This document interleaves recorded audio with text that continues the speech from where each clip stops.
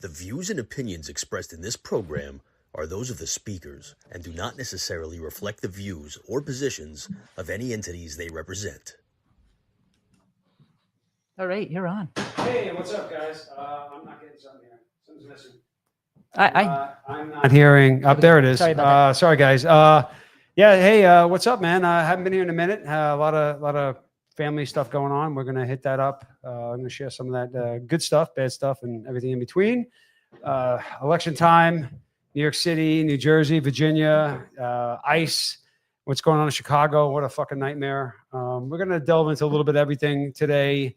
No structure. We're going to let it fly. Rich from Fish Responders is going to be in earlier or later. What time is it?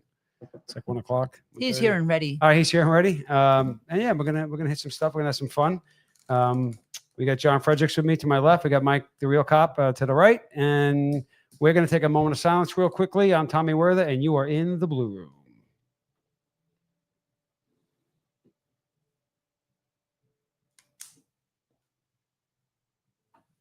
I'm back on. Oh, that was fast. Holy crap. Hey, what's up, guys? Blue Room Podcast here, coming to you live from the Tactical Financial Studios in beautiful downtown Phillipsburg, New Jersey. Which I didn't know is, actually, I did know right across the street here, across the river, lots of fairs and festivals in, was that Easton? Easton, Pennsylvania. Easton, Pennsylvania. Yes. Well, today is Bacon Fest. Oh, yeah. And had I known Bacon Fest was today, I probably would have came down with a cold and maybe missed the show. It's going until about 6 o'clock. My favorite vegetable. You can go right across the Free Bridge right here, which we could see out my office windows, and you can go and get yourself a chocolate-covered Twinkie. Is it the actually called the Free Bridge, bottom. or you call it that because you don't got to pay to go over? Everybody calls it the Free Bridge. It's named after some general in the Civil War, but everybody knows it as the Free Bridge. We're going to call it the Freed Bridge, the Mike Freed Bridge, because our little Jewish friend that will not go over that Freed Bridge to get the bacon. Oh, Willie. Wow, look at all of that tied Willie. into one. That's that's very... That's stand-up comedy right there. You wrap it up and you have a callback in there. People pay good money for that kind Are you of going to thing. circle back to that at some point? No, I'm not Jen Psaki. I don't circle back. Because that... I do a circle jerk, though. That's why all that traffic is always out there. All the cheapos don't want to pay the $2 to go over the bridge. Yes. And they come this way and they go down over the Free Bridge. They don't want to get a look at scenic Phillipsburg. So we're treated to all of that traffic. We got to take 10 minutes to get here.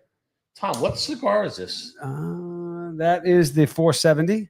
So the 470 is named, was for the police officers, firefighters, and military that were killed on 9/11. Okay. They had those numbers up, 343, 72, and 55, and you get 470. It's a barber pole, box pressed, Brazilian Ecuadorian Maduro, great medium body flavor. I love the medium body. I'm not a big dark guy. It's not going to kick your ass. It's got a lot of flavor. It's got depth. It's got layers. It's got two different, finish wrappers on it. So that's going to add a little more flavor, a little I like this complexity to it. But it's a good stick. It's a good stick. I'm finishing off my my second unknown of the day. Before we get started on your show, and I'm going to be relatively quiet today unless you call on me because I've learned my lesson over time. No, you haven't. Can we talk about our project that we have coming for St. Patrick's Day? Wait, before we get into that, why don't we bring Rich in? Oh, okay. Let's bring Rich. He can be part of everything. Rich is my boy, and he's got an opinion. And what's his full name? He'll probably Richard Doherty. I guess Richard, right? Rich, is it Richard Doherty? He's got a lot of comments. Is it Richard? What do you? Yeah, okay. Dude, comments in love. Rich showed me. It's funny. You were sending. Yeah, Rich showed me a picture yesterday of his the kids by his house. Okay. On the candy. Okay. Collecting. They had a line of people out the door. Right. There was music. There's bands, and this is how. If you came to my house, right? If you came to my house, Dawn, do you have that video I sent you? I do. Show that video. 1 second. This is where I live. This is a video from someone on my block. Of Oh, I think this is the house my friend was talking about.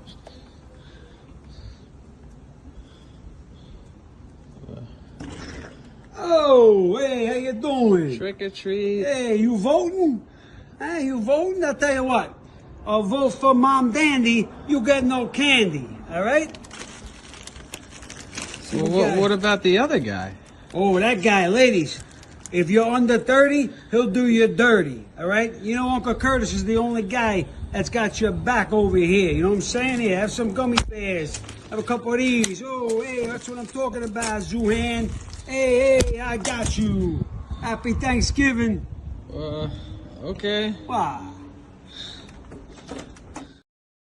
It's not quite Florida, Rich, but I think we had fun on the block yesterday. I don't have any video of my Halloween extravaganza at the Salzburg Spook Fest that I like to call it. Spookfest? But understand this right now: the kids come on tractors pulling these really long farm things, Like a parade almost? Yes, like Rich a had, float. Rich had like 100 people lined up and down the block. 25 or 30 we had kids. 1,500. 25 or don't be a topper, Rich. 25 or 30 kids at a time get off this fucking thing. So Julie handles the kids. I have a full working bar. I named it after my dad, Mo's Bar. So And- so the kids love the booze. Is that what you're saying? I had a few in costume try to get over that I would not give alcohol to, but I would say I probably had about 35 to 40 parents, a full bar, every drink you So can imagine. you live like in a treehouse. Like, do they drive up through the woods to your house? They or drive down the road, they park up on a road, they walk down my driveway. just to your house. So they drive to your house, walk down your driveway, get in the car, and then go someplace else. And then there's another house. So but what happened was like 4 or 5 years ago, I started getting those talls, the 12 footers. And every year I added to them. I have like 8 now, a tall. 12 foot to 15 foot tall skeletons, scarecrows, all this Oh. shit. Then I added more stuff, but mine's not scary. It's built more towards the younger kids. So the parents love it because they can come there and not get too scared. And the word travels. They get good and loaded up, is what they Well, get. that word sounds that traveled.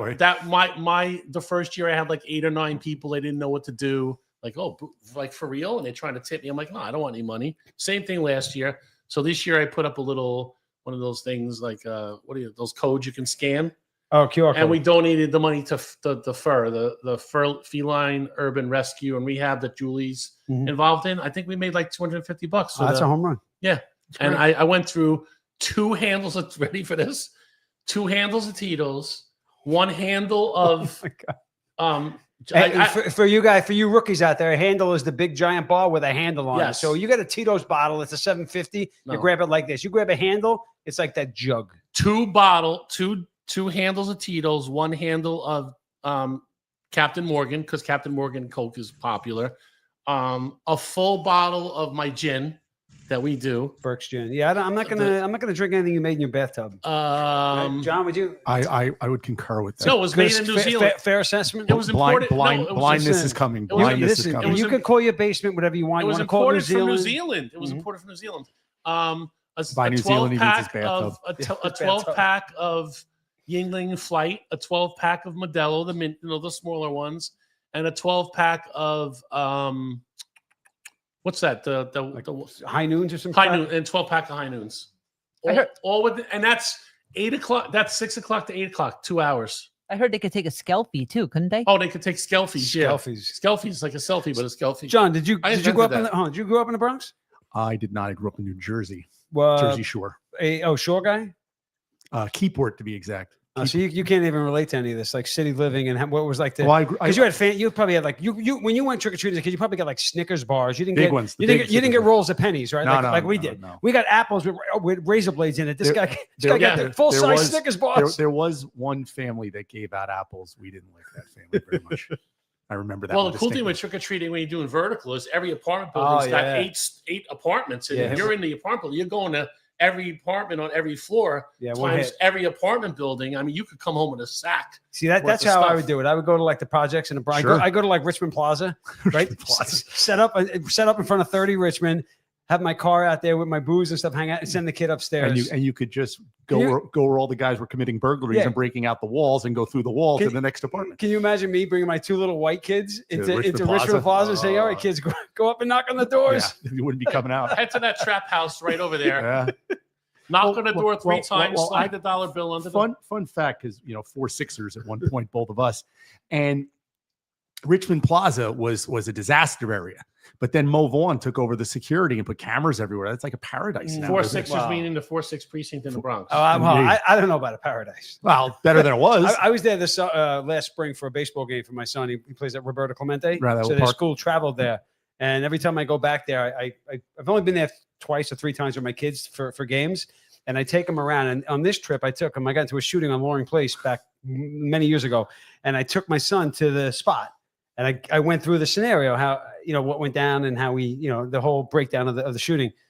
And then he looks at me and he goes, you know, because he goes to the UN school, all these like, you know, high end fancy people. And he goes, he says, you know, my friends at home at school, he says, their dads are like bankers and lawyers, and they tell them how they met the king of Iman, and they had dinner with the chandeliers. He's like, you take me to a corner in the Bronx where you shot somebody. Loring Place, very, very, very attractive. Like that Loring episode of The Place. Sopranos where Tony Loring Place, north or south? Which- South. Tony takes his kid to Oh, To Newark. He goes to the crack house. What you want? Yeah, he's out in front. He's Yeah. in the truck, right? Yeah. He's trying to get rid of the crackheads because he wants to steal the Don't be copper. coming to my house, so you ain't going to be buying nothing. And he shows him the gun. He's like, "Oh, I don't want to." That's culture shock, right Yeah, there. that's definitely you culture stick him shock. right now and go, all right, knock on those Okay. doors. Let's see what you got. That was just a fucking Tuesday night for Yeah. us. Go to Pack's Fried Chicken to get a milkshake. They're the best milkshakes in the city. Burnside Avenue. Pat's Fried Chicken. Tom, you have a guess? I know you're talking about. We do have a guest, Rich. Oh, Yeah. Rich is more like furniture. He's not a guest. Yeah, I'm He's just like, sitting here. every week. He's just He, hanging out. he yells at people. He actually, it's funny when he chimes in with other shows, Yeah. he'll text me on the side. He's like, "What the fuck is up with this guy? This guy, what's wrong with him? This guy's an idiot." And I'm like, all right, Last week he wrote something like, "You lost me a fucking pork roll," and then we didn't hear from him again after that. He was like, comment after comment. Wasn't the Pork Roll Festival last week as well? That 2 was a weeks ago? couple weeks ago. Yeah. Yeah, we got to get Rich down here for the pork roll festival. That's Maybe delicious. they got to down in and eat some pork roll. Yeah, the long way. Goes in whole, comes out whole. That's it. Mm-hmm. So what's going on there in Florida, Rich? What do you got? So Rich owns Fish Responders, which is a fishing charter boat. He does lots of great work with the charities in Florida. Was it Hook a Hero? Hook a Hero. Sorry. Hook a Hero is one of the organizations that Rich works with, and they take retired and disabled firefighters and veterans out, and just all around good guy. Does good work. He's one of you hear people oftentimes when you refer to somebody that's like us, and they don't, the third party doesn't know them. You're like, nah, he's like us. He's one of us. He's regular. Yeah, he's one of The us. biggest He's compliment you regular. can ever get. A regular guy. That's Rich. Rich is one of us. Rich What's is the a name of your boat? You don't name it. You don't name your Actually, boat? this one here it's right behind me. I'm running skiffs. I'm in the flats, shallow for Okay. redfish. So like little 18, 20 footers. This flat one bottoms? behind me is hull number 2 in the country. It's all carbon fiber. What do you mean Weighs hold like number 2? 700 Oh, the pounds. second one ever made? It's a second. Yeah, I'm the prototype. I'm pro staff with this company. Oh, no shit. So actually, yesterday, one of my clients, he was the first client of mine, Steve Wellesley, props to Steve Wellesley, was on the boat. We were fishing, and I said, I got to try to get a big enough boat so I could take firefighters and police officers that are in wheelchairs Oh, yeah. out fishing. So we get off the water. We have a couple beers. 20 minutes later, he calls me. He says, "Come pick up my boat." He gave me $100,000 24-foot beach cat. Really? Yeah. So Wow. I'm blessed with this guy. So we're going to be able to take police officers and firefighters in wheelchairs now. All the best deals and all the big moves all happen over beer and on handkerchiefs and bars. But they actually happen. 100%. They happen in Florida, though. I mean, there's such a huge retirement community that supports police, fire, and military communities in Florida because that's where everyone retires to. You're not in the village, are you? I'm actually in Citrus Hills, which was the original village. The village actually called this morning. They said they're missing their idiot. Do you know anything about that? But there's no shortage of drips there. That's for So sure. back to the Halloween stuff. We had 1,500 kids last night. Jesus Christ. It was That's crazy. insane. The cops come in and do a detail. There was a dozen of them in here. They shut the roads down. I went through $400 worth of candy, and I ran out. And Burke went through $200 worth of booze. $2,000 worth of booze. That's what I was just saying. So he had $200 worth of vodka, and this guy Yeah. to the children, $400 worth of candy. No, to we the take care of the children. kids too. Listen, I blow so much of my budget on these those 12 footers. One of them You'll is blow anything though. they're So it's only- $500 a pop. Those fucking things. Those things So are every huge. time my wife says to me, They go out for a "Oh, month. I go, oh, new boots. Where'd you get them?" She goes, "Oh, they were from last year. I got them off season." So then when I bring out my new 12-footer, she's like, "Oh, where did that come from?" I'm like, "Oh, that's from last season. I got it on." I got, sale. I got it on Thanksgiving at Home Yeah, Depot. Yeah. Got it off the discount rack. Yeah. Well, we had, so my son went to school, and they dress up, and he's dressed up as Sliwa. He had a black suit on, he had this beret, and he's doing his whole What kind of he's school? How'd that go? the United Nations school, very very liberal. Oh, I'm sure that school. went over Oh, like, yeah. like, So, like well, a brick. In 2016, he went as Trump.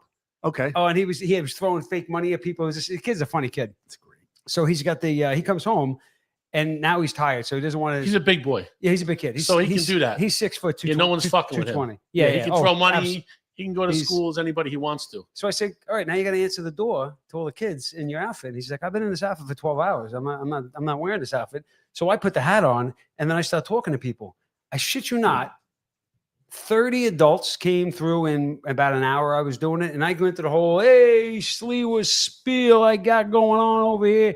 You'd think by now you'd master it because you're not a good sleeper. No, I'm Nah, not. it's- I started it no. yesterday. I All started right. it Okay, yesterday. I'm just saying. For a comic, you're Yeah, no, that's Falling not, flat that's not, with that that's one. not, that's not my spiel. He 70% of the adults I spoke to, A, didn't know who Curtis Sliwa was, and B, didn't even know there was an election. I swear to God, I had 15 or 20 people over the age of 25 say to me either, is there an election? When is there an election? what part of Brooklyn are you in? I'm in Queens, Rockaway Beach. Oh, Rockaway Beach. Is that a red area? Or what Oh, is it? very red. Very And red. they didn't know. Dude, I had a That's the doom in New York. 34-year-old is. woman said to me, who should I vote for? And I swear on my children, I said, I can't tell you who to vote for, but you just need to vote. I don't care what you do. Go in there and just check random boxes. You have to vote. You have to establish yourself as being part of your community and fight for what the only one thing you have is a vote. That's it. It's the only thing they can't take away from you unless you're convicted of a felony. Just go out and vote. They didn't even know there was an election, let alone who was running. It was absurd. I You sure you couldn't- can't vote with a felony in New York? They haven't fixed that yet. In I mean, state, it was in old, elections, It Hey, was guys, old school. federal Guys, elections, you can't. We have a caller coming in. I'm gonna try this. Hopefully I A connected caller it okay. and somebody on. Oh, yeah. Let's- Oh, one boy. second. We're breaking down walls here. Hey, caller, you're live. Can you hear me? Yes. Is this? You Holy motherfucker. cow! Wait a second. When Mo is here in the booth, if I say is Josh, I don't have to drink, right? Because he's Yeah. not here. Yeah. When Mo is here, look what Dawn just did right now. Put it in We my have a video guest from Florida and a caller on at the same time. Joe Rogan, you better watch your back. We have a video guest from Florida and we have a calling guest from Mars. This is amazing. amazing. Holy Yeah. shit. Who's the call? Who's the Can't caller? believe- Who is it? You know who it is. I didn't hear. Hi, Eric. Hello. Eric, Hi, to answer your Father. fucking, I know why he's calling. Yes, Eric, I gave fucking Freed 10 cigars for you. No. I gave him 10 cigars for you. Tommy Worthen. Dude, No. you're not supposed to say my last name. I'm in like protective custody. Jesus Christ. Sorry, I'm gonna go There try. goes that one. It's Tommy Sliwa. What's wrong with you, man? Now you got to change your name again. Eric, did you Tommy. did you go out trick or treating? Can you imagine the kid that No, knocks on Tommy, Eric's you said door? you live in The Queens. kid goes trick or treat. Eric reaches in and just takes the kid's candy and closes the door on Probably the how it would go down. Yeah, totally how it went down. Mike, can you send me Tommy, you more said you candy? Kids are allowed to go to his door. He's just not allowed to be within 20 feet Yeah. of any sort of furry animal. Just- no dogs, no cats. Or just That's don't go another in. They story. can come to the door. You just can't break the Right. threshold. He's got to throw the candy like you did, out the window. Yeah. Exactly. Now, Tommy, With you a said fishing you live in pole. Queens. like Howard with the chickens. What's up, Eric? Now, you said you live in Queens. I do live okay? in Queens. And I've been watching Fox News every single day. No shit. And I've been watching Mamdani, Sliwa, and Further Sliwa every single day. Uh huh. What about the other guy, Cuomo? And Cuomo. Okay. He'll do you dirty. And Rich, you see what I Cuomo got to is put the up with, Rich? governor. Dude, we're screwed in Florida if that Oh. communist This wins. is. I just want to know who's he's endorsing. this is I a- want to know who this- Eric is endorsing. This is a riveting phone call. I we're have on right now. I have Yes. I'm endorphins. not, listen, I'm not voting for Mamdani because he's not for the cops. All right. Okay. That's it? Because every cop I know and I've spoken to said if Mamdani wins, they're retiring and they're leaving New York. every cop and every millionaire. Every single At one. least they care more about the millionaires. That's Remember when yeah. Eric was like all about Hillary Clinton and he's like, oh, and then we were at our Did you Christmas just party. say Hillary Clinton? Hillary Clinton. You said Quentin. Hillary Clinton. She belongs in San Quentin. That's Yeah. why.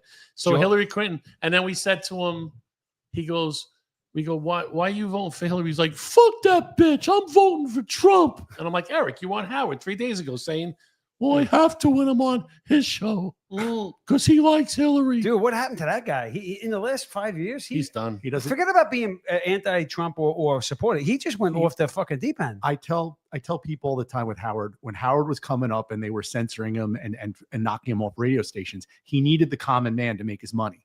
He doesn't need you anymore. He needs his Hamptons people. Yeah. And that's what he is now. Well, that's Totally. why You're when right. I have my wall, my homage here that you like to make fun of. Which they're all on, they're not yeah, level. on level. Yeah, and all that yeah, stuff. I'm just Yeah, listen, checking. I did the best I could. OCD. You see the Howard I have up there, right?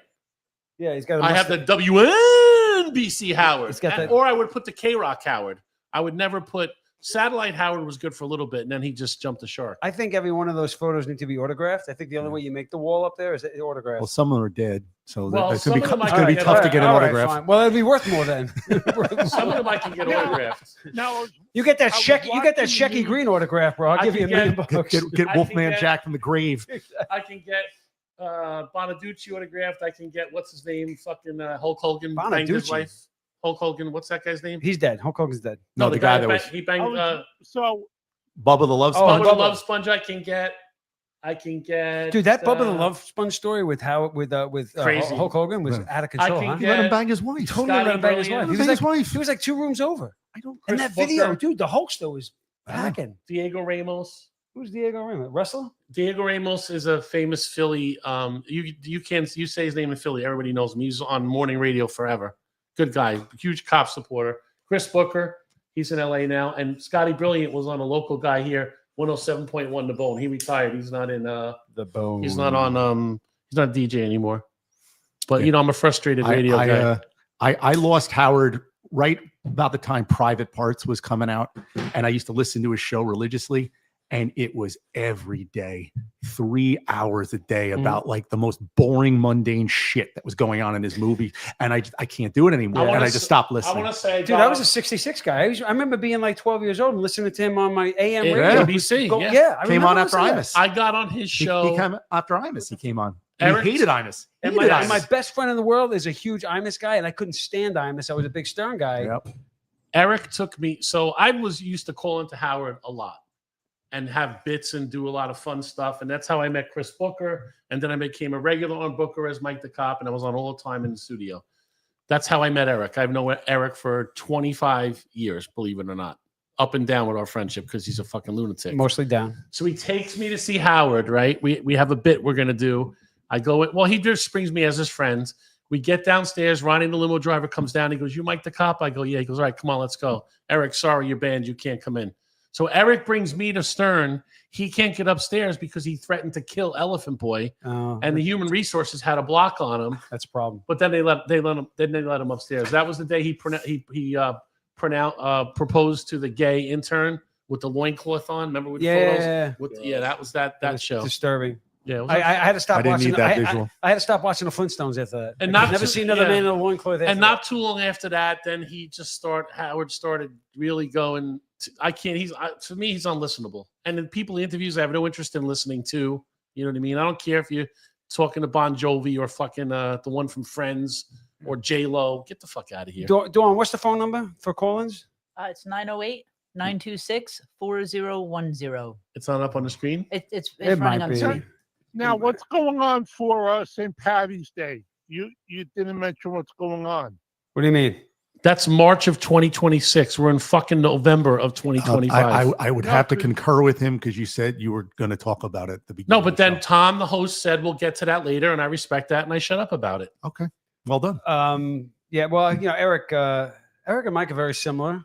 They get in seems it. there and It they're like, seems it. yeah, like, oh, I want to talk about something that's important to me. So fuck everyone else. I basically. you said later on, and I acquiesced. I said, okay. Acquiesce. Tommy, I have a Yes, question. I didn't acquiesce, words. Jonathan. Jonathan, you're a professor. You- Did I use acquiesce in the right way? You did use it correct. Almost, I begrudgingly shut up. All right, so begrudgingly too. we're Yes, gonna- there you go. That's two. We'll Two leave big it. We'll leave it words. up to the video guest, Rich. Do we keep high pitch Tommy, Eric how on, come or do you we cut never him bring off? me with you? Keep him on. He's He's entertaining. entertaining. Yeah. Wait, Eric, bring you with you. Hey, Bring are you. Bring Are we you going with to me. address the elephant in the room with the Dallas Cowboy over there? Oh, America's team. America's team. team. Oh, come on. America. Tommy, how come you America. never bring me America's with team. you? Used to be. Eric just said, "How come you don't bring me with you?" So check it out. Eric lives. Bring in you with you Brooklyn. where? to here. Eric lives in Brooklyn. Oh, So check it out. So I haven't been here in at least a month. The Yeah. last show we did was Josh's birthday. Right. We've had like, All of us. A lot of shit Everyone's going a lot on. of shit. But me personally, my mom's been sick. My Yep. father-in-law was in a coma for a week. He's getting rehab. My dad died. I don't mean to be a topper, his but dad, yeah, he definitely. But that was before that. Oh, okay. So I was like, "Oh, look, my parents are alive. Hi, Mike." Ha. And then all of a sudden, boom! My mother's getting heart stents in, and Fred, 92-year-old Fred, is in a coma with tubes out of his nose. So the last month have been crazy with college tours, and but I do miss the environment, and so I apologize to the listeners and the people that chime in. Although I do, when I do have downtime, which isn't often, I have been checking. You see me, I check in sometimes. Yeah. The show, I'll just watch a little bit to see Josh sitting on the other side of the other side of the booth. The last show was fucking awesome that I chimed in right at that time because apparently you guys have been talking about that. And He's like, this is what he said. The minute because I said, I'm coming in, I'll come in. And he was like, well, I was going to go sit outside. And I was like, all right, then I won't come in because I got a million things to do. He's like, no, come in. We'll be like old times. I'm like, all right, I'll come in. As soon as I got here, he goes, Tommy is going to shit a brick when he sees the first time I'm out of the booth, other than his birthday, which we've had to force him out and here. do you remember we had to force him out? Oh, no, he was all about it that drag day. him out. He was doing jumping jacks and doing all his Yeah, he was doing me mama. He was doing all his he was doing his exercises, his vocal exercise. He was ready to go. Well, he told me like the night before he wanted to sit in if I was okay with the camera. Look at that. Look at that. I've been begging him. Clearly, you're okay with the Really? cameras A phone call trying. and a remote feed at the same time. and 3 people on camera. Wow. I hope Mo's not watching because now Well, he's going to start hold taking on. a lot of days off. But hold on. Let's put this in perspective. This is not the first time she performed with 3 men in front of a camera. All right. So I'm just saying That might be true. that- Wait, I Probably didn't think you were supposed to know it's about probably that. not the No, first time At the Eric's very done it. least, we know she hog-tied a man, threw him in the back of a car, and drove him to Atlantic City, I have a subscription. and may or may not have performed Happy Baby Yoga with him. Maybe, no, maybe not with him. No, Oh, okay. no, he liked my friend, not me.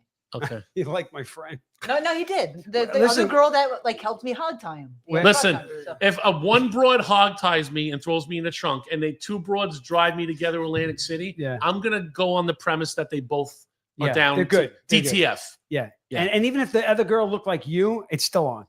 Right. Like it's Still you on. got- When, you when, got- even when if are you the gonna other girl- get that opportunity? And in again? Eric's I don't know. case, even if the other girl was a guy, it's still on. Eric is like Charlie Sheen. He just doesn't care. He just wants love. He's winning. Eric. He's winning. Eric, Eric has before tiger. we let you go, because we do have a guest here all the way from Florida, can you please tell us your story about the time you met the girl and met her for pizza? Can you tell that story? Please. I never met her yet. Eric, Oh. Eric, you told us the story. All right, the girl that turned out to be a guy. That story, remember? Oh yes. Oh, yes, okay. yes. Okay. How do you forget There's Now that? you're because on. there's so many. Exactly. He So- couldn't remember because it has happened more than once. I had to tell Oh, him you it was meant a girl. that, you meant that story. All right, tell us that story, Mo. Eric. Was that the one with 2 nuts or 1 nut? Because I. Hi, my name is Veronica. So I met this. So I met this girl on Instagram on a Friday. Okay. So I said, "So where do you want to meet?" She said, "Let's meet at a pizza place in Brooklyn." So I Which met one? her- Give them a plug so they go out of business Yeah. tomorrow. Just say Spumoni. All right. You went to L&B's. Yes, Pomoni Gardens. So I said, I just parked my truck. You mean the So one that you she crashed said- like the 3rd day you had it from Fetty Ford? That truck? So she said, so she came to my truck, and then she said, and I said, "Hey, I'm Eric," and I forgot her name. She was like, Because you're a playboy. She goes, so am I. You're a gigolo. this- You're a gigolo. You forgot her name. This story flows about as good as a free dialogue during our sports Wait, game. but we're getting to the good part, though. We're We getting to should the put good them part. together. Put them Oh together. my God! I mean, we're getting to the good parts, I meant to say. Frederick, shut up. we gotta fill the air. Yeah, So geez. good. So Eric, you said your name, you forgot her name, so she had to introduce herself, obviously. And she said, "Hello, Eric. I'm so and so." And she said, "I hope you don't mind. I'm a transgender." Did you mind? I Did said, she say it "Oh, like that? oh, I'm a what the- transgender. Gender. What were you expecting if that Fuck, mission? I'm a trans. I don't know, but there's a long mission. pause between the two. He's a transmissionary. Transformer. I don't know. That means I've got a dick and I like being on top. You're a Understand. transmissionary. Yeah. I said, what the fuck am I doing to myself? So I said, so This is She when you said- figured that out. well, he or she said, let's have pizza. It's on He me. or she. And then I said, So "Listen, I'll have she a said, one "Let's have slice. pizza. I've It's on gotta me." leave. Now it's free. Go ahead, Eric. Oh, it's free for me. Give me 3. One slice. I got to leave because I have a meeting to go. Well, to. hold on. I call couldn't bullshit be right with there. her. You have never sat down in a pizza shop and only had one slice. I'm calling bullshit right So there. the last time he told the story, we said, Eric, like it was a bar full of people downstairs. There was like 50 people listening to his story, hanging on every word. And he goes, well, this is when he still had his high pitched voice, which we should get into why it's not high pitch anymore. Mm. He goes, well, what was I supposed to do? I was already there. The pizza was free, so I ate it. I mean, I said, other than like maybe getting in your car and turning around and leaving when you realized it was a man, it was just pizza. No, you get a full meal at that point. That's when you order lobster tail and as much shit as you can fit in that giant body of I have a yours. feeling he had And- some brajol. Yeah, he A definitely little had bit, brajol. maybe. Did I say that right? That was for breakfast. Brajol. Brajol. Eric, so No, I left. who blew who? He blow you or you blow him? It never happened. Which one? Come on. Admit it. Never happened. I call bullshit. Did he touch your peach? No. Rich, this guy full of shit. Did he totally blow the tranny? Yeah, that's full of shit. Yeah, he totally blew the tranny, right? Eric, fully Yeah, of course erect. he Who did. is bigger? You or the he? I mean, the transgender. The Trans-testicle. Who's bigger? You or her? Not me. What? Not me. Yeah, we know. We measured you, guy. You're a quarter of a Not stick of me. Lucky Strike gum, whatever that was. What's the? I zebra wasn't there. stripe? I wasn't there for that Oh show. my Come God. on, when you could bring me out there, Tommy. Dude, when he got his pickup truck, when he first got that first blue Ford from Uh-huh. Troy over at Fetty, Uh-huh. when we were filming in Patterson, he shows up. He's got the truck like, I'm not even kidding when I say he's got that truck like a week and a half. He's whoa, look at this. He brings us outside. He's going through all the spiel. Look at it. It's got this. It's got that. It's got the other thing. Blah blah. The following week, he comes with the same truck, and the whole side of it is destroyed. I go, what happened? He's like, I think I hit somebody on the Jackie Robinson or something like. Oh, yeah. I got the call. Mike, I was driving. Do you know? No, this is how the call starts. You ready? Mike, do you know anybody in Highway 2? And I'm like, oh boy, here we go. For those listening at home, Highway is a That's they're in Brooklyn. They're it on Flatbush covers Avenue. a certain area in All of Brooklyn. I said, Brooklyn. Eric, why? And he's like, some MFer hit me and took off on the Bellport, wherever he was, and they left the scene, and now I'm stuck with this damage on my truck. Meanwhile, have you ever been in a car with him? Not when he Thankfully, was no. driving. I was in his truck with him. We went from the hotel. He shows up at the hotel for an event, right? I'm up in my room. He's like, can I crash there with you for like 20 minutes? I'm like, yeah, all right, but we're getting ready to go over to the thing. He comes in the room. If you didn't know any better, if he wasn't 400 pounds at the time and hypocheric, he comes in the room, undoes his belt a little bit, takes off his rubber gun that he had on his Oh side, my God. puts it on the table, puts his shield on the table. I said, Eric, are you fucking dry? Because it's his props from Blue Bloods. Blue Bloods, yeah. Blue Bloods. And I'm like, are you driving around with a gun and a shield? Which, by the in way, your he car? probably stole from Blue Bloods because you don't get to take the props home, Eric. He does. So now, Production company owns those. So now another day, he just shows up at Port Authority, and Josh is like, Mo's like, I gotta go. He got a call. Eric backs him up. He didn't have the truck anymore. Now he had the Ford Escape or one of those fucking cars. What'd you have, Eric? What kind of Ford was it? Fusion? They gave him a second car. So he couldn't make the payments. So they got him in a Ford Fusion, which was like $900,000 a month for the Ford Fusion. Full light package, backs up Mo on a car stop. So now we're trying to get rid of him. I'm like, listen, you can't be showing up there. He's like, what's that guy's name? That's the chief. Nev, his name is. He's a chief in Franklin or somewhere. I'm like, here's the address. Why don't you go visit him? A week later on a Friday, the guy calls me. He's like, Burke, did you fucking give Eric my address? I'm like, why? And he goes, look at your text message. He's the chief of fucking police. He's in his office with the fucking blinds peeled. And he takes a picture of Eric out in the parking lot coming to fucking visit him because he's a gold fucker. Ooh. He loves cops, but if you can give him You're a a chief, chief, you're a chief, yeah. anything with a captain or above, he wants that PBA card. So he's scaring people, and he's going to precincts and showing up looking to shake them down for PBA cards and whatnot. God.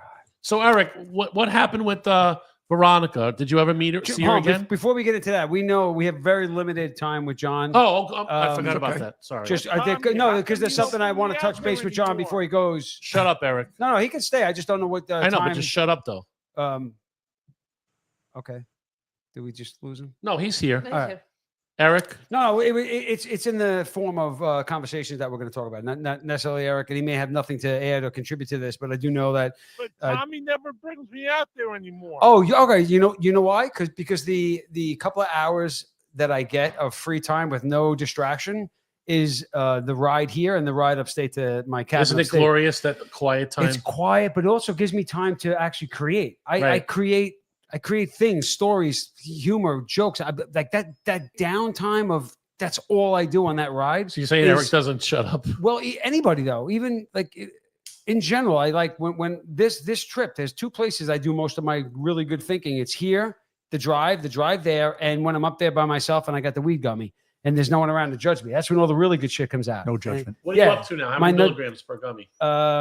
These are At least 10s, right? no, they're 25s. I cut them in half. Okay. But All now right, so 12.5. I'm that's not bad. regulating a little bit, so I think I'm going to bump a little bit because they're still where I You want to should be. try microdosing. I don't know what that means, but It means like take that 10 milligram and take 2 milligrams at a time over a 4 or 5 hour but period. that actually makes me think that I have a problem. Then if I have to schedule it, it's like with alcohol. When you go, I'm going to go out to so and so, I'm going to have 6 beers here, and then I'm going to go to the Scotch. I'm going to finish up with the Sambuca. Blah, blah. That when you lay out your alcohol consumption plan for the evening, that for me generally tells me that I have a problem. No, I weed's a just let little them go. different. So, Weed- but it's not though. So I'm plotting out my weed, my THC. There's a big difference between consumption. taking 12.5 and 2 milligrams over a time period. You just keep a nice steady. But that's why I just need the chill. I need the CBD for the pain in my Right. back and my knees, which that's what I get. So You it's should right- take 100 milligram once by mistake and see just what to see what happens. Oh, that's fucking Yeah, fun. That was a good story. Yeah. So what I wanted to touch base with John was directly related to the. And Rich, you were saying that you guys are having problems in Florida with your elections as well. I mean, New York City is a mess right now. What part of Florida? Where is there a problem in Florida with an election? Yeah, no, we're not having that big of a problem. It's Oh, I thought you had said that you had Oh. some issues there with concerns, or maybe just your. Well, we're having concerns Mamdani. that Mamdani's going to get in, and then we're going to get flooded with more New Yorkers that are. Oh, which is so much worse than getting flooded by people from Boston. Get the fuck out of Well, here. no, listen, it's the same. It's the same. Yeah, Boston's a mess. They leave It is these a like mess. liberal left-wing cities and they come to cool cities and they bring their fucking agenda with them and fuck them. Exactly. Oh, it's going to be different here. And they do the same fucking thing. Yeah. It Yeah, fucks up. it's Reinvent That's the wheel. what's It's called Michigan and fucking in Minnesota. Well, I don't think that's happening with DeSantis there. No. No. No, I don't think DeSantis don't fuck Yeah, around. but this is the last term. He can't run again, right? This Yeah, is his he's done. last term, man. Well, So- you'll get somebody in there that's like him. You will. That's what Florida will. Yeah, wants. Byron. It's solid. Oh yeah, but is that Donaldson? Yeah, Yeah, yeah. He's a solid choice. yeah, But he is. and what I was talking with John earlier was that the latest endorsement, if you call it endorsement, was the 2,500 members of the Bodega Owners Association of New York. Now, Fernando Mateo's giant money grift scam. Yeah. is Yeah, that but the- that guy quit. The guy who He quit. founded it quit. and Yeah, said, he It's left. him. He said That's him. yeah. He's done. He's like, what they don't understand is that the bodegas, and the reason I wanted John's input on this was that working in the Bronx, the bodegas are a big part of the lifestyle. When other Any candidates borough in this talk every about borough bodega- has them. yeah, but And Bronx is yeah. well, the neighborhoods of. So there's Yeah. bodegas in Far Rockaway, but not in Yeah. Rockaway Beach. There's Right. bodegas in parts of most of the Bronx. They're You should explain for our white friends that a bodega is a corner store. yeah, it's a corner store that you can get 50 cents worth of American cheese, a loose cigarette, and a Wonder Bread that's been there for 7 years, and Brillo for and your Brillo. crack pipe. and a cat. If you Yeah, go into a yeah, store, yeah. a corner store that Except doesn't have a Eric. cat, it's not a bodega. Yeah. Yeah. The robberies for those bodegas are going to go through the roof. When you cut the police force down, the midnight tours are going to take a hit just like every other tour, but most of those robberies are happening on the 4 to 12 and midnights. Those bodega owners that are sitting there going, yeah, Mamdani, besides the fact that he wants to have, what his ideas of free groceries or government-run grocery stores are going to hurt their bottom line. And when you have fewer police responding to those robberies, we're going to put a system in place where they have direct contact to the police department, sort of like James. in Detroit. Chief James, Yep. yeah, Detroit, Yeah. who actually had a great program where the bodega owners in any store could they paid for the installation of if they hit a switch, a green light went on the roof, and it was an automatic response by 911. So they didn't get a phone call. Did you call 911? It was the green light's on. When you flip that green light on, every cop that's driving around sees the green light and they respond. And then 911 automatically sends Like a silent sends alarm, a cop. sort of. Exactly. Right. So now he wants to bring that up. Yeah, guess what? It's a 10-year-old program, which is very successful in Detroit. And I don't know why it's not everywhere, but for the bodega owners, it's in their best interest to have more police, to have not Mamdani. But why does New York City It's always- seem to be vote like the bodegas are voting against the owners are voting against their better interests. The Jews are voting against their best interests. There's so many. Well, it seems to me the idea behind why they vote that way is because this guy is telling them what they want to hear. Yeah. All this corrective measures from evil DJT and anybody else, they're hearing what they want, and so they don't see what's coming. And they don't see what the end. We all know we were all NYPD. We know the black marker fudging out numbers for everything and building things up like that happens all the time. That's great that these bodega guys are going to vote in Mamdani and they think that they're going to get this giant amount of money and all these new programs coming in. They never understand until the violence starts again, and they never understand. Like I've noticed with PD in general, you've noticed now, like you see the videos of the cops now. These cops aren't playing anymore. It used to be we had to be all hands off and everything. Now they're throwing people around again. If Mamdani gets in and those cops that are vocal are honest about what they're doing, you're going to see it doesn't even matter if Eric Adams puts those 5,000 people in. You're going to see 8,000 to 10,000. There's another big class that's done in February and March. It's like 2,800. The 20 year gone. Yeah, but Eric Adams can say I'm putting in the budget for 5,000 cops. January 1. That changed. Yeah, but where was that 4 years ago? Adams could have. We'd known this was coming for some time. How come Adams didn't propose a program to put 5,000 cops on 4 years ago, 3 years ago, 2 years ago? All of a sudden now he's campaigning for Cuomo, and now all of a sudden, hey, this is how we're going to pay for it. You should have paid for that 3 fucking years ago. But I'll tell you the other side of it. So the seedy underbelly of the Bronx is that nobody gives a shit about the Bronx. They care about Yankee Stadium. That's about it. Only when the Yankees are there. And then other than that, they don't care. The Bronx leads the city every year in every metric of the 7 majors and leads the city in violence every year. That's what they're doing. For those who don't know, can you tell our home audience what you did in the Bronx to show that you would be called as an expert witness in a courtroom because of your... I came out with the last original housing class. I was a cop in housing. In the Bronx. Yeah, in the Bronx. My whole career was in the Bronx. Right. I was on patrol till 2000 as a sergeant in the 4th Ward, Yankee Stadium.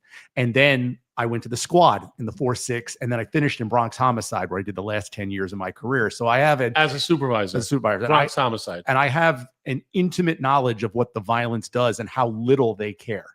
So, because you sit there and I sit there and I watch it. And if someone gets a hangnail in Central Park, it's on the front page of the Post. But, like they talk about kids going missing. Kids go missing in the Bronx every day. They talk about the crime in the city. That crime is every day. There's shootings every day in the Bronx. There's people. The Bronx is probably going to have 130 homicides by the end of the year, which sounds like a lot. But then you remember what 1989 was, and the 4-6, they had a T-shirt. 4-6 had 109, and the 4-4 had 98. Dude, they had 125 in 93. Yeah, like one square mile. 1 square mile. 123. But I tell people all the time that's like one of the best things about the job that I had was the being intimately involved in major investigations. But I still never forgot that. Yeah, okay, I got this guy, but he already murdered somebody. That person's not coming back. Right. And I don't think a lot of these folks voting for Mamdani understands that, okay, we're going to pull the cops back because that's what you want, and we don't want ICE here. We don't want any of that stuff. Put social interrupters in there. But what is going to happen is the people it's going to affect the most are those people in the outer boroughs. And they're the ones that are voting for him. And that's what I don't get. But they don't see it. And we don't learn from our mistakes. Like you had to live through 4 years of Dinkins. Now Giuliani's gone bananas, but I mean, Giuliani came in, and the reason the city is the way it is today is because he unleashed the police. Yeah. And he we was had, great for the city, Yeah. shitty for us. And then pay-wise Bloomberg anyway, picked at up his least. policies, Bloomberg- and he wrote them for 12 years. Bloomberg wasn't dumb. He kept the Yeah, of policies course. Right. there. But what ends up happening is this crime is still happening. Like these bodegas are going to start seeing those armed robberies again. And yeah, we're going to catch these people because cameras are everywhere. We track everybody on cameras, You on can't- cell you phones. can't Can't, fault on the go corner. anywhere anymore with Yep. that. But the crime still happened. It still happened. There's still somebody dead. There's Yeah. still somebody raped. There's still somebody robbed. Yeah, we're There's still catching them somebody quick. shot. We're catching them quicker. but the crime is still there. And then when you're not honest about what, like, okay, you can't hide a murder. Okay, there's a body. You're dead. You're dead. That's just how it is.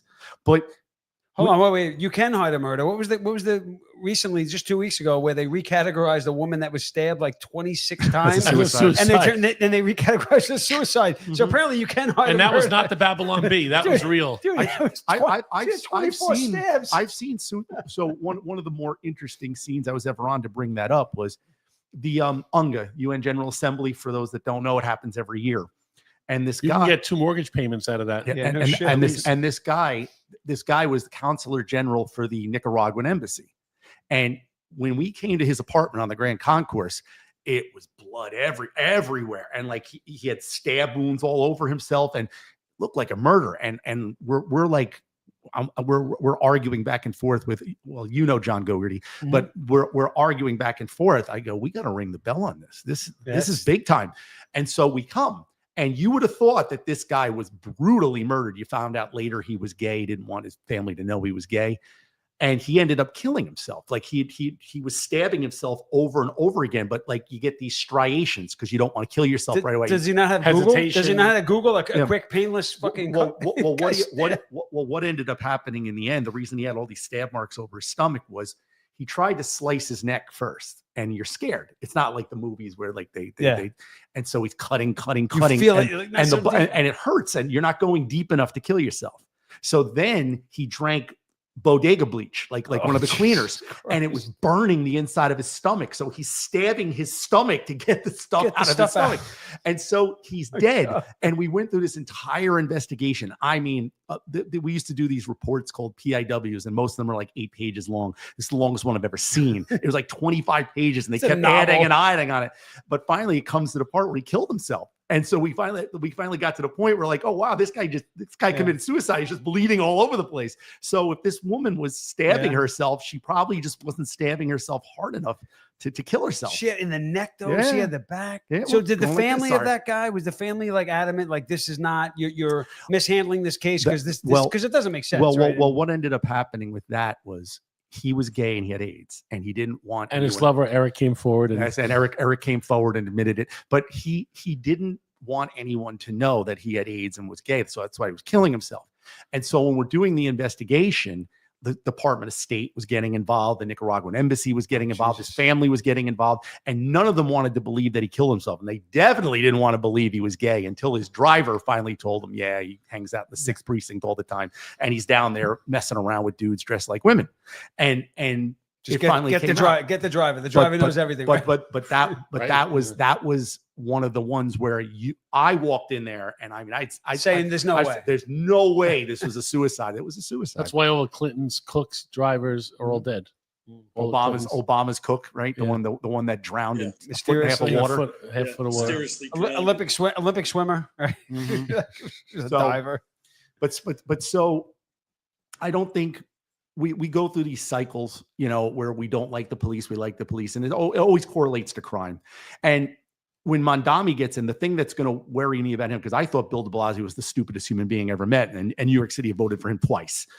But even he, at the end, he was bringing in police commissioners that were at least cops. And so there was this little buffer between them, but he still wanted all this other stuff. Well, he knew it was important to at least keep them on But- your side. Well, the crime started going up. And the one thing that'll kill a mayor is when people don't feel safe. Sure. And so this guy, Or if sanitation goes on strike. sanitation runs the city. Yes. Runs the city. I'm so happy my daughter got that job and not police. when they I'm telling you did right now. when that 3 inches of snow hit the ground and the sanitation didn't go out right away because they're doing a job slowdown, and it paralyzed the city. 3 inches of snow shut the entire city Or down. if garbage piles up for like a Garbage week and piles a up, half and yep. the rats start coming, they Yep. settle quick. But so when it comes to the cops and it comes to safety, that's when it's going to change. But for this guy, I don't think he's going to change. Guy's never had a real job in his No. life. Do you think that this is an experiment that needs to well, I wouldn't call it an experiment, but do you It is an experiment. I do think. you think it needs to happen and the city needs to basically burn for people to realize that it's not That's- the way to go? But we were talking before about 125 homicides in the 4-6 alone. That's what did in the Democrats. That's what did in David Dinkins. Yeah, that's He- why he- Giuliani steamrolled. He Right through. absolutely would not address the crime problem. He just wouldn't. And so Giuliani and Bratton and Naples and Joe, no, it was Anamone. They all come in and it's instantaneous change. Done. And you know, the computer tracking, CompStat and all that all comes in. You're holding people accountable now. Broken windows. But also, the cops also were given not, I don't want to say free reign or to let the leashes off, whatever you want to say that makes us all seem like animals. They basically said It was if you a big difference. If you go out there and effectively do your job without violating people's rights, we will have your back. And they don't feel that. Every mayor after Giuliani and even de Blasio benefited off what Rudy Giuliani put Of course, 100%. and the city benefited. So if this guy's going to start trying to throw taxes around, and that city council's as crazy as he is, if The he's council's worse. The council's been a Mandami style for a while. if he's going to start, you know, arms akimbo with them, and things go south fast, first you're going to lose the money. Every one of Well, these they're rich, losing the money now. every one of those rich Democrats They're is going to going. move out. They're going now. And yeah. and like I keep telling you, they don't care about the Bronx. They only care about Wave Hill, you know, Mhm. like the one part that doesn't want to be called the Bronx with the $10 million houses. Yeah. But they don't care about the Bronx. If they start having crime in Central Park, if they start having crime in Soho, if they start having real crime, like real bad crime, that's when people are going to care. And I think Burke is right. I think the city needs to get it and get it hard. Mhm. I mean, and it's going to suck for the cops because It's going to suck for the people that voted for him because it's not going to affect me and Rockaway Beach as much. Like I know how to avoid it, It's going to affect the whole city. but it's going to fuck those other areas Right. hard. Well, the economically depressed areas where the bodegas are, Mhm. it's going to affect They're gonna them. get You're going to trashed. see crime through the roof. Mhm. It's there already. I mean, But you everybody- ask How are they anybody. going to pay for all that stuff? You already have the fucking tax if you drive into Lower Manhattan. Let me give you an example. So my daughter gets hired. She was a EMT, right? They make shit money. As soon as she switched to sanitation, Well, hold on. Before you even get into shit money, talk about shit money. Talk about how much a New York City FDNY EMS employee makes a year. You want to talk about shit I money? was a saying that. 30-year-old woman. I'm just saying that she was EMS. She's 27, 26 when she got on there. Was making less money than she would if she worked at McDonald's. Even on the 5 I'm not exaggerating. No, that. it's I don't legit. think The so. minute she It's like resigned from 40,000 a year. FDNY and went to sanitation, she got a $6,000 bump.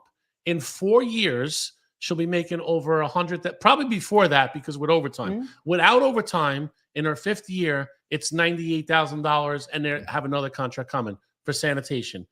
Pretty good money. Yeah. Right. And if you want a city job, no one's throwing fucking Molotov cocktails at you. They're not stopping you from doing In your her job. last class that she grad, they're hiring a lot of sanitation. There's two. They just hired. She was the second class.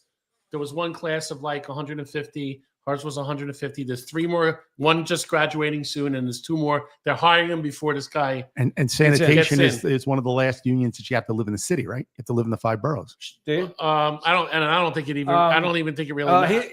Yeah, wink, wink. Yeah, you got to live in the 5 boroughs. Yeah, Sure. I know guys that were. I'm pretty sure. I know guys that were cops in the 80s that lived in fucking Jersey for fucking 5 years. Oh, the guy- Well, there were housing and transit cops Right. that got grandfathered in that could live in New But Jersey. the That, point, that the- chief in California just got Yeah, ripped, I know. right? Because he doesn't even live in the state. He's I the know. chief of police. 600 miles away. He doesn't What do you live mean in- I, what do you mean I can't work from home and my home is in He's the Oregon? chief of police. He lives a state over. The point being though that the shit money that they pay is gonna be another thing that's gonna affect Yeah. everything that's gonna happen. Nobody's after going to that. want that job. Again, for so many reasons, they're not going to want that job. The fire department is coming through the same shit, right? When they're protesting, they're burning something down. They stop the fire trucks from getting down because the fire raging in the corner, that's their protest. And they got to stop the firemen from coming in to stop that fire, put that fire out and end their protest. Because the wackos Like- are still everywhere. She was driving one of those little it looks like a street sweeper, but it's made only for bike lanes. And that's what cleans the bike lanes, and it cleans the with snow in the wintertime.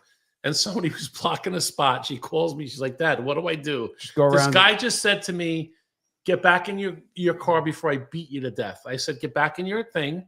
and just drive around them. Just go Your around. supervisors will understand. That's it, They man. want you to complete your route, but they Well, understand but what's they going don't on write, out but there. they don't write the summonses. So they actually have to call someone to say if they want to. She'll say, "Hey, Right. I couldn't. There's a car blocking in front of 127 Second Avenue," and then they go back. And to she business. got Chinatown, the worst place to That's be of all. fine. That's right. So half the street gets cleaned. You're in your Now book, she's you're in your East little New York box. and she loves it. Yeah. In East New York, she loves it because she's just picking up cars. But she'll be in That's what my dad was in. East about New 2 York. weeks. She'll be in Bay Ridge, and everything is going to be nice and fine. There you go. So you think? I hope so. So yeah, it's a big, but the election here, people are chiming in from all over the country. What they don't understand, I think people here, is that how much of an effect this has on the rest of the country. This, like the Jersey election with the governor's race, that is a huge. I mean, Pennsylvania is already purple. If Jersey can flip, we're not getting rid of Hochul anytime soon. But that message, the reason we have They're saying the other one's going to win. A lot of people saying she's going to win. Searles. Yeah, Nah. yeah. A lot. I I'm don't hearing think a so. lot. I'm hearing a lot. I hope about so. that. It's going to I be hope so. it's going to be an interesting referendum because if it plays out like the polls, which I don't listen to them because Donald Trump wasn't supposed to win twice, the polls play out. You're talking, And Biden did not get 81 you- million you're votes. I'm talking- fucking sorry. you're I don't care what talking- anybody you're says. I'll go to my grave. if Not New believing Jersey that puts bullshit. Mikey Sherrill in, if Virginia puts in Spangenberger, if we put in, if the city puts in Mondami, that's quite the referendum on what the country's thinking right now. No, I think that's just laziness. When Joe Crowley lost his seat to AOC 10 That was years, laziness. 10 years ago, that was laziness. That was a guy that had that position for 6 terms or whatever it was, 4 terms. And He didn't take his opponent He didn't take seriously. it seriously, Yep. and he lost. And that opened the gates. That opened that was the push. That's why we have people like Presley and Omar and these fucking psychos in the Democrats in Minnesota and Michigan. They look and go, you got away with that. Now we're going to go. And look what's going on there. But don't They've you got think if that goes full-on- on a little bit more, it's going to kill the Democratic Party? Because that's only going to I'd go like to so think- far. I'd like to think so. Well, but you know what? When you have a whole state that thinks one way, it may not kill the party in general, but that state's going to be that, and it's not going to recover from it. Michigan is never going to be red. It's never going to be even the potential of. I just wish Canada would just fucking fold Michigan right into their fucking Take them. right. Take California too. And Oregon. I Then don't. that police chief would definitely have to leave Yeah, because he'd be yeah. working in a different country. That's true. Yeah, that's have to get dual citizenship. I'm very interested in like this upcoming and the off-year election for Congress and all the federal people. I'm very interested to see where that goes. I want to see if it holds to form and like say Democrats take back the House, like because that's normally what happens. I'm hoping it doesn't, but that's normally how it goes. What happens then? Like, I mean, the country is now telling you something, and even if they vote these people in, we're still stuck with that for 2 more years, and we're stuck with Mondami At least. if he wins for 4, and you never and only 10. I Well, think it's only 10% you don't of know the if- city votes. You don't yeah. know if you're stuck with Mandami for the whole 4 years because a lot of things can happen. Yeah. In a, And, Well- Rich is sitting here like, yeah, we just worry about if it's going to be sunny today and I can fish, or am I just going to drink by my fucking pool? No, Rough we're life. worried about all of that. It's What's- I don't understand the mentality of this whole thing, and it's the country. When is the country going to be oversaturated to the point where now we're talking another civil war is going to happen? the whole country needs a fucking enema. That's the Well, problem. no, I think a bigger problem is that, we accept people coming in, and that's all fine and good, but you can't flood. We have hundreds of millions of acres of land. Yeah, I have a place up in Binghamton. There are hotels going out of business. They're just sitting there waiting. And Sliwa said in the last debate, how many hundreds of thousands of a commercial space in New York City is just sitting there empty.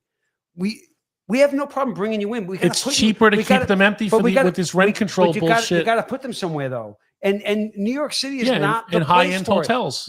I am getting like right now. I look at this and I say, I have a good pension. My wife has a good job. I feel like the pressure of being priced out of New York City. If you make $150,000 and live in New York City, you're not going to do well. You're not here. making anything. You're not making anything. So there are a lot. Florida, Pennsylvania. Average- There's 1,000 places you can live And- where you can take your salary and be like, wow, Average.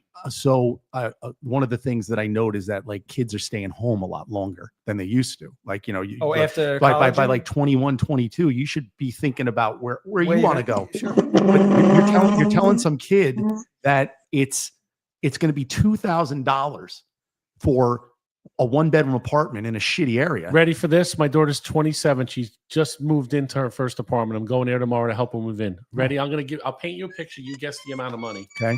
And she got it. And this is a good deal.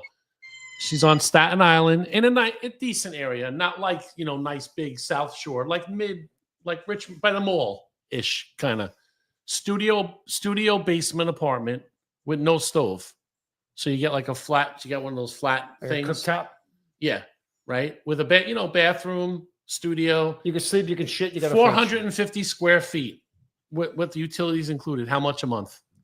$2,000. $2,500. $1,300. $1,300. That's it. Yeah. That's a lot. No, it's not. That's for a not studio. That's in not the a lot. 5 boroughs, that's nothing. That's not. That's a lot of. No, it's that's a not. lot for a single person making $48,000 $48,000 a year. It's a lot for her. That would- but Right, but that's what we're talking but about. it's We're not talking a lot. about we're talking about a child growing into an adult that wants to get out there on their own and be on their Yeah. own. How the fuck Dude, you with a can't. city job? You're 25 years old and you have to have a roommate to survive in New York City. Well, she would have. Like She was 30 going to years do old, that. you But need then a she fucking said, roommate. "I'd rather be in a box and be by myself and have my own rules than have a roommate that I don't know and could be a fucking wackadoodle or whatever." Dude, when I came on in '87, I hate to sound like that guy. There were people we started out he at is that guy. $28,000. There were guys that I was in the academy with like a wife and 3 kids that were on fucking welfare. They were cops in New York City collecting welfare and allowed to do it because their amount of money for that a 5-family unit, they were below that level. How about the off-duty work? How many? We're on the same Facebook groups. How many times you see the off-duty employment, $25 an hour, blah blah blah, and they're Get the paying fuck like outta here, 15 $25 or 16 at McDonald's, and then they want to raise it to 18 or 19 minimum wage. You look and go, as a New York City police detective, cop, lieutenant, sergeant, whatever you are, you're picking up a little side work at the mall doing security, whatever it is. All that responsibility for $6 You're going to an survive hour a more 20-year or than 25-year the career, work get at fucking Chipotle. shot being in a fucking security guard. Well, you can work at the fuck Home outta here. Depot for $18 an hour and do something that you can help people with. Right. When I was in homicide, there were a couple of guys that did off-duty employment. No one really did because they were able to make a decent amount of but they were able to make a decent amount of money. I was back when they paid cash and you were doing it without signing up. I was at a walkout for a guy, Tony Casilla. He did 35 years. Shout out to Tony. Yes, Tony, 35 good man. years.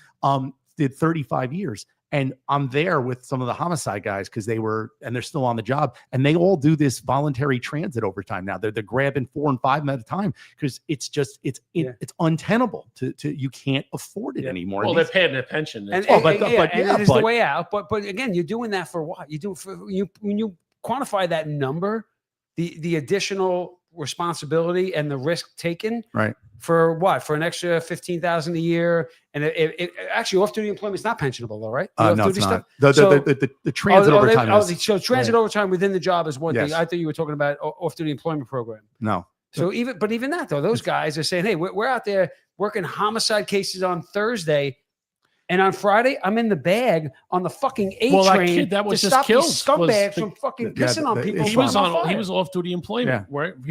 Was he a Bronx cop? Islam was a Bronx cop. And he was working in Manhattan. Right. Yeah, the 4-3. To try to make a couple of hours. But so I used to tell people, like with me, I wasn't a real big off-duty employment guy. Because it always was with me is like, how much is my time worth? How many spins around the sun do I have? And I want to be standing in a uniform making an extra couple of bucks. I said, it's not worth it. But now you were lucky. You were lucky. You were able to say that. A lot of guys can't. Like, but now what I'm saying is now I can't tell people that it is not affordable in New York State. It's just not. Yeah. You can't do anything. Well, that's why they leave. They retire, and the first thing they do is within a year or two, they're out. They made their plans. They know where they're going when they leave. Yeah. Oh, by the way, they know where they're going 2 years before. Yeah, but if you're planning that, if you're 50 years old, if you didn't, then shame on you. But if you're 50 years old and did 25 years, they'll pay you $5,000, $10,000, $15,000 fee to come work in Florida as a 50-year-old and get another 15 years out of it, and they're happy to do it. I'm different than that because there was no other police work for me once I was done. Well, for you because you know Rob Corbett. Well, you know Rob, well, right? That's funny. I was just going to bring him up because the level that you were at and the way you worked and the people you work with, you got spoiled. You got spoiled for that work, but you also obviously made better financial decisions to make sure you didn't have to there, do that. there was like And you have other things that you And can do, rock. like teach, Sure. and But bartend. Who the and- fuck is this guy teaching? what? I teach in Rockland Community College. Yeah. And the kids love me. The Especially when you wear that shirt. ah, But when Rob went to Florida, he Go swore he was Cowboys. done. Yeah. And then something fell in his lap, and he's like, I can make this much money. And I just looked at it in a different way. And so, look, I'm not gauging anybody else. I tell everybody, like, I live in a townhouse. It's almost paid off. I wanted a house with a yard, and I could have done that. And it would have been nice to drive around in like some of those Mercedes I see these kids rolling around in, but I knew I couldn't afford it. And so I lived off of my means. And I had an old time cop when I first got on, and he said, here's the check you're making. If you have to be able to live off that check, and that's where your money is. Mhm. Overtime is different. That's gravy. Yep. Overtime is gravy. You have to be able to live off this check. Mhm. And so that's what I did. But they don't. And A well, lot of guys don't. but the don't part was what I was talking about in the past. Now they can't. You can't Right. live off that check There's no anymore. choice. You There's no don't have a choice. You choice. you have could to have do made something. that mistake when Yeah. you first came on and went out and bought the brand new fucking car and struggled a little bit and kind of made it work. You can't do even that do that anymore. now. Now you're driving in a fucking 1992 former Con Ed light blue car, Yeah. right? Driving around as your beater to get back and forth to work, praying that it's going to make it there and make it back home. Well, And that's that's where, somebody who's making decent money. Right. but that's where Brian comes in at Tactical Financial. Guys like him, they come into the academy classes, right? They come in at the academy classes, and if you could just explain to them, look, just take 10%, whatever your check is. Pick the crazy. It's only $25. Fine. For $25, take $250 a check. 10% of every check, and just do something. You forget about it. In 20 years, 25 years, and that's what Brian pushes. Brian doesn't want you to invest in what Brian's doing. Brian wants you to invest in yourself. For people Any- that don't know, that's the sponsor of the Tactical Financial yeah. Studios, Brian Shea, sponsors this. Anybody, you take 10% of it. Like my kid right now, she's got a job offer. She's in the third year. She has a job offer next year for $135,000, prorated over the course of the summer. She's on 135, and that's as a junior in college. When she starts that job, 10% of her money, and we've talked, 10% will go into this. And you know what she said? Why only 10%? I don't need that much. Great. Right. Eventually, you were going to need when you move out of the house, and Right. now you're paying your own car, your own insurance, you're paying your own rent. But once you establish, They find that out real quick. Yeah, This is but the- where once you- money goes. once you establish 10% or whatever that magic number is, that's gone, and you don't count on it, you won't miss it. I told my daughter the same thing when she got the bump from EMS to sanitation. I said, pretend that money never came. Well, that's kind of Right like into- this is inside baseball for specific to NYPD. You know, the increased take home pay that you had. Right. From the day I got on the job, I threw that somewhere else. That was in the pension, earning that 8.25, and I always I did the 10%, and I got used to just not seeing it. Mhm. And so once I got used to whatever that number was in the check, like I told you, and I was living off that. Sometimes I struggled a bit, but I was living off of that. That Well, money, you're in the Bronx. We know you supplemented your income. yeah, a couple of things.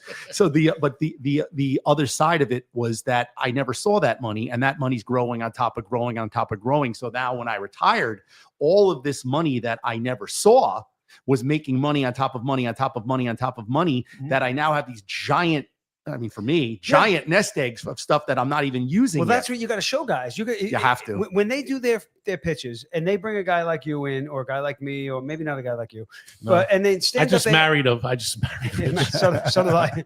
And then you go turn around and go, hey, I started my career just like you, and this is what I did in my career. Oh, by the way, and be completely honest, this is what I have in this account, and this is what I have in this account, and that money is directly affected by that 10% that I didn't Right. spend for 20-something years. And they look at that and they go, whoa.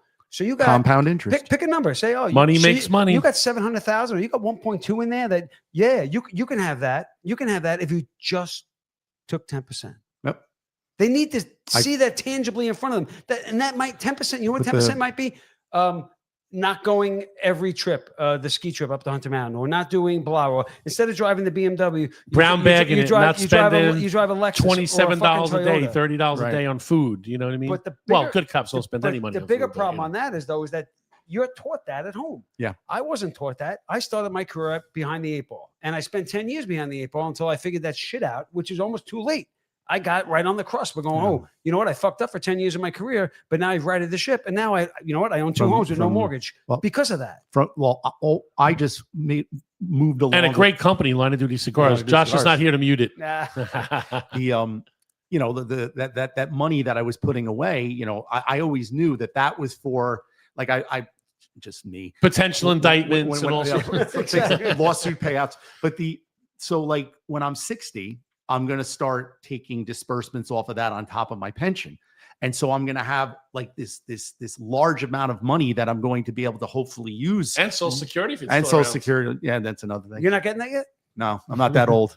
Not as old as you fucks. So but the whole idea is exactly what you're talking about. And I can't see spinning it back to what we're talking about the group now and like your daughter and all that is they can't do They that. can't do it. Nope. You can't do there's no money. Every penny. The tolls go up. And so Congestion prices. Well, that's congestion what I was- pricing. Those That's poor what I was- bastards that the work in taxes Manhattan. Well, go that's up. what I was going to try to. The that's what- prices go I up. forgot. That's what I was going to say before. So when she first came out, she got assigned to the garage on 57th Street off the West Side Highway. I said, okay, so that's not that bad. If you come out of Staten Island, you come out of the Battery Tunnel and take the West Side Highway all the way up, you won't get that $9 or $12 a day charge. Except her garage was 4 blocks in off the highway. So take a guess again how much she was paying in tolls every day from Staten Island to get to Manhattan and then back home. $18 on the congestion. $52 a day. And another $12. $52 a day It's because a privilege of coming to work. 40, because- plus parking. They have parking. parking they could park in the On the lot? in the lots, but so then she'd have to figure out ways how to do it, right? So to go in, you go through Brooklyn over to Verrazano, you don't pay, but then you got to pay one of those tunnels, and then come home. You go home through Jersey and then over Bayonne into Staten Island. So she got it knocked down with her Easy Pass and all that stuff to like $32 a day, $32 fucking a day For the privilege times to come to 5 work. days a week. And it wasn't like EMS where she could do she learned quick. Do doubles. That Yep. cuts down your time. You're only doing it back. You know what I mean? Yep. So $50-something a day times 5 days is $250 a week. That's $1,000 a month in just fucking tolls. All now my gas, wear and Yep. tear on the car. For what? A fucking job that you make less than a McDonald's for risking your fucking life, taking care and saving people? they It's gave fucking bananas. they gave the opportunity in the detective squad to change your shifts. So some squads went to 5 days a week. And because like these guys are younger and they want to be home, but the guys like in my office, they didn't want that, so they still They didn't do want to go home. Well, no, they do the wraparound. So Right. you do 2 nights and then you spin into a day tour, and they would stay over because it saves a toll, it saves Sure. cars, and it's just having to do that. And you can bang the goom on the side. But all of Yeah, those yeah, things yeah. that All we that were going able to- That to works. do, Yeah. they don't exist anymore. You can't really do that kind of stuff anymore. If you can, it's limited to certain details in Right. certain precincts where before it was just like job wide. You could always figure out, oh, you took 5 days vacation days away from me. Ha ha ha. Line of duty, I'm out for fucking 2 months now. Who's the best cop now? Right. There's not a lot of that ways to do that anymore. No. And in sanitation, it's fucking antiquated. They don't find out their shift unless they're like guys with 20 years on. They find their shifts out like the day before. Like she has one steady day off Sunday, and then she never knows what her other day is going to be off until they tell her. Their tours are all fucking wacky, but there's something to work towards there still. It's just everything. So I equate how expensive it is now. So let's go to like the late 80s, 90s, and we're all going to a bar. All right. Every- This is a really great conversation. I don't want to leave it, but I got to piss like a racehorse. I'm going to actually go to the bathroom in the middle of this, and I'm Okay. going to listen, and I'm going to chime in when I get back. I'll leave the door open. Okay. I'm dying here. Okay. But I don't want to Absolutely. stop this. Can you open the window over there too on your way? Because it's starting to get smoky in front of the cameras. Okay. I can actually leave the door open while I take a dump. Would that and help? while Would you're that help? doing that, can you turn on a smoke eater too? Yeah. Because it's right by Dawn's door. But I figured that window right over there. So I tell people You got to do what he did. You got to take your money from Boston or wherever you were, Yeah. north, and go south where it goes a little bit further. Your money still goes further in Florida, right? Yeah. Yeah, I mean 100%. it's fucking nuts up Yeah. there. 100%.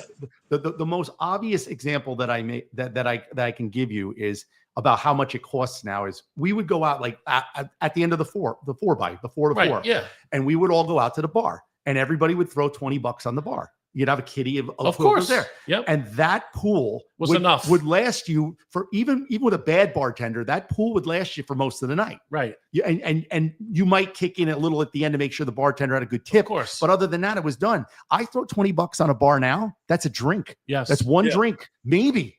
And so you can't even do that anymore. My That's old how lady went out expensive to it a is. bar with a friend and she messaged me. She goes, I just went, it was a fancy, it was in Midtown and it was a beautiful view and blah, blah. She goes, called me to tell me this. She's like, I just got a drink at this bar.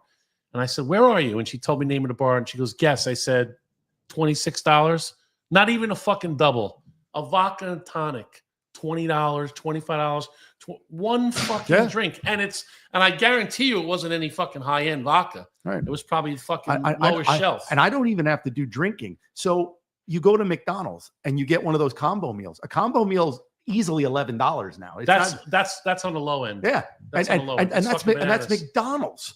It's everywhere, Mo. And so how do you Fries aren't included with the now it's a burger and potato chips, $13 fucking dollars. And you're sitting there for a burger. And what are these kids gonna do? What how are you gonna live? It's called parent subsidizing by the parents. But what is this is a deeper conversation than I wanted to go, but what is that doing to their emotional growth that these grown adults are still in your house at 30 years old? But not even that, but not the What were emotional, you at but the house? but What the age? financial responsibility. I went to West Virginia for 1 year college, and then I was in culinary school. When I went to culinary school when I was 19 was the last time I came home. How about you? How old were you when you got out? 25. I was 20. I just turned 20. I took the police test. I got hired in January of 87. So in November, I moved to Astoria, to Queens. I lived in Jersey. So I was out of the house at 21. I never looked back. All right. Now, to be fair, I wanted to go. I didn't so want to did be I. home. So I was leaving one way or the other. Oh, my kids don't want to go. My daughter has said, like, when she's in Japan now, and she was supposed to come back in Christmas. She's gonna come back, but I think she's gonna go back and finish the year before she goes back to North Carolina for school. And she knows she's gonna work in Manhattan, and she's already planned out, like, I'm gonna have to live at home. Even her internship at 1:30, which means a full-time job, is gonna be, in the 170, 180 range when she comes back from school. She still is going to have to, if she wants to live in Manhattan, work in Manhattan, she's going to have to live at home for probably a year or two. When my other daughter graduated from Alabama, she went for teaching. Then she changed her major and stayed like an extra semester for more like childhood, early childhood development, like sociology and shit like that. She was coming home when she was done and going to be a teacher in Pennsylvania and New Jersey. And we have relatives that are principals and shit. They could have hooked her up. She would have to come back home, and I would love it. I'd love to have her in the house. It's nice to have them around. They're around, but they're not really around because they're older and they're out doing stuff. But it's nice to see them and have them around. She's signed another lease and stayed in Alabama and didn't even take a job in her field. She's working in an insurance field and making really good money. And in Alabama, she 5 times more on a dollar she can get than she can. Yeah, and even if you're getting only 30 or maybe 50 or 60% of the salary, the cost of living is so much lower. When you compare the numbers, you're like, I'm making less money here, but my cost of living is so much lower. She has her own house. She has a one roommate, but it's a full house, brand new car, can afford to go out to eat, go to a bar, go to restaurants and have a nice meal, go on vacations by staying south because the quality of life and the quality of life is a million times better too. Hey, Rich, we never really got into this. You have kids, Rich? Yeah, I've got a son. And just where turned is 18. he? Where is he? Actually, he's homeschooled, and he took a Are year you okay? off. Are you okay talking about this? We never really absolutely. got into this. All right, I don't want to infringe on something that. All right, so you have an 18-year-old son that's homeschooled at home, Florida, like with you guys? Yeah, he's home. He's been homeschooled for the last 6-7 years. Mm-hmm. Actually, he took a year off at 17 to get his pilot's license. Hold on, he took a year off of his parents. Is that what he's saying? You hear what he said? No, he had his he took pilot a year license. I know. No, he took a Shit, year if I off took a year and, for 17, it would have been the fucking So go to Disneyland. He's now training to be a pilot. He's already got he's just turned 18. He's already got his pilot's license. Now, do you have that conversation with him in what kind of salary he can expect to make as a pilot and where that money is going to probably serve him best, Florida versus New York versus anywhere else in the world? Yeah. Is that something that comes up? Listen, I don't know where this kid comes from. I became a firefighter, and he's gonna have a hell of a lot more opportunities than I've ever had. Yeah, fire, police. Well, he's used to putting the Band-Aids on your knuckles every time you walk, so he doesn't want to be like that, No, he's actually been spoken to by NASA when he was 16 years old to do an internship, and he's going to be a propulsion engineer. He's going to build rockets. He wants to work for Elon Musk. And so he's living at home with you guys. Right now, he's finishing up high school as fast as Okay. he can. Mhm. So he's finishing up high school and he's got a pilot's license already. He's already got. He had that at 17. Good Wow. stuff. So if I have it my way, He could literally fly the coop. yeah, absolutely. And if I had it my way, he'd go into one of the academies. Nah, not here, man. I think he's gonna buy. He's set up for success. He's gonna come out with a science degree right out of high school. So I think he's gonna go. He's gonna work for NASA. Or he's gonna work for SpaceX. He's going to write his own ticket. But if he basically. stayed in Florida, that would obviously be beneficial to him financially, 100%. right? I mean, Florida's got all the space station bullshit, and NASA's all over the place. There in Texas, so Huge. if you stay in one of those areas, he's going to be fine. Well, he still lives in America. That's why. Yeah. Not like those Puerto Ricans. No, not like us here. I No, mean, yeah, I feel but- fucking, Yeah, I'm no. in Pennsylvania. I like where I am. It's still expensive somewhat, but I'm retired. I have my tax-free pension. Julie does okay. I think all the kids are out. We're still subsidizing them all somewhat. I think you always do, but it's okay. But I could never I couldn't live in. Start from scratch, like literally, like you start from scratch. Yeah, I could never live in in New York City or. I could, but I could be able to do all the things I want to do. We travel when we want. We do what we want because I'm not a millionaire, but we're comfortable. Yeah, but we're in our 50s. We had that opportunity. We're in our 50s. The people in our 50s aren't really Well, I'm gonna be worried about 60 this and stuff. fucking- This is how, generationally speaking, my Right. kids could never do what I did. They Right. Nope. they could live at home till they're 25, but then what? If we don't help them along right now, like whether it's a down payment for a house or advise them along the way where their finances are going to do the best, they're screwed. Well, and then what if most kids don't have that access. What if you take it back just a few decades? Well, not a few, like 4 or 5 decades before, maybe a little bit more than that. But in the 50s and 60s, the man of the house worked. The mother stayed home for the most part. The mother stayed 100%. home. 2.5 kids, white picket fence. That salary was enough to support Yes. a whole family. Now you have to have the mother working, the father working, and sometimes the mother, father working, and another job on top of that. Single income families are gone unless you're that, in finance or computer science. So somewhere where you're making the first digits of 3. Or Like, if you're you if can't. you're a plumber or a skilled. But even those guys, if they're making 150, 170 a year, the plumber, the unskilled, the uneducated, those guys, those journeymen, they still have the same problem.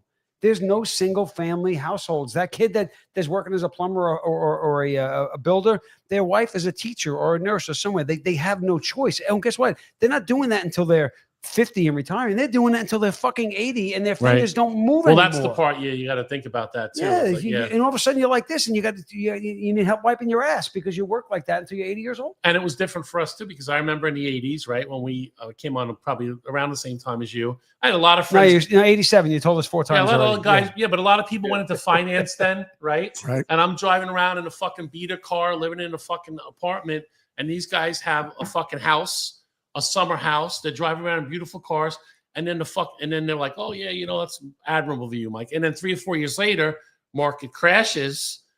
All of a sudden now, my fucking pension and my job stability look pretty good. So long game, we made the right choice.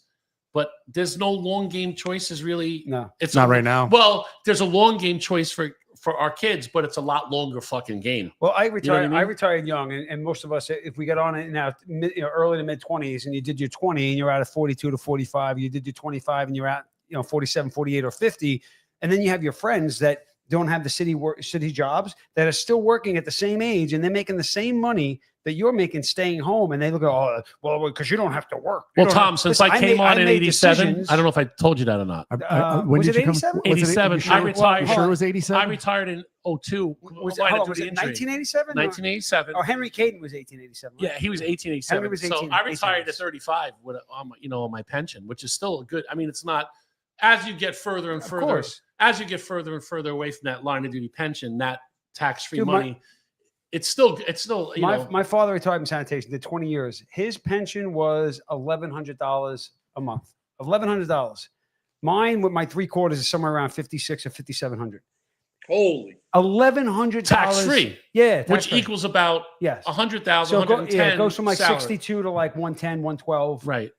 I can't imagine my father and my mother. My mother wasn't a worker. She was a school crossing guard for a few years, and she worked at the deli. She was a house mother. That's how we grew up. Mom Right. took care of the house. Dad worked. She wore the house coat. The whole nine He yards. retired. Hold on. He retired in 92. I got out in 94. He retired in 92 with $1,100 a month. How the fuck did they survive? Even in 92, because I was making And that was 600 taxed. I Was that taxed or was tax free? That was tax free. It was 50%. Also, you got hurt. No, tax free pension. He's 50%. He got 11. My father did 20 years sanitation. Got a tax free. Why? 50%. That was his pension. It was half. Oh, that was their contract. Yeah, Half that your was his pension contract. Yep. tax free. Oh, So he okay. got $1,100. I can't imagine living on that. No, you you can't. couldn't No. even then. No. Like I said, it was Yeah, well, 92. That's the I minimum. was getting- That's the maximum Social Security Well, payment now I for was anybody getting- that's never worked. I was getting $662 a check. That's $1,327 or whatever it was a month as a full-time working person, and I couldn't, as a 21-year-old, couldn't make it happen. He was 50, getting $1,100 a month, maintained a house, and had 3 kids. Well, he had 4 kids, but at that point he only had 3. It's like what they talk about with our pensions, whether they be tax free or not. You live like a king for 10 years. So if you're one of those guys that retires in their 40s, you have to get another job because it's not going to work for you. You're going to have Right. to do something. Unless I, you gotta I make was that well, person. adjustments. right. Yeah, but so like with me, I mine was I did 30 years and mine is a regular pension, I'm not finalized yet. Were you special assignment money? I All said- right, nobody's playing the fucking violin for you. You Right. retire with lieutenant's money Yeah, after it's 30 fine. years. Yeah, Fuck you. but he can still go back though. There's no going back. There's no. He's got, Well, he's got a listen year. to me. I He's made- got If you about ever- 10 if he's you got ever- 10 months to go If back. you ever mumbled those words, I'm going back. I'd chain you to this fucking table. You're not going back. I made one mistake, and it really wasn't a mistake. They passed that pension sweetener bill. If you did 25, you get 5%, and 30, you get 10. I retired in February, and that pension sweetener went in May. So I lost out on 10%. Could but you have gone back, and how much more did you have to do to get that? No, Oh, you couldn't? could you have gone back then just to get Yeah, that that's what I extra? meant. might And have- how long would you have to I- stay for I- that 10%? Good question. But- But I did 30 years. But it wasn't Right. worth it for like even to go back for There- 3 months. You're like, It's hard to I- unring that bell, man. when I- you say I'm gone, when when you get I- the mindset right, Well, right? remember I told you I won't do any police work. I don't do any private security work. I had a great career. The NYPD was fantastic to me. A kid from Jersey who knew nobody, and I was running. I was part of one of the best homicide squads and one of the most elite commands in the entire city, and people die to take that job. no shit. So I have no complaints about the NYPD. But when I was done, like you could ask the guys that I worked with that last year, everyone knew I checked out. I was done. Right. I was done. And you earned that right I- after 29 years. Yep, and And, You're like, ask your somebody motto else. after 29 years, your motto should be enough. Well, you really couldn't because you were Oh, in his position, you couldn't just right. check out. But my motto would be another day, a looking the other way. well, Fuck you. well, I'm getting my pension. Goodbye. but so You earned that. So the first month I was out, I looked around like, because there was just nothing. Like I hadn't really jumped into anything yet. I knew I wanted to just do something, You had to do something. but it wasn't going to be anything heavy lifting because I told everybody when I want to go away, I'm going away. I don't really, and you can keep that job. Yep. Keep it. Right. I don't need it. I'll go find another Right. one. It's Tuesday. I want to fly on Wednesday. That's I'm, it. I'm just going. And Now you're molding the minds of young Americans yes, during the day, yes. and then poisoning their Poisoning minds their at night with the livers booze. at And night. perfect. But like I tell the story of my mother. My mother was a nurse, and she needed to work. She needed to. She could have retired. All her friends had retired. They were all nurses, and they were all traveling. And I was telling my mom, go away. Like your health is getting like she had bad bones and lupus and whatnot. So I keep telling her, live your life. Just How, stop. how many spins around this Sunday you have left? Had to go to work. So first knee well, goes. some people are like that. She was raised that way. though. Well, yeah. Well, so was I. But I mean, problems started happening with her body to the point where the last one, where she had a hip replacement, the job told her, Done. go away. And so they had a nice little party for her. And I said, but the next day there was someone sitting at that desk. And so my mother, like our job. yeah. And so Yeah. my mother now wasn't able to travel, wasn't able to do these things anymore. And in one of the more uncomfortable conversations I had with her, I go, was it fucking worth it? because you can't do anything anymore. It wasn't fucking worth it. And I said, and someone is in that desk right now. There's maybe 5 people in that hospital that know you anymore. And she got angry with me, but like a few months later, we were talking and she admitted that that's what it was. So bringing it back to me is I was talking with everybody. I go, how many spins around the sun do I have left? There's no promise of tomorrow. And I want to keep driving into the fucking Bronx every way, standing in blood in these nasty neighborhoods, looking over, and I don't care if you wear perp or not, looking over these family members crying over your body. So I can get another story, so I can get another $5 in my pension. But you're also factoring in also for us, at least I think everybody at this table for sure, all the stuff you missed. And that table, right? That guy over there. All the stuff you missed. In his garage. Right. I mean, I was lucky to get out at 35. So my daughter was only 2 or 3 and a half. Right. So I was like, I was a registered Girl Scout mom. Right. You know what I mean? Like, what I'm saying is they don't have a Girl Scout dads, but when they go out and they do their planting outside or they go on field trips, they always like having a man there. Right. You know what I mean? Like somebody to look out for the kids. Lunchroom monitor, 10-minute book sale at the school. So I got to do all those things that I would have missed if because how many birthdays you can try, but holidays, right? We're lucky if we get the Christmas off or whatever, or you got to sell your soul with somebody that you'll give me Christmas this year and I'll take New Year's next year, whatever. You miss so much of that. So that's a deciding factor for guys. Or just with your life in general. Like the things like, so, I just got back from Spain and I'm going to Vegas and I'm doing this. You get a taste of that. Like you have kids. Yeah. So oftentimes I find myself saying, like, my son's a big sports guy. He's like, oh, let's go. I hate going to a sporting event. Okay. I hate it. I don't want to go into a stadium. We were in Detroit last week and we saw the Monday Night Football game, the Lions and the Chargers. Tampa Bay. Oh, Tampa Bay. Okay. So you're going to win a Super Bowl this year. Game, and we sat there and we had great seats, but the guys in front of us were constantly standing. Even when the defense, the other team, when Tampa Bay had the ball, the Lions guys are all standing up, going. I couldn't enjoy the game. Right. So here I am. I'm in a stadium. I Minor can't enjoy leagues, the game. my friend. Take my advice. Yeah, Minor league games are the best games. But here's the thing. When he says, can we go to that game? If I say no, that was an opportunity and experience I could have had with my son that I won't have. And ones that you missed when he was younger because you were stuck at work. But I also didn't have that. No, I retired a month after my daughter was born. So my kids never knew daddy's away, daddy's on home for holidays, daddy's they never had that. I had that growing up because my father worked 3 jobs, didn't go to my baseball games, didn't come to anything. The man worked fingers to the bone till the day they put him in the grave. I feel guilty telling my kids no because I know that you can't put a price tag on that. No. You said earlier about where you're going to spend your time and is it how many trips around the sun. My wife years ago when I was active would say the overtime's not worth. It's not worth your time. Well, you don't want to be. You don't want cats in the cradle, right? Well, you're getting close to that point where the son is going to say, "Sorry, Dad, I'm busy." No, I was 35 though when I retired. Right. Oh, you too. I was 35. What year did you come on? 94. Oh, okay. Not 87. 87. Yeah, I know. I heard. 1987. 80. 19. Yeah. But even then, when we didn't have kids, she was like, "I'd rather spend your time with me to us than working overtime." So you can't put a price tag on that. But she came from money. She doesn't understand what it's like to be hungry. She doesn't understand like, oh, I'm going to work on a Saturday and that's an extra $400,000 in my paycheck in 2 weeks. She doesn't get that. No. It took a long time for me to get that. And I'm at that now where especially with the kids, the trip I took now with him to, we went to Notre Dame, we went to UMich, and I spent money I didn't have because that was experiences. We went to Rice. We went to University of Chicago. We went to, we visited Wrigley. We saw the game there. We saw the game in Notre Dame. We went to a game in Houston because I'm never going to have that opportunity again. Right. So I sucked it up and I took the hit. Financially, it wasn't great, but again, you give up the money for things that you can't replace, which is that extra trip around the sun, that extra day, or that whatever you do with mom that day.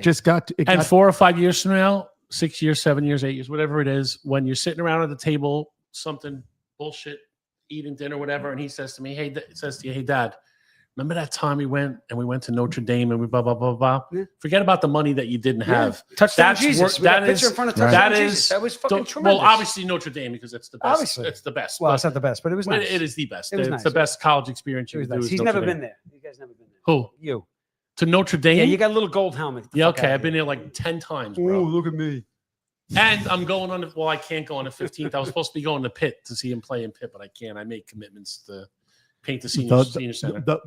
I wish I could. tying it all together with what we've all been saying is, though, when I left, I was done, and I'm incredibly happy that I'm done. I made it through, and all the stuff that I missed and all the stuff that I did. Okay, I've got this time now, and I have the time now to do things, and whatever I can do, I will do. Whatever I can do for my sons, I'll do. Now. But you don't see that when you're in the middle of it, right? Like, say when you have like 24, 25, 26 years on, like, I mean, not that far in. I didn't make it that far, only 15 years, but there was a time when. Like, so 87 and 15 I didn't even want to take a 2002. I didn't even want to take a fucking day off because I was afraid missing something. I was going to miss something.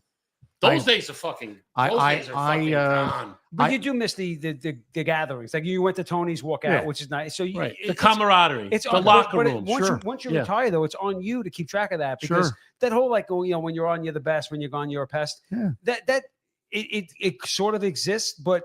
I retired early, so most of my guys still did another 10 years. You retired with a full career, so the guys that you worked with and have relationships with, my class, my company. I was the last one in my company to retire, and I would have bet money on that I wouldn't have been that. I mean, good. I don't care if we have I don't care if we have three people watching. This is my fucking RMP. Yeah. This is my locker room. Yep. This is and the guests that we have come on and the bullshit that we do here is very similar to. A day on our job, and I just look at it now, and I feel bad because I won't mention any names, but there's a few guys that worked with me, and they really miss it still. Like they're still cops, lifers, and it's tough. Like a couple of them aged off, couple of them didn't, and they doing other things, and it's a lifestyle. Every time you get around them, they regret it. They wish they could go back, and I just go, it's not me. No. I had like I said, but you appreciate the time with those guys. I had a great career. I met great people. I got great stories.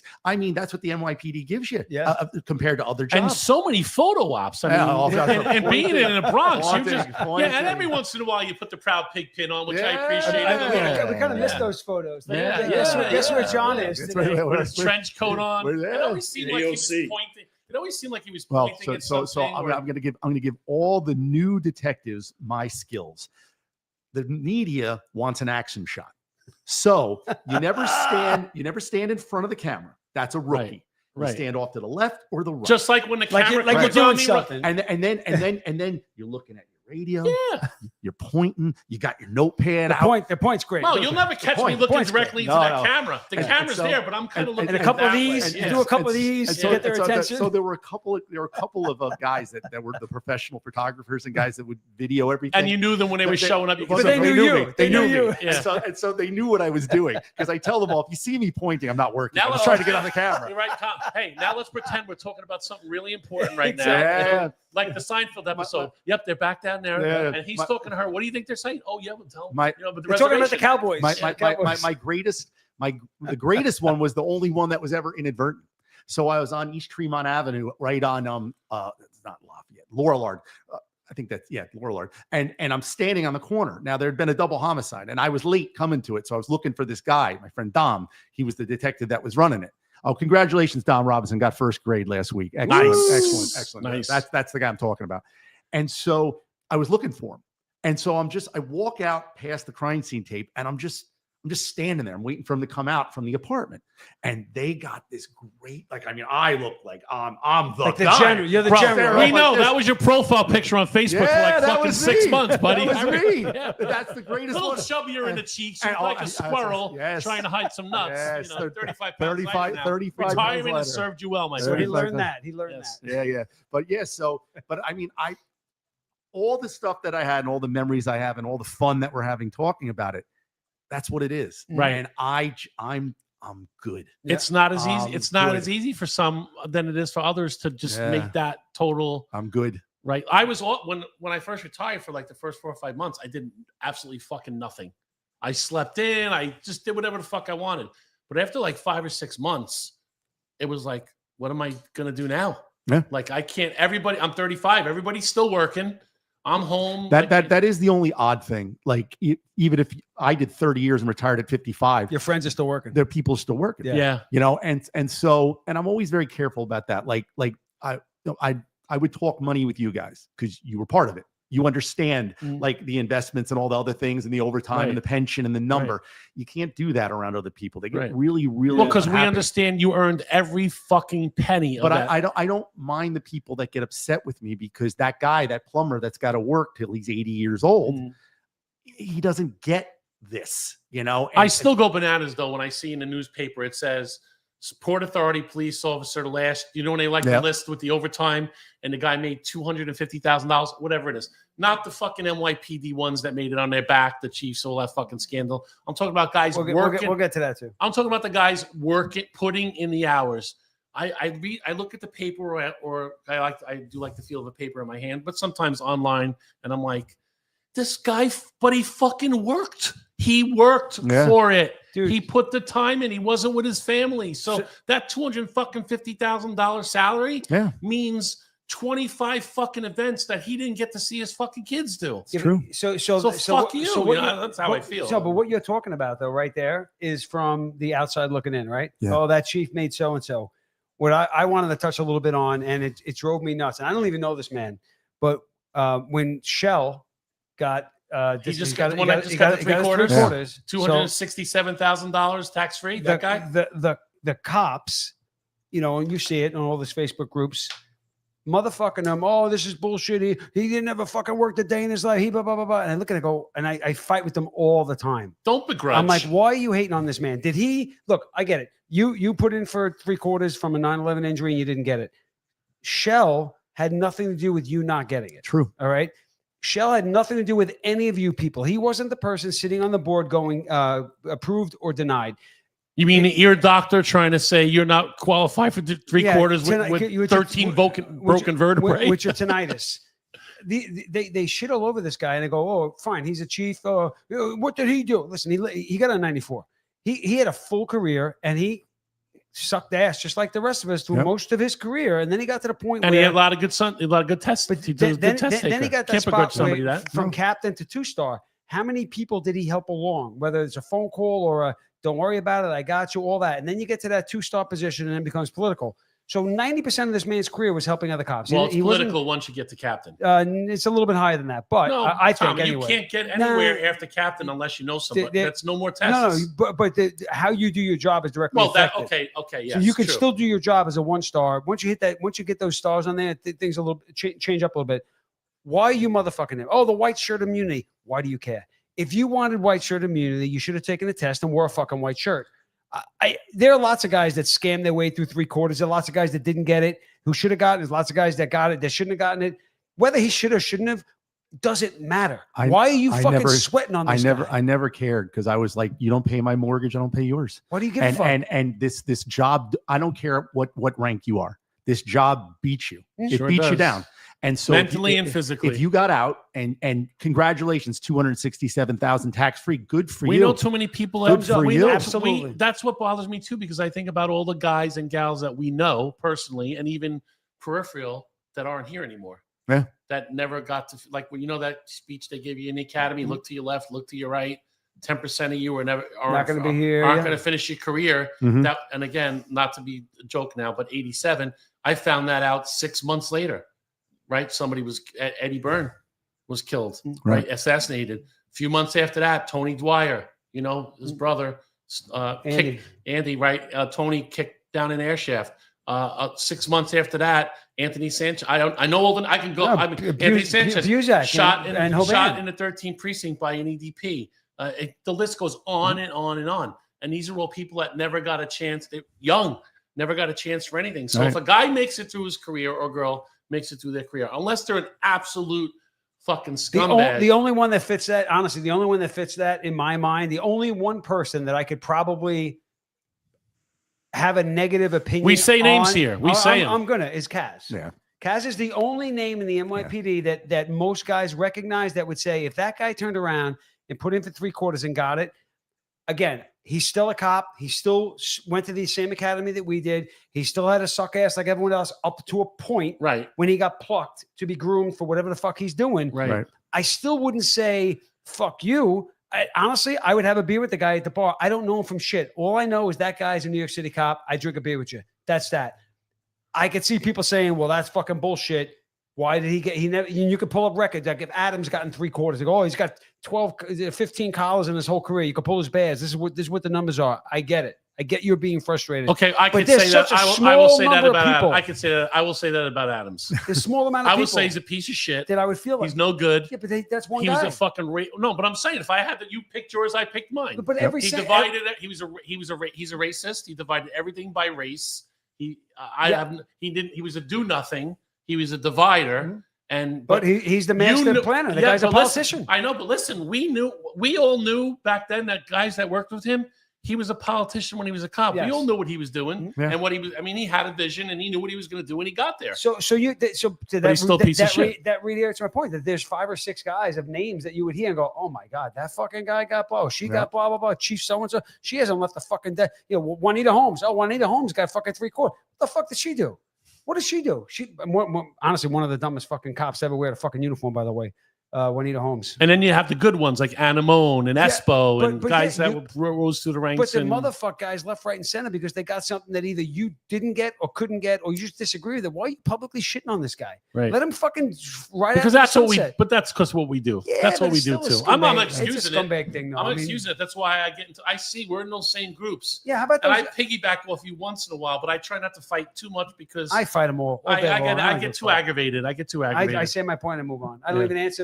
even answer my own comments because once I gotta drop my fucking name. If Shell was in that Post group, and ghost. yeah. Yeah. If Shell was Which in that drives group, me even crazier or when you don't respond to them. How about Fuck you with a smile. so- Keep so- walking. So Resnick, obviously Resnick. Yeah. We for years got motherfucked. And I bring his name up often because as big of a douchebag as he was, if you were murdered or your family's murdered, wanted him there. That's the guy you want there. He was the Sipowicz. But right? he's- You wanted him there. his son's a fireman, and I was in a group with Resnick is in, and the son. I think his son is also Joe.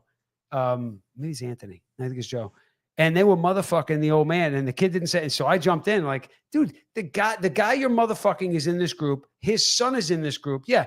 Did he actually physically burn? Like, you were wrong, and I fucked you just because I want to fuck? No, the guy was just a stickler for the rules, for the most part. Yeah. There's going to be cases. He walked into the 4-6 squad back in like 95, 96. Guy didn't have a tie on a Saturday. Made him Xerox a tie. You probably heard the story. Had a guy Xerox a tie and wear it. That's fucking awesome. That he great. made But him- what do you so- rather so have that guy? He got motherfucker. He would show up to warrants at 5 o'clock in the morning and do a seminar on how to fill out the blues. Like that was our sheet that you got your case, and your blues were the ones that you filed every time you did work on it. You had to fill out a blue. That's what it was. It was like a DD5 supplemental. What the fuck they call it? Kite. Yeah, No, that was narcotics. So he would come in and he would at 5 a.m. and guys like, oh, what the motherfucker? I go, all right, he's going to teach you something. Like I'd rather him here at 5 o'clock give me the hootenanny than call me into Comstat or call me in at 3 o'clock in the afternoon going, what the fuck did you do But on what this do you case? want to take that guy every day that over a hot and cold guy? Like I want You know what you where should. you know where you I stand. mean, you know what you're getting. You know where you're Yeah, you getting. know what Not you the got. guy that one day is like, "Hey, Burke, how Yeah, are you?" Next day he's like, it- "You're you- fucking 3 you- minutes late. You're in the book." What the You fuck? can be a dick or you can be cool, and I don't and just stay consistent. That's right. all it That's is. one or the other. That's all they want. If you're Because I know I got to consistent- avoid you. It's you like know? it's like an umpire, right? Behind the plate. Yeah. If you're consistent, you're a pitcher, you can't complain that he's been calling that low ball strike all game. He's Right. been calling Call it it all both game. ways. You got to adjust Right. to what that guy does. True. Exactly. That's it. Yep. See the way I I've circle gotta- back to the yeah, sports yeah. beat, right? Yeah. The sports beat. I've got to get going. All right. Why don't we take a quick break? Jonathan's going to bust out. I'll go pee again because I'm like 90. These are my favorite shows, by the way. I like. We didn't get a lot out of it. I guess we'll get more. no, out no, of them. Rich, don't go. I love guests. I love talk. But I'm going to even pee and think if about he's you, Rich. more, if he's more, we'll get him more involved. But the non-scripted, sitting around, whatever topic comes up, talk about it. These are my favorite. It's where you kind of shows. shine. Well, no, because I learn stuff about you. I learn stuff about you. We get to talk about stuff on the job that bothered us all, and some things that maybe not so much. We learned that Rich homeschools, and, Right. and that's And why, I- and and that's I- and that's why he has Tom, 6 jobs. And I came Tom- on in '87. Learned Tom, that are you aware he started came on the in job 1987? 87. 87, See? right? He said Right. the same thing. Right. It wouldn't be the same if you didn't ball bust me a little bit. I see your comments when I'm on the air. They say read them some to me. You've been a running joke on these podcasts. I'm like, I know Rich Doherty, who I worked with in Staten Island, but he got fired for smoking weed. Was that 87 or no? No, that was like 95. His dad passed away. He smoked, took a couple of hits. He was a great guy. Also, I mean, listen, I know guys at the time that I'd rather fucking hang out Yeah. with than some cops. That don't make them a bad person. They fucking did a little time, whatever. But what I'm saying is, What are he's you been saying? busting my balls so much. I get it live a little bit now. Josh and I and a few others are like, who's this fucking Rich Doherty guy, and what the fuck did I do to him? I had to bring backup, man. Yeah, what did I do That's to it. that I had guy? to bring backup to this fucking shit show. Done out of love, bro. Rich, don't go anywhere. If you got time to hang around, we definitely Yeah, I'm Jonathan's good, going to man. go, and then we can drop NYPD stuff because that's all this guy talks about. That's it. Oh, I'm look at fucking me! bored. Take my picture. Look fucker. at this. Yeah. Remember when he had to leave 45 minutes ago? Yeah. Yeah. Well, Yeah, I I'm was gonna gracious say, that I you thought he had to extended. leave. You guys are riveting Tell- pod. Tell your wife and children that we thank you for Hey, the you might sacrifice. have a second seat right here for you. Look out. If Mo never comes back out of there, which I don't think he might make a guest appearance once in a Oh, while. is he hanging You up guys his got a good hanging up his shoes? you guys Sure. got a little nice banter going, like a little Gilmore Girly thing going I on don't here. know what that means. Gilmore Girls. I don't. New girl? Banter. Yeah. Shows that have banter. I'm a grown man. back with and forth. Testosterone. I don't watch that shit. I don't care. I got the I know what you got. Gilmore Girls on DVD every fucking Yeah. season. I don't give a Yeah. shit. Yeah, I watch and it. you're So also what? a registered level 3 sex offender. So Two. Two? Wait, which is worse? Which is bad? Which Well, is two's in the middle, so that's pretty bad. what's the worst? One? I think 1. Yeah. And what's the one that's like I'm a 4 maybe. Yeah, maybe. No, 4 and a sorry, half. buddy. I went to grand jury. I beat that. No true bill. Thank you. All right. Are you running for mayor? Oh no, I can never. No. I got offered a job to be like an SRO. They wanted a somewhere in a town somewhere near here. They wanted a job for somebody to be like a summons writer, right? And I'm like, I'm not putting on a fucking uniform, Like Macaluso. right? I can go out and give you. I'm making my own. I gave them rules that I wanted. I'm going to make my own hours. If you saying you want 50 summonses in a month, I don't care if I write all 50 on one day. And I'm like a part-time or 20-hour guy, whatever. I'll sleep fucking half the time right here, or if it was in this town, Yeah. allegedly. If. And then it turned into SRO and a fucking uniform and crowd control. And I said, get the Nah. fuck out. I'm going to write summonses at 2 a.m. because you didn't bring your garbage cans I will in. write the fucking summonses from my house like back in the day when it was There that you guy go. that pissed you off. I wake up in the middle of the night thinking about that motherfucker that pissed You were- me off. And I'm like, you were in oh, the- you know what? Fuck Jimmy. Not the middle of the night. You were in the lounge, right That- downstairs in the lounge, writing Sure. tags. That to the place that you wrote down yesterday. That Joey The Gonzalez. guy and that cut you yeah. off on the Deegan. That He's got a Joey- parking yeah, I ticket got for him. 6 Joey now. Gonzalez that read Firebird. Oh, you're getting fucking 7 tinted windows, dirty license plate. Have a nice day. Never Yeah, made yeah. it to the box. All right, we're Guess gonna- what, Joe? Now you got a fucking warrant. We're There gonna you we're gonna take a short break, a pee break. Have a half a bagel. Rich, don't go anywhere. We'll be right back. Yeah.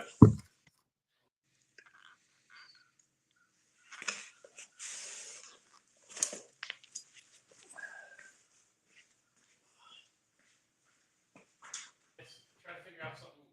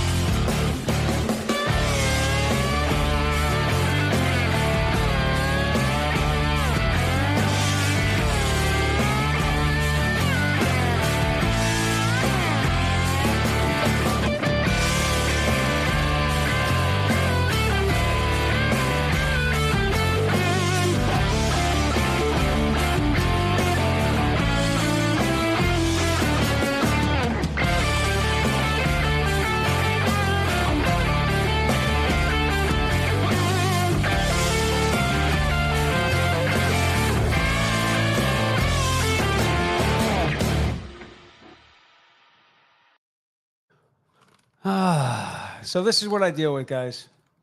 We have a neighbor next door who doesn't like us, think we're loud, complains about the cigar smoke coming out the window. I go to break, I come back, and that's what's in the window. That's taped on the window from the outside. From a rooftop. This is a rooftop. I guess what'd you call it? Like a drive-by? Yeah. That's like a rooftop drive-by, right? A rooftop walk by. If I he mean, put you know, that much effort into fixing up this fucking building and not sticking things on the windows, would be a much better place to work. I'm actually curious as to what exactly he wants me to suck. Like, what's it? What is the like? What am I supposed to suck? His on? micro Maybe penis, he'll- probably. That's why he's Oh. angry. maybe He's he'll very- chime in. If I had a small penis like Dan did, Angry Well- Dan, I think I would. I don't know. Small like penis, he did? micro oh, penis. so- I like how you said like he did. Did he change that? well, he's always had it. Oh, all right. Well, he had this. He had the surgery. He has Oh. I haven't seen it since he had the extension put on. he has a detachable He penis. used to have a real. That's King Missile. Detachable penis. I'm so happy. I'm proud of you to know that song. Oh, I was The walking singer. down Second Avenue. I saw it on a what is it? Like I saw it on the curb, and he was selling it next. I to an saw old it on a record blanket player. on St. Mark's Place. St. He Mark's wanted Place. $17. I gave him 12. I have my penis back. I'm happy again. Detachable penis. Yeah. See, we're more alike than you think. Yep. Michael Burke. Rich is Rich with us? Rich is Dude, thanks for being a trooper there. Talk to it Rich was- a little bit. Let it me was- eat my well, it was- cinnamon raisin we're good. bagel. It was nice that Jonathan stuck around. I knew I wanted to hit on some New York politics with the police department, and Jonathan was a good resource. So we used up as much as we can get at him before he had to leave. So, but Rich, can you imagine showing up to a fire scene, right? You do your job, you put the fire out, and then a judge thinks that you did your job wrong, and then turns around to the fire chief and says, every time that you guys go on a job, I need you to come back here and report to me exactly what you did, what precipitated what you did, why you did it, and explain it to me. Can you imagine What fire precipitated it was a chief- fire. can you imagine a fire chief having to stand in front of a judge every day? Well, not the rule is that she wanted an update daily, so he didn't have to stand in front of the judge. And we're talking about the Custom Border Patrol chief in Illinois that was ordered by a judge to submit daily reports to her in regards to how Custom Border and ICE agents were handling the riots at the detention facilities. How do you think that would play out in the fire world? Well, I thank God I retired. I retired at 46 years old. I've been off the job for about 18 years now. About thank 35 years. What year did you come on? God. 87. Oh, Yeah! no way. Woo! Oh, you guys are like little butt buddies. Lovely. It's a good fucking year. You notice that Rich has been on the show since the beginning. It's the first time he said he got on at 87, though, right? Yeah. Just saying. Well, He was living vicariously through me. In my 87s. Yeah, no, 6'7", 6'7". It's What a is totally that different 6'7"? world. It's Yeah. I wouldn't survive. I wouldn't survive 10 minutes on the job right now. Crazy, right? It's yeah. Actually, I just dropped a box of food off from Fire Department Meals. Plug for Fire Department Meals Absolutely. to one of the stations down the street, and I always grab the newest employee there and get all these textbook answers, and it's just yeah, it's a different world. I couldn't do it. What is fire department meals? So before you even get into fire, okay, no, get into that first. Explain what Fire Department Meals is. Because we could drop the we could drop the link. question. We could drop the link. And we too. had those guys on with you a couple months back. The guy that runs Fire Department Wheels. Okay, Fire so Department Meals. So real quick, there's a couple of entities right now that I'm involved in. One 501c3 is Hook of Heroes. That's run by two Orlando SWAT guys. They pay for when your union abandons you, because that never happens. Right. They pay for your PTSD treatment, whether it's 6 months or 3 years. They pay for all that. Fire Department Meals, which is another 501c3, which is Heroes Feeding Heroes. He's out of Oviedo. He is a retired Chicago firefighter, and they make some of the best pre-made meals on the planet. Actually, we got to send you some. I actually they're had phenomenal. one. I had those. I was down in for Super Bowl, and I had the opportunity to have one of those meals. I have a friend of mine in the Tampa area, and that came up, that conversation, because we had you guys on the show, and we actually tried some. And as a foodie, I was hesitant, but I think I had like a beef stroganoff with like steamed broccoli or something. I mean, Yep. I remember it was a while back. It was Super Bowl last year, and I remember being blown away. Like, this is $14 delivered to my house. Like, holy Right. shit! It was a good meal. So you know who's all over these? It's surprising. It's not firefighters. It's cops. Cops are buying these, and you just bring them into any convenience store, and you throw them in a microwave, and they have a gourmet meal in their cruiser. Perfect. So we're feeding all these people that are going through treatment. So they get about $300 a week worth of meals. So they don't have to worry about that bullshit. So they're getting fed. And then the third entity is we just released the trailer for my TV show, which is going to be Reels and Responders. And so water is therapy. So I take those guys that are in treatment, I take them out in the mangroves, I take them in the flats, I take them fishing. You know, it's just a relaxing day. Actually, my first guy that I'm taking next week was the first cop in Orlando to show up at the that bar mass shooting. Pulse. Oh yeah, where the what? He was I the have first this- guy. I He have was the this first cop to show up I have there. the signed I have the signed photo over there from the chief of that Orlando PD. I outbid a bunch of gay people at a gay party in DC. Was that where the like the Puerto Rican guy from like New York or something was there and got involved? There were a couple of like 6 people shot or something. I think more than that. Oh, there was more than that. Yeah, Yeah. was it? Yeah. We had Tommy Reyes, who's in Miami, at the time, Miami, the FOP president in Miami. We donated, we sent some money down to him to bring empanadas and stuff to the people working, you know, days and days after to feed them. And then in DC at a fundraiser for cops killed in the line of duty, injured that are gay. They had this fundraiser, and I really wanted that for my office. The Orlando, what does it say? Orlando United. Yep. And there was this one gay guy there, and he kept like extravagantly like signing his name and putting the probably pen down. lots of gay guys there. So A lot. you brought out the first responding officer that responded to that carnage, came out with you, or he's coming out with you. We're doing that on the 14th. Is that the guy that got shot in the helmet? Is that him?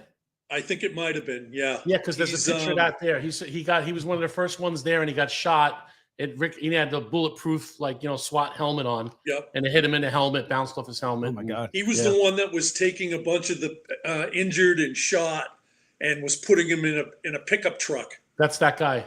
That's him. and taking Yeah. them to the hospitals. Yeah. So yeah, he's with me on the 14th. We're gonna go out and just have a good day and relax. And Yeah. I've got some great sponsors. Crump's Landing. Looks like the Bahamas. It's a big tiki bar. We're gonna have lunch, and we're gonna sit and then we're gonna film what's gonna be called the debriefing. We're gonna sit there and talk about the day and how relaxing it you're was. gonna That's a good podcast. You're taking name. a boat. You're taking a boat from Florida over to the Bahamas. No, Oh, they It's- said no, Crumb's I did say the Bahamas, but this is right where I launch. There's an establishment called Crump's Landing. It looks just like the Bahamas. Oh, gotcha. It's a 20-acre complex right on the water. It's all tiki huts. It's all bars. Oh, is that the one and you told me about a restaurants. couple of years ago, where some like really rich guy bought a chunk of land out in the middle of the bay or something and was going to Yeah. convert it into a space to entertain? So they're one of my sponsors. Yeah. Oh, very cool. So yeah, it's so it's going to be an interesting. And then we just got this boat that I talked to you about, which is going to help us immensely to take. And we're not trying to take away from military guys. God bless military. My dad was 36 year sergeant major in the Army. But there isn't enough PTSD attention to cops and firefighters right now. 100%. So I don't think there ever will be. Yeah, it's sad, even with right? the military, right? Like as much as they can do, like you know, Right. we often comes up like the suicide rate and how the suicide victims of suicide are typically not attributed to a line of duty death. But I'm telling you right now, any police officer that's worked any more than 5, 6, even 10 years, 5 years, 2 years on the job, part of what we do every day and part of what you did every day has an effect on you. And Right. there's going to be a relation to the end result, what happened, and your career before then. Right? If you get cancer because you breathed in the toxins while you were a firefighter, you can attribute it to that. The shit that you see in the military and the police, and how many burned babies you pick up as a firefighter, that Yeah. you deal with it that day, and you grab a couple of beers with the boys, and you tuck it away and you forget about it. But that shit's real, and it's in everyone. It affects everyone differently, but it's there. There's a stat It's out there. fucking there. There's a stat out there that says that a normal person, civilian in their life, sees 1.5 traumatic incidents in their life. 1.5, 1.5. Firemen, police, is over 90. I think it's more than that. I think it's I don't remember. I know think it it's- was over 800 in the Yeah, career. it's Oh, ridiculous. is it Yeah, 800? it's I'm in the pretty 5, sure. 6. Yeah, it was Yeah, it is. immense. It's ridiculous. And I did research back when we were trying to do stuff with suicide with Danny Del Valle. He's got the suicide awareness that he does. over at Blue Magazine. Yeah, and believe it or not, the stats and figures are not out there. So I tried to get a sample, a 10-year sample, and I think I did. This is going back a few years. So I think I went from 2012 to 2022, and I can only find figures on 6 of those 10 years. So we tried to average it out based on other numbers. And what we keep, what is it? Every 22 for veterans, it's every 22 hours or something. 22 hours for police, because it's not tracked nationally like it is with veterans, but our number that we came up with putting everything in it for police officers only was one every 45 hours, active or off duty, commit suicide, one every 45 hours. And that number could be a little bit lower, a little bit higher. It was based off of what we had to work with. But just the fact that the numbers aren't out there is something that tells you something. So, Rich, how do you find guys that you want to share that experience with? Is it the foundation itself?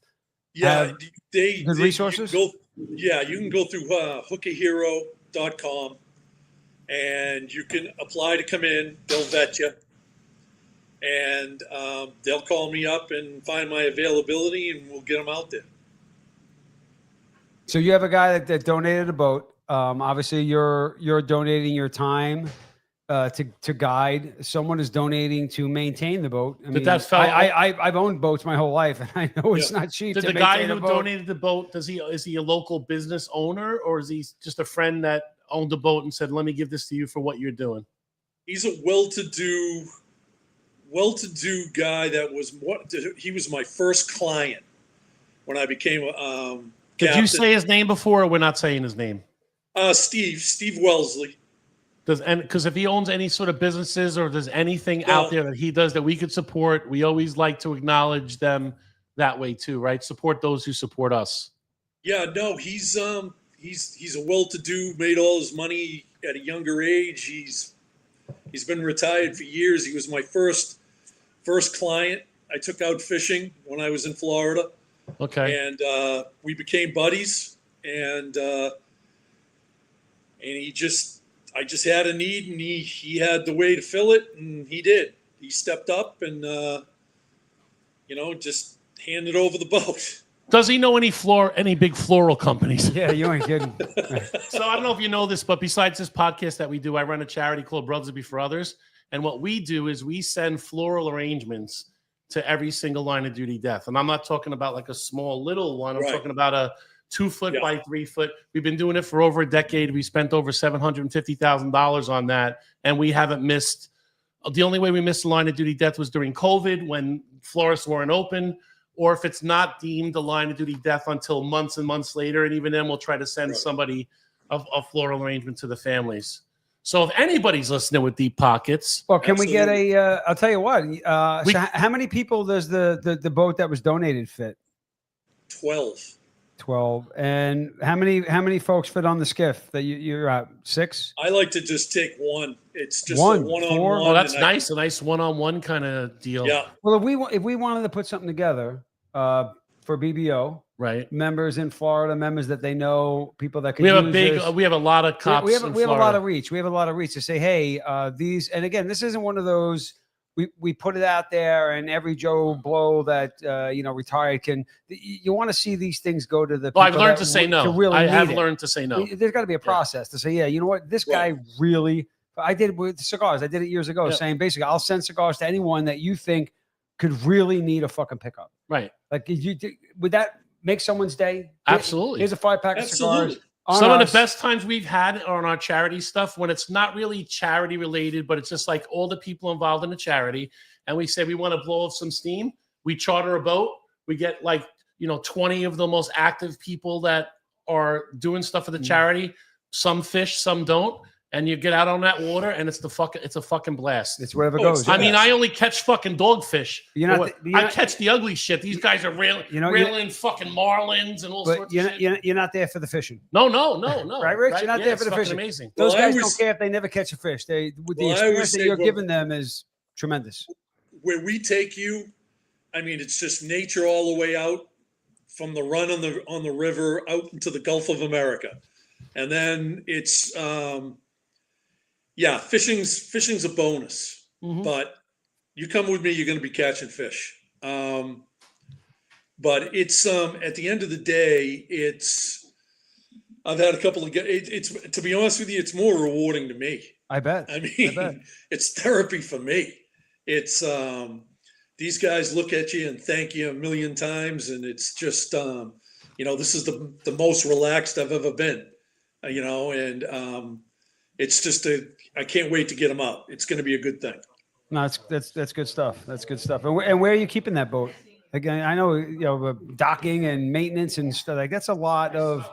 People don't realize when you start a charity and they look at the number and they the first thing you do the research, how much of the money actually goes to the recipients that you need, but they don't take into account is what it costs to maintain, like the food donations and whatnot. Like someone's got to cook that Right. stuff. Someone needs an oven, Right. someone needs commercial space, someone's got to buy those containers they go in, someone's got to pay for that boat, someone's got to put gas in that boat, someone's got to maintain that boat.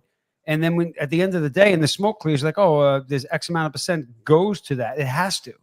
Like Right. there's more fundraising to support the event than there is to actually pay for the event. Well, that's similar. Sometimes. That's similar to when you say, "Oh, I want to raise money for somebody that say has cancer or something," right?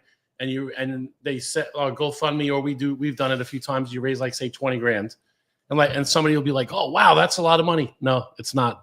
If you're traveling to a hospital every day, sometimes twice a day, it's tolls, parking, Mhm.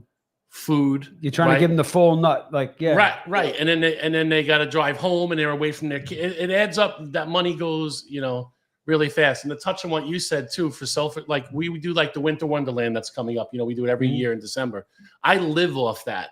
Like if I'm, you have that holiday high and then it's the bills come in in January and it's cold, it's winter time and it's kind of shitty out or whatever.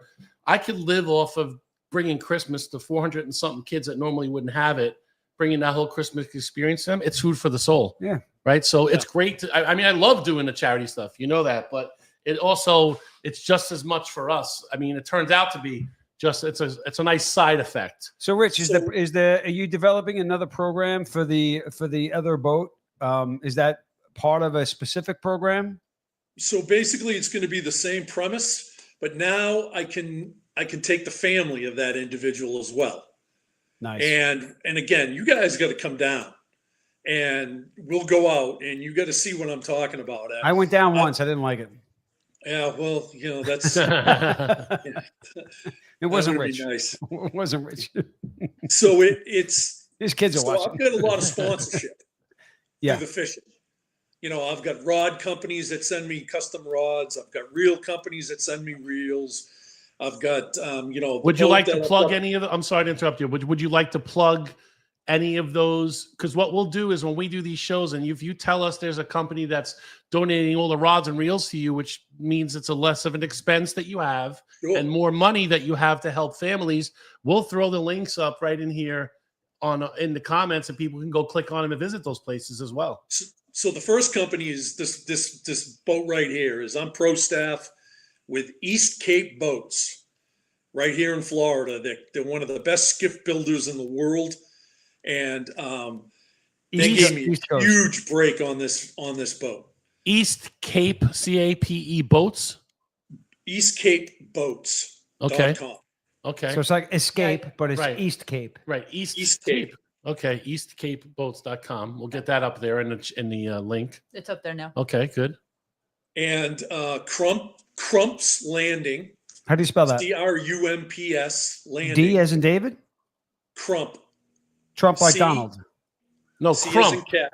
I'm trying to get him to say Crump. Crump. Like, isn't that like, wasn't No, that a dance? A crump? Crump. No. He's the lawyer. He's the lawyer, the black guy that defends all the BLM people that get locked up. Crump. Yeah. Oh. Tommy's just trying to he's baiting me to sound stupid. So, no, the guy's real. His name is Ben Crump. Ben Crump is like he's the lawyer for every black guy that ever got killed by a cop. And Oh, The when you last said 10 lawyer years. for BLM, I think they're going to Ben need a Crump. really good lawyer because there's a lot of stuff going on with them now. Ben, They're really Ben, getting Ben, looked Ben into Crump now. jumps on every one of those. Oh, Right. this guy, here's his communion picture. Yeah, and here's the picture with him with the 9mm, raping somebody. Right. So Ben Crump takes those cases because Oh, he's okay. a piece of shit. Right. But not Crump's boat people. No. No, it's Crump's Landing. Crump's Landing. It's big restaurant facility. They're going to allow us to use their facility to do some filming. At the end, we're just going to pull the boat right into one of their slips. So Crump's Landing is an establishment that you can reach by car. Someone can drive into Crump's Landing. It's Yep. not the island out in the middle of the No. Gulf, right? Nope, they can go by car. Crump's Landing, big supporters. They're gonna Big work with you. That's also a good jump off point, then I guess, for the families to meet you there. They got parking. You go out on the boat. You come back. You have a Right. nice meal. Yeah, sounds like a no loss there. Like, And it's a that's good, win-win. it's a perfect time too when you have the family together, when they're all sitting around and you're out on the water. And besides fishing and having something to eat and something to drink, what else are you going to do besides talk? Mhm. So then they get to talk about things, right? It's therapeutic. They But can but also a lot of the folks and Rich can attest to this because he does a lot of work. Rich does a lot of work for charities, for law enforcement, military, and firefighter communities. And you know this for a fact, Rich, is that a lot of these young people that you're dealing with and older people that you're dealing with, they're part of other groups in social media. So Right. when they have 1 or 2 or 3 or 4 really great experiences, that word travels, and then Yes. Sure. you guys become the one. Like, get on that list because and that's when it really takes off. Like when you're Right. doing more of that than anything else, and you're still able to pay. And a lot of folks don't understand that you got to pay the bills. Like as much as a lot of folks like you and I and like Mike want to do as much as we can do, there's still bills have to be paid. Right. So your charitable donations to say Crump's Landing for that event, the way they survive and the way they're able to do that is that folks like us that aren't on that boat that day, we go there on Tuesday and we go there on Saturday with our families and we support them because they are giving something to you to share with the people that you need to share it with. But what Right. they get in return, besides the feel goodies, is that the people support what they're doing. Right. And 'Cause tell this the shit's stories. not free. Tell the stories like Yeah. we're doing now. Speak about it. Shine light on course. it. Because in the charitable world, there's only so much. Mhm. You can't Well, squeeze there's only right. so much juice you can squeeze out of it. But if any time you can help another charity and it's another even if it's in the same exact thing that you're doing, Mm-hmm. if that's 10 more families that can get help that wouldn't get it before, I mean, you got to be. Well, they got something from you, right? So those families that you're helping, they went out fishing, and then they connected with folks that they take this. We have a group over here that takes people hiking or hunting. Mhm. I'm a big hunter. Right. I've Right. actually kicked around the idea of many times, and I'm still kind of working through it in my head how I would do it. And actually, you're my inspiration and my motivation behind this. Thank you. Not you, Mike. Oh, okay. Hunting for Heroes, in that I have 85 acres of land in New York with ATVs. we know lots of folks that hunted their whole lives and now they're in a wheelchair and they can't hunt. You can. Right. Yep. You come to my house, I'm going to put you in an ATV. I'm going to drag you I'm going to wheel you up into a fucking tree, and you're going to sit there in the woods just like you would normally have done that you can't do anymore. Like Right. that experience. And for me, my perspective is that it would cost me. I go to my place all the time. Right. You're up there feed, anyway. I feed myself. Right. I have a ramp. I have actually a handicap ramp at the house that from the guy that I bought before me. It's the perfect setup. And a pool table soon. Yeah, I'm gonna have a pool table. I'm glad you brought that up. We have the setup to be able to do that for a minimal amount of money to feed a couple of guys and get them out in that tree or sit around the fire pit and have a cigar and a drink, and then get out under the tree in the morning or the evening, just to give them a little like, yeah, I missed that. Like if I couldn't hunt anymore right now, I would be thrilled that in 10 or 15 years, someone said, oh, you can't walk anymore. Yeah, I'm going to put you on a board and drag you into the woods. Yeah. You know what? My father would say, drag me into the woods and prop me up against a tree. Come get me in 3 hours. Yep. And you know what? It's going to sound, it's going to sound hokey, right? But if you're doing this stuff with a pure heart and all you're just trying to help somebody, you just never know who that one person is who might have been on the edge, who might have been having those dark thoughts. I've had them in my head. I know you've had them in yours, and anybody that's been a first rainbows and unicorns up here, bro. That's all I got. Well, God bless you. Good. I'm glad you still have the darkness creeps in everyone. Anytime there's light, there's going to be some darkness once in a while. But you never know who that person is that you might take out on the boat that might have been having a rough. Because you know how everybody, I'm not a psychologist, but everybody says it like it's stringing together good days. Like you had a bad week and you fall into a funk and you feel like there's no way out of it. Don't worry about it. Hit tomorrow. Try tomorrow. Make tomorrow a good day. Then you get 2 days, 3 days, 4 days, and then you're a month removed from it. 3 weeks removed like from a reset. And now you're looking back and saying, "What the fuck was I thinking then?" And there's so many people out there that we don't even know about that were in that space that aren't anymore because you sent them some cigars. Well, the difference here is that if that person you're talking about PTSD and is on the edge, they're going out fishing. You're like, all right, we're just on a boat. What's the worst that can happen? I'm going to bring you into a tree with a gun. Right. What's the worst that can happen? Shit can happen. But that person, if they're a hunter and you're bringing them with a gun to that place, you could weed them out. They're in their space that 100%. They're comfortable with. So what I would suggest with your situation, Tom, is there is, I'm trying to think of this, huntingforheroes.com. I'm going to buy it as soon as we get off the air. I own like 100 domain names. The organization in Maine. There's a huge organization in Maine that does that, and they outfit everybody with those tracked wheelchairs. And I think Ted Nugent is behind all that up there in Maine. Nuge, friend of our show. We've had him on a couple of times. Yeah, I've seen him. And I'd recommend contacting them and let them come to your property. Start that way. See how they do it.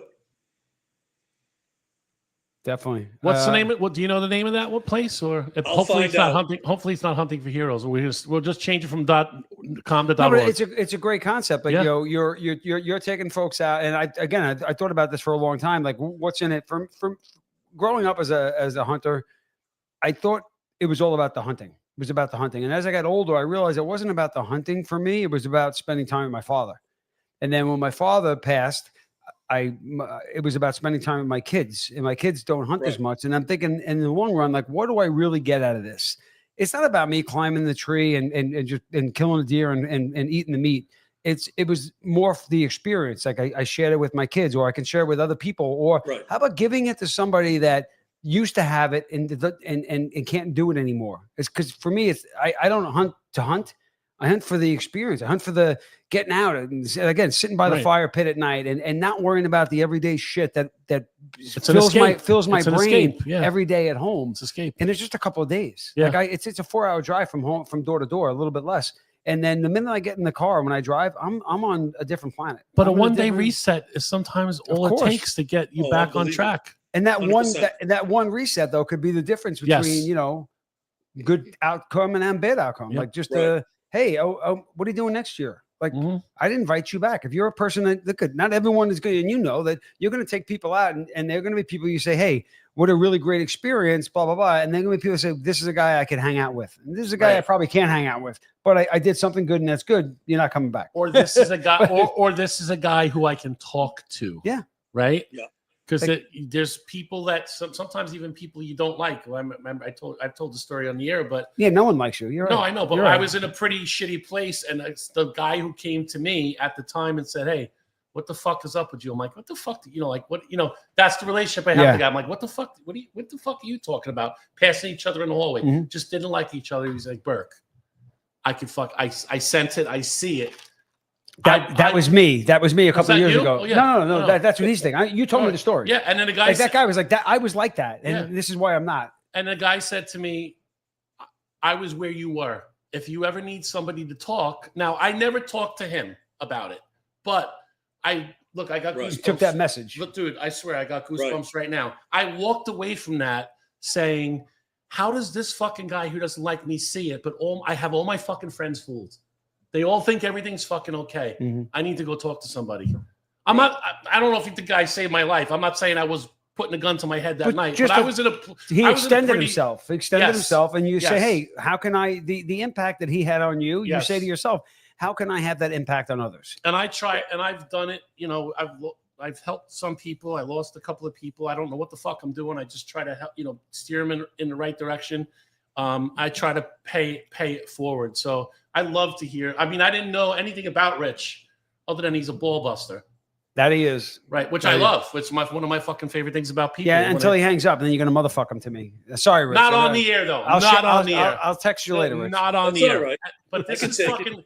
This is great. This is fucking. Listen, the ball busters, and here's what I always say: when people stop busting your balls, Mhm. that's They when don't there's a like fucking problem, Yeah. right? That's Because when there's a the only love I know for all my friends and everything, if we're not doing this, I'm like, what the fuck did I Right. do wrong? I'm like, Mhm. why is he fucking calling him a piece of shit and he's fucking smiling at me? What the fuck did I do to get a Because smile? he likes you. No, but I want to be, you know what I'm saying. I know. When a ball busting and the, Yes. and the breaking chops, That's how we show love. That's how we Yes. show support. Yeah, You know. Right. yeah.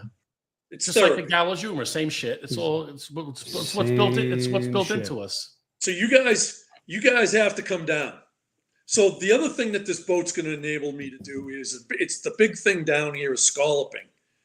You take people out scalloping. Scallop? Scallops. Do you eat them? Oh, The scallops. shellfish? Scallops. We call them scallops. Scallops.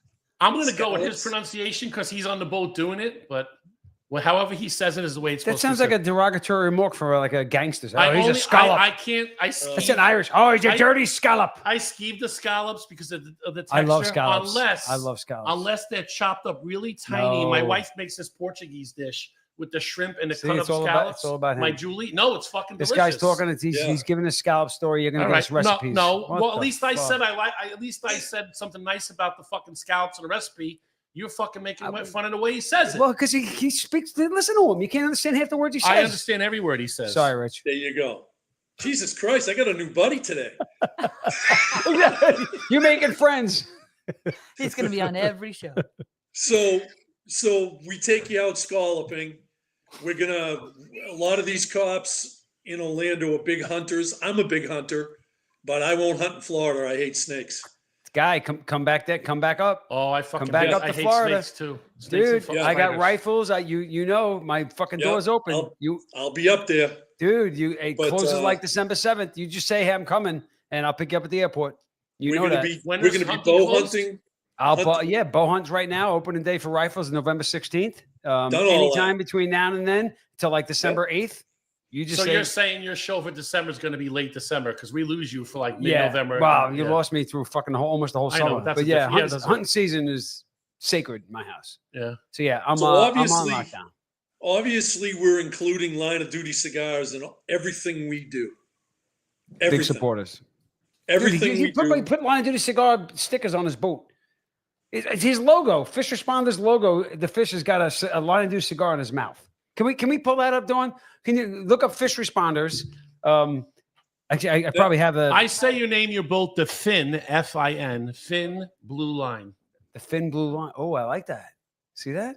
Somebody said to me, "Hey, do you want a 9-foot sailfish? Swordfish?" And I'm like, "Yeah." I mean, don't ask me We'll if I hang want it. something for free. We'll I'm hang it like, up. "Yeah, I'll take it. I don't know what to do with it." All right, it's Eric. in our green room. and his name is the Finn. I named him the Finn Blue Line. So you're gonna have the Finn Red Line. Or Finn Red. The Finn Red Line. Yeah, Finn Red Line. That I like works it. too. I just texted you the new logo. So yeah, it's I'm excited to do it. It's going to be. I've got a lot of backing, a lot of good companies that are real supportive. We're always looking for more. Are you a 501c3? Did I miss that before or not yet? I personally, I am not, but Okay. I am if you go on Hook a Hero, I'm an ambassador. I'm listed on their Like site. an honorary board member or something like that, right? Or Yeah, I'm an ambassador for them, Okay. Okay. and we're through them. Same with Heroes Feeding Heroes. Okay. And they're both 501c3s, so tax deductible. Well, Well, the Hero Sphere here, the food company, Fire Department Meals, they're not a 501c3. They're a for-profit, but they do a lot of work with the charities to feed. Oh, so they're a for-profit for humanity. the Fire company. Department Meals is, right? but Hooks for Right. Heroes is not. Okay. That's a 501c3. Okay. But again, they and what Rich has been saying to me, they all cross paths. Yeah. So Yeah. there are some of these companies that are full 501c3, and then there's companies like Fire Department Meals that work with these companies to give them Right. help out the Okay. folks, and then their Yeah. own website where you can actually order meals weekly. So And we've said this before. I don't know how a lot more. And you said earlier that the police are some of the biggest supporters of it because they don't have the firehouse to hang out and then make meals. They want a quick, easy meal that they can pop into a convenience store or go to their precinct and just, hey, throw this thing in the nuke for 30 seconds. I'm getting a good, healthy, hot meal. When you were a rookie and you were walking a beat, and any precinct that you were in, if any veteran and a cop told you one thing, what did they tell you? Never good cops, never cold weather hungry. Find the firehouse on your beat. Yeah. Go Yep. inside, make friends, Always. and say, "Hey, what's for Always. dinner tonight?" And they'll say, "Blah blah." I mean, they'll fucking. Dude, we had tell a you. 1 square They'll mile say, with 4 or surf 5 and turf, and they- I'm like, "Fucking surf and turf! All they- I can get is a fucking orange Julius and a burnt hot dog in this fucking town." There were 4 firehouses within the 1 square mile in the 4-6, and at any point, you wouldn't do it if you were on patrol, like you would do in a sector car, and you wouldn't just Right. pop in. But if you had the foot post, Yeah. And that command was in Yeah. there, you just walked in and said, "Hey, what's up?" They knew you. Right. Whatever you wanted. Like I didn't take advantage of the food. Once or twice I may have eaten a meal. It was more about staying warm or taking a shit Right. or killing an Or hour. taking a little nap. Wa- maybe. no, Nappy, nappy. but watch a little football, Well, whatever. You could Just take a nappy bullshit nappy in with the guys. firehouse. But they were very open and very like, hey, They were that's where you went. oases in the middle of a Yeah. desert. I mean, many we times. break balls between cops Yeah. and firemen, but that Yep. bond, that brotherhood is, I don't care if you're red or blue, it exists. And we took care of them. And then when you showed up on a job and it was a fireman involved, you took care of them. Yep. And if they said, Same "Oh, way. it's $20 tonight, we're having surf and turf," I'd Here- say, "Here's here you you go. give them 40." Right. absolutely. And it just, yeah. And then, Mhm. you know, you're always, good with them and they're good with you. I never had in the probably 5 or 6 years of patrol in the 4-6, I probably went to the firehouses maybe 30 times, and never once have they ever asked for a fucking dime. I would leave Right. money. That's what I would do. Some days I would Yeah, leave it, yeah. or honestly, sometimes I a couple of days later I'd come in with a pizza. Yep. And just drop a couple of pies off, Right. like. For no reason. Yeah, and Right. again, it was never like, oh, it's this is what it was for the meal. The commissary, Right. oh, it's $12. No, whatever Right. you need. But you know how cops are; they abuse it. Right. I Well, didn't tell anyone about anything. I did my Yep, thing. Yep. I had relationship with the guys, and it was fine. Well, that's what you had to do. If you had your Yeah. spots, you'd have to, like, I had a deli So- guy, deli got broken into, and I was on vacation, and he called me. He's like, "Mike, all I'm trying to do is get a copy of the report, and no one's helping me." I said, "Okay, listen, this is why I told you. Stop fucking feeding 30 fucking cops. You're on my sector on days. Here's the 4 to 12 guys. Here's the midnight guys. Us 6 are your guys. You need anything, you reach out Call to these us 6. 3. Yep. And stop feeding all these ungrateful motherfuckers that can't even get you a fucking copy of a report." And then they abuse it. I'm just Yeah. saying, No, they of course start they do. going in there. Not and, just and- saying, they and do. now they're like going in there and ordering pounds of fucking Yeah. meat for their 6 fucking barbecue. 6 sandwiches when to they're take off home. fucking Exactly. duty. No, Get the fuck out of here. I digress. So Yes. we got an update on the last time we met with Fire Department Meals. We bought that heavy rescue fire truck. Oh, you did. Yeah, we've got that. We got new tires. It was $8,000 worth of tires put on. You guys, That was- you guys were building that the last time we spoke. that was donated, and then So the fire truck is a Pierce, which Pierce fire trucks are the number one. New York City is probably the biggest purchaser of Pierce fire trucks. So this heavy rescue that we have, we're trying to convert it into a food truck.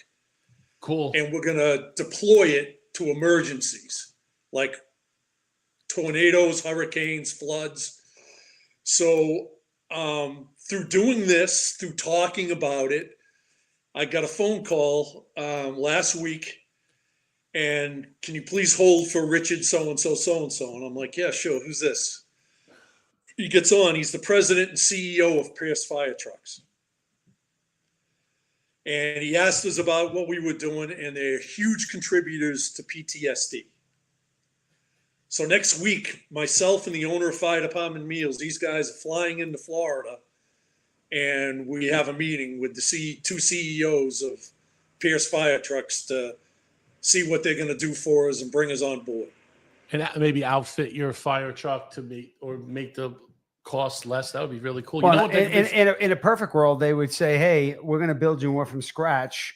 It's going to look like a fire truck from the outside, but it's going to have all the things that you need to accomplish what you want from the inside. Right. That would be yeah. every little compartment that you open up and there's MSA packs in there. No, that's where the barbecue is, and that's where the refrigerator. If they could outfit that.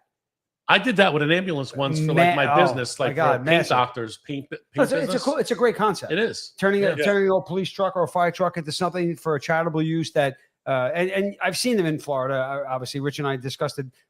I've seen that when I was doing a lot of work with Nate over at Patriots, where Rich and I first met. They had organizations involved, and they had those trucks. And I remember this is the first time I was experienced that. I was thinking, "Wow, that's fucking amazing!" Like, and even outside like that circle, line of duty funerals too. Like when you go to these like the canteen, canteens, and it's a fireman that passed away, and then you're there with this fire food truck, and you're feeding all the firemen that are coming in and out of the funeral. Is pretty cool. You could do that too. That's a good idea. It's monster. We just want to pull up to the scene and feed all the cops, feed all the firefighters, feed any of the military people that are we just had a couple of bad hurricanes last year. And we just want to pull it into that facility and feed everybody. Mm-hmm. Well, the real shame of it is that a lot of these fire departments and police departments, they buy their vehicles from the same manufacturer. So you talk about like Pierce and American LaFrance and Mack. Mack's a big one. Yep. You turn around and go, hey, Mack, right up here in Pierce, Pennsylvania. American LaFrance. We spend, pick a number, $35 million for $150 million a year in gear. We need one of these.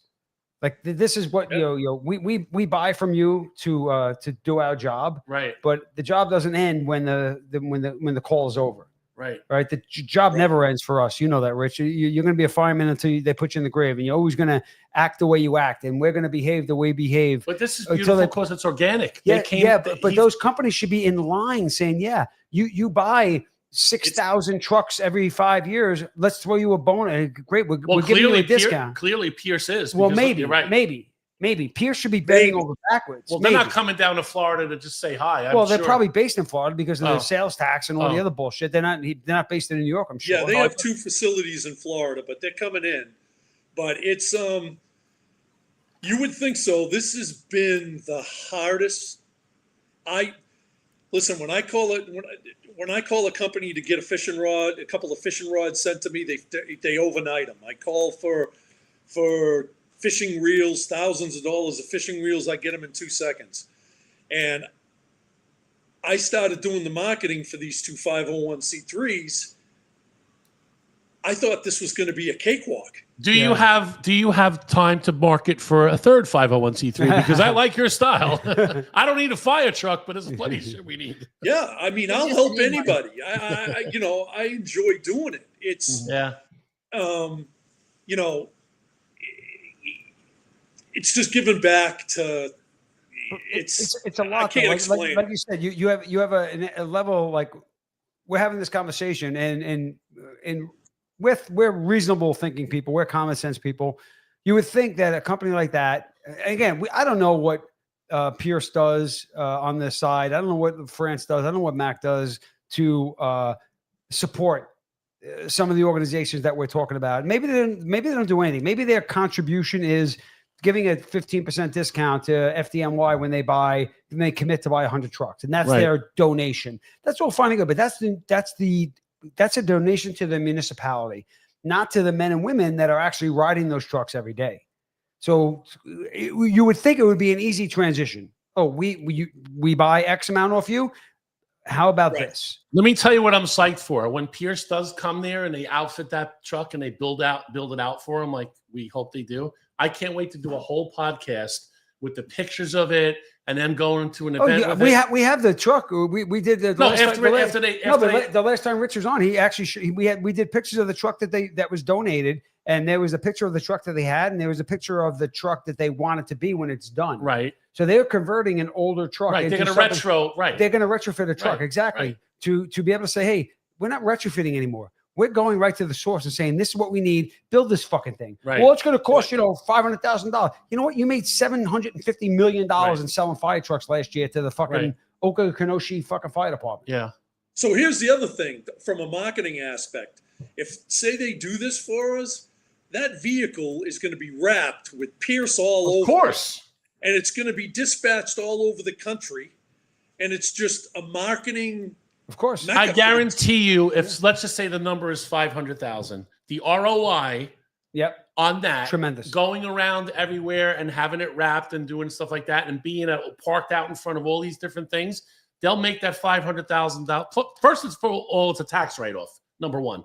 So on Right. top of that, now they're at all Yeah, these that different- that tax write-off bullshit doesn't fly because there's a limit to what you get your break on. So when people say, "Oh, No, it's a they'll ta- get it's a-" exactly- no, they won't. they'll get exactly what it costs them to make it. Not you only get It depends on where you are. in Florida. I bet it's in Florida. I would say it's better than other places. You it, get would, it what, would be the tax on the profit you would make on the building of the if project. the truck costs $250,000 to make and you sell for $500,000, you get the tax break on the $250,000. In theory, that makes That's how it's sense, supposed to but work. but it doesn't always work that way. Well, I Because think- if it did, then they'd be lined up. Because they would just say, It's "Hey, a this is our percentage. this is our tax break here." It just doesn't work that way. I mean, they But a have to have company- any but a big company company like like that has to Pierce- have write-offs. A company, and to be honest with you, to do what we want to do to it, it would be probably 150 grand. Oh, Peanut. that's a mere bag of shells for Peanuts, Pierce. fucking peanuts. No, really, it's peanuts. It's nothing. You could run up and say how many fire trucks Pierce And or- if Mac finds yeah. out about this, maybe Mac wants to throw their and they fucking, you say, know? oh, they're gonna do one. We want to do one. Yeah. And now when you go to that disaster, I grew up on it's Mack not one trucks. truck, it's Yep. 3 trucks. Yep. And that's the Pierce truck, that's the Mack truck, that's the LaFrance truck, that's Uh-huh. the whatever truck. It's there. Right. And these things, like, they come out of nowhere. Well, not nowhere. You put a lot of hard work, and everybody thinks everything's an overnight sensation. You put a lot of work into it. But when you're doing good like this, these kind of things find you. If you weren't They doing all come. the shit you were Yes, doing, they come organically. that's that phone call or somebody like is in a bar, someone's talking about Like, this. like you said earlier, you Yeah. you have a innocuous conversation with the guy that you're fishing with, or the guy that's up in your tree stand, and goes, "Oh, by the way, this is really great. You know what? I got a guy you should talk to." You just don't know Right. where. You're not doing it. We just got to You're not doing it for that connection, but you never know when that one's gonna fucking fall in your lap and go, "Holy shit!" We just got a $5,000 donation for the Winter Wonderland, which is, we do with the kids. We bring the Christmas experience to all these kids. You know where that donation, where that all stemmed from? Texas Hold'em card games, sitting around at the table, everybody playing cards, talking about, in between hands. Oh, what else do you guys do? Oh, we do this. Oh, you do that? That's amazing. I've been Yeah. looking for somewhere You need this? to park a couple, to donate a couple of dollars. I'm in. Mhm. Right. I'm like, all right, great. Never discussed money, never discussed anything. Called 2 weeks ago. Hey, Mike, I just deposited 23,000 in your account. You'll get another 2,000 next week. I'm like, I totally forgot. I'm like, for what? He goes, for your Winter Wonderland. See you Friday at that poker game. Perfect. Right. Out of nowhere. And those kind of And things. there was no expectation. It Nope. was just a No, oh, he's just a fucking good yeah. dude. He's and just a and good you dude. tell and when you tell that story to enough people, you're not telling it to bullshit people. You're telling it from your heart, and the story doesn't change. No. So you're not like changing it up to kiss that guy's ass or that woman's ass. It's just this is what we do, Right. and someone's gonna grab. And if they don't, they don't. And he gave me $1,000 for another project that he had just heard about months before. And when he was going to when he said about the 5, I'm like, dude, I don't want it. I mean, I need it. We need it. But I'm not a big go to the well. I'm the same way. I'm not a big Yeah. go to the well. I don't want to beat you to death. So I had another place I can go to that I can get $2,500 from. They give it to us every year. I'm not going there this year. You want to know why?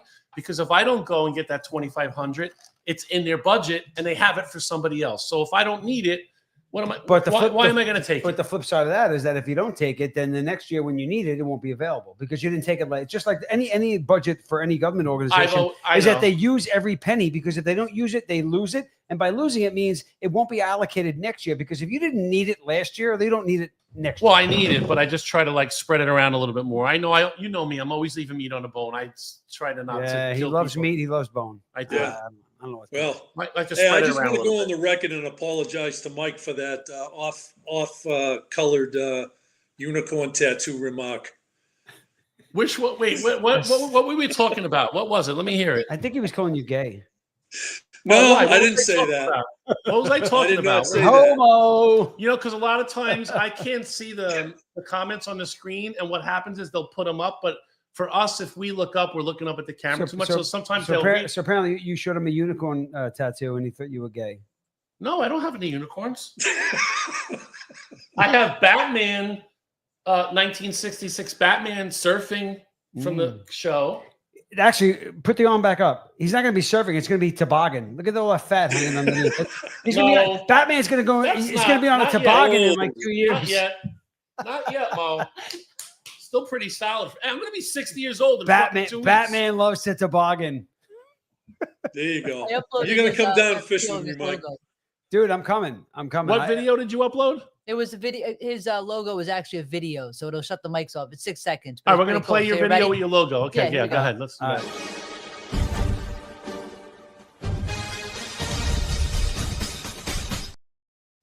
Oh, that's fucking sick. Did you do that through Chat GPT or someone make that for you?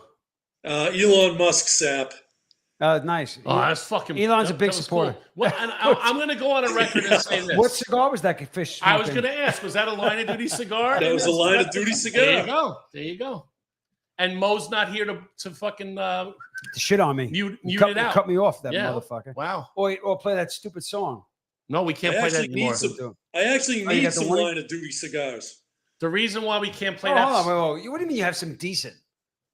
No, we said I need said I some. need Oh. some. All right. Well, I keep working on trying to get that logo that you sent me onto a merch thing because I have things in my head. I don't know if you were listening Yeah. earlier in the show, but the Two. way we started out the show was in March of next year. There's going to be. I've done two. I have a company called Proud Pig, so it's not a charity. It's Proud Pig. It started when Kaepernick wore the pig socks.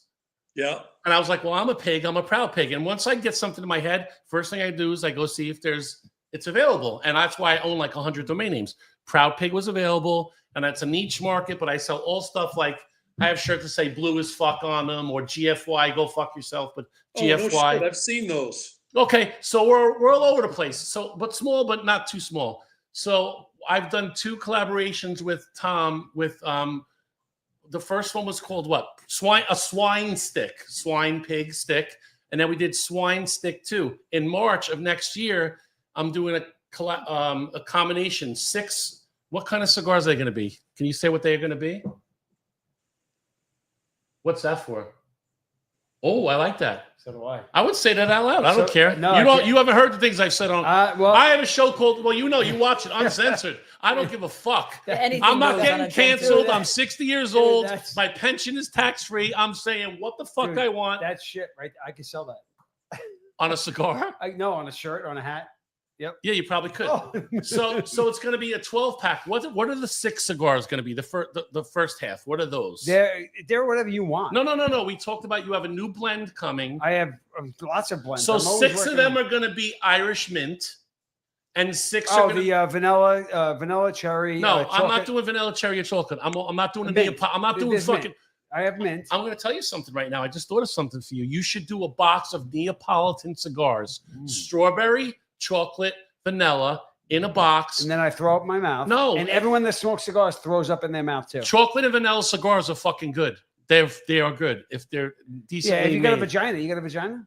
You're making them. You just said. I I'm am getting working on disappointed. it for people with vaginas. All right, so for my fellow vaginees, Yeah. my cigars are going to be 6 of a normal one and 6 Fagala ones, and So- the Fagala ones are going to be Irish mint, and my Proud Pig is going to have my We'll Irish call them the theme on it. Fanouks. The Fanouks. Right. We'll call them- Originally, it was going to be the Shillelagh. I was going to get a really big cigar and call them Shillelaghs, but I want to do this mix one. And every time we've done them, what happens when we collaborate? Say it out loud. We sell them out. We sell them out. We sell We them do out. short runs. We work together well. They like what we Yeah, put the out. banter, all that kind of stuff. Can I think see you what need to shirt you do a want to make? bacon one.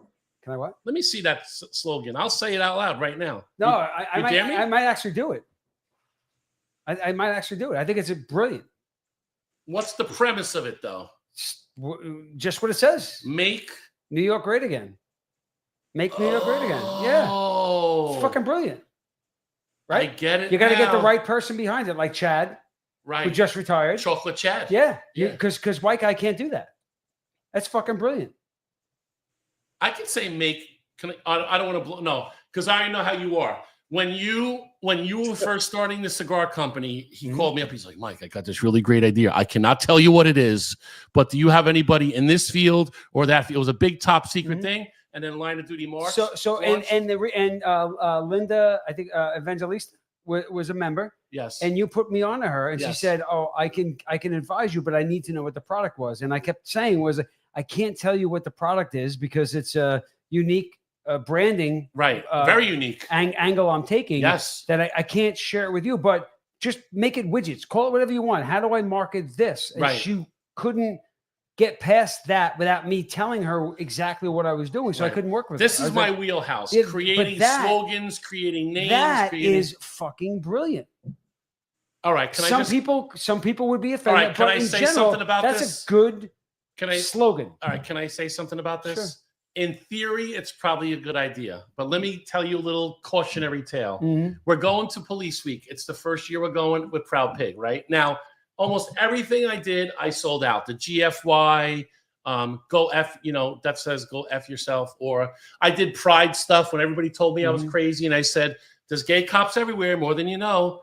And I did it. I took the idea and I said to my friend Tommy, I made the hat that said gay with a blue line through it. Pride with a blue line. A bunch of them. I said, put this in your gay group. Get me some research See and where tell it me goes. back. And so I made the Pride shirts and the Pride hats. I sold out those fucking shirts and hats in the first 3 hours. Two big guys, one good, better looking than the next. Fucking all So put me, up, so me. buys the hat and buys the shirt, and they're like fucking underground, bro. In the next 25 minutes, everybody came, bought them. So So one of the shirts I made, hold on. So look right in front of that. I know, but this No, is wait, very wait. risque. So This is now- very so- risque. wait, It's wait, very risque. Wait. So put SUP in front of that or above it. So All right, now I made a shirt in the Fucking 70s. brilliant. In the 70s in New York City, when the Black Panthers were executing cops. What would happen was Joe and Chisholm, guys off duty. Dead.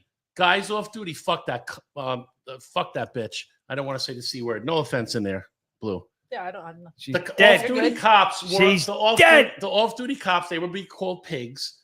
They would, to know that they were off duty, unlike the color of the day, they wore a button, and on the button was a pig banging a Black Panther from behind, and on the button it said "Pigs are beautiful."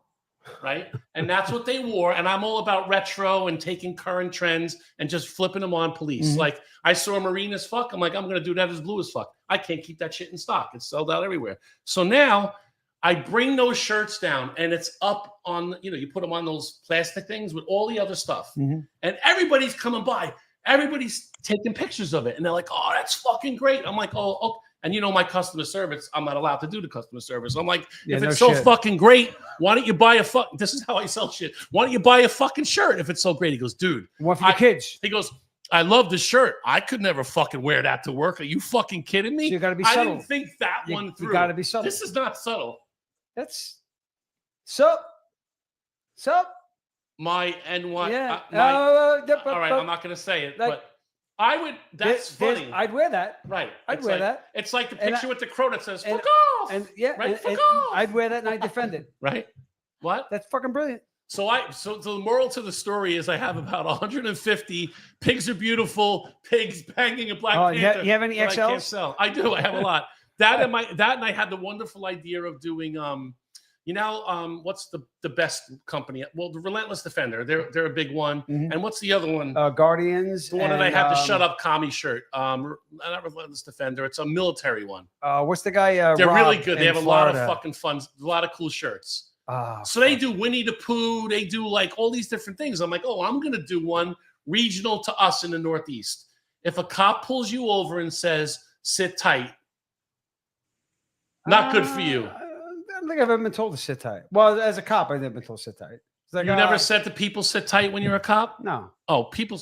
That's cops- good. That's because I pulled over like 6 people in my whole career. All right. Well, when you say sit tight to somebody, All right. that means you're going to do a little. Honestly, You're going we- to do a little we digging. We worked in a 4-6. We didn't care about You're gonna- speeders. well, you're going to do a little digging. So I said, oh, I'm going to do one of those. We So I- didn't say sit tight. We said step out of the car and put your hands behind your back. all right. So sit Every tight. single time. Sit Jump tight. right I to it. take the ShopRite logo, right? And instead of it says ShopRite, it says sit tight. tight. I put it on a yellow shirt and I leave the sunburst there. But instead of the silhouette of the shopping cart, I put handcuffs. I'm like, this is fucking genius. This is going to be fucking huge.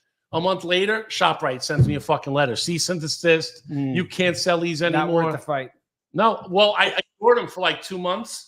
And they said, this is your last warning. So I had to pull them down off the website. Now I just give them away. So some ideas are good. Something, but this is not connect anything. This is just a straight up like, oh fuck, Right. I think you're going to have like Chad. more than one African American I need spokesperson. Not to say what it says. I need but chocolate Chad. You need chocolate Chad and maybe somebody- Chad, you listening? you You're retired now, bro. I need right, you retired, behind not this. expired. They have a Yeah. podcast. They have a show. I need him on board. Yeah, you're going to have to get him on board. You're going to have to get the face. I always thought about wearing it, getting him like 10 made, just wear him around. So people say, see what the-" happens. Yeah. Yeah, Like, yeah. uh, Well, I don't know how to do that. I just jump in and like, I don't fucking think. I just like, it's called proof of concept. Yeah, Proof of concept. yeah. Wear the Right. shirt around like, oh, what the fuck? We have and Andrea, she left a comment. Shout out to 9 Line Apparel, which they are amazing, by the way. Shout out to 9 Line Apparel stores. My daughter works there. Yep, 9 Line. What is the? we've done quite a few fundraisers with 9 Line as well. They're very good. They're very Rob, good. Rob Janzik is a Florida guy. He owns a company, not Relentless Defender. What the something apparel. Met him at Police Week a couple times. Does a lot of T-shirts. I can't think of it. Their logo is the flag and it has like 2 rifles crossed on it. No, that's like Gruntworks or some shit. Gruntworks. Gruntworks has the one. I love the shirt. Right. It's a shut up commie on it. I get compliments wherever I go on that. No, it's good. So, Rich, you need a catchy phrase to put on a T-shirt Yeah, have them call me. or a hat. Nice hat. You guys don't Yeah, wear everything. So I did a T-shirt up in Maine when I retired up in Maine. The Warden Service. You ever see Northwoods Law? Whoa! You worked in Maine too? I moved to Maine. I lived off the grid for about 5 years, hunting and fishing. Nice. Dude, Right when I retired. dude, I don't know if I could live Hey, off the grid. hold Can on. you live off the grid? I could live off the grid. Yeah, For like so- a minute. I know. Not for 5 You got years. your 84 acres. Not I for got 5 3. years. When I moved to Pennsylvania, I moved into the mountains. I got 3 acres. I thought I was like somebody that got on a wagon, on the wagon and went out west and said, "This is my land," and I staked it. My wife was like, "What are you doing?" I'm like, "I lived vertical my whole life. I lived in fucking look outside. I didn't have a backyard. I had a fucking fire escape. Look at all this land we have. I'm a fucking baron." Yeah, and I then- went around and just stapled up all the do not trespass. Yeah, and then you built the house next to the neighbor 5 feet away whose house went on fire and motherfucked you. So how'd that work out? Oh, that piece of shit, Lenny the Leech. Fuck that guy. So Mike was talking about a cease and desist. So I did a T-shirt up in Maine when I was up there. You ever see that TV show Northwoods Law? It's about the Yeah, war. Yes. of course. Yes. All right. Well, I used to hang out with a couple of them, and they would always say that arrest their mother. So, Like I highway did. cops. so I did a T-shirt. It said Northwoods Justice, and it was a moose railing a warden. I want that shirt. And the And those Warden mooses, Service. they're Warden heavy hung. Service. That's gonna cease and hurt. desist. Oh, who sent you that? The Warden Service attorney. He said, stop doing that. Yeah, stop doing that. But that's when LePage, Republican governor, was up there, and he loved it. I bet he probably still wears it. Maine had a Republican governor? Oh, Yeah, what's her name? LePage. Collins is up there right now, right? Collins. Republican Susan LePage. Collins? Yeah, but Well, Susan LePage. Collins now is the She's not the governor. She's like the She's a piece of shit. Senator Susan Collins. Senator. Yeah, A she's Republican? senator. Yeah, no, she's Democrat. Oh, okay. Yeah, she's a Republican, but she's a Democrat. Well, okay. she votes. She's a rhino. She's a fucking Democrat. Well, we I had don't care what's at the end of her What name. kind of Democrat, though, She's now? a fucking Democrat. She's a rhino. She's a. I'm red to get the votes, but I vote everything on the fucking blue line. She's Susan worse than Collins. Romney. Terrible. Yeah, at least Romney, you knew where you stood. Right. Again, we came back to Frankenstein. to be consistent. She's not consistent. Okay, She's not a consistent Republican. right. No. Is what it is. But that was LePage. When LePage was the governor up there, he actually canceled that show when he went on TV, and he was asked why he canceled that show, and he looks into the camera and goes, "Because I'm sick of all my hunting friends ask me if the wardens are a piece of shit." Listen, I get. Isn't it refreshing nowadays that the politicians will curse? I get their jobs, and I understand that the rules are in place for the guy that goes out and kills 20 moose, doesn't tag them, sells the meat, or the guy that 100%. takes 6 or 8 different striped bass or salmon. They're not supposed to take that. I'm all for that. Like you get the guy that's catching fish and then bring him back to his truck in the cooler and going back. You fuck that guy. Fuck that guy. Like you can't. You ruin it for generations coming forward because they're making money on it. That's every job. No, here's the thing though. If you're doing it to feed your family, so I don't follow the hunting regulations in New York. I'll tell you right now. Thomas Werther, Werther. I do not follow those regulations. Right. I hunt with a rifle during bow season. I hunt with a crossbow during bow season. On your own property. On my own property. Well, fuck that. No, but it's illegal. I eat the meat.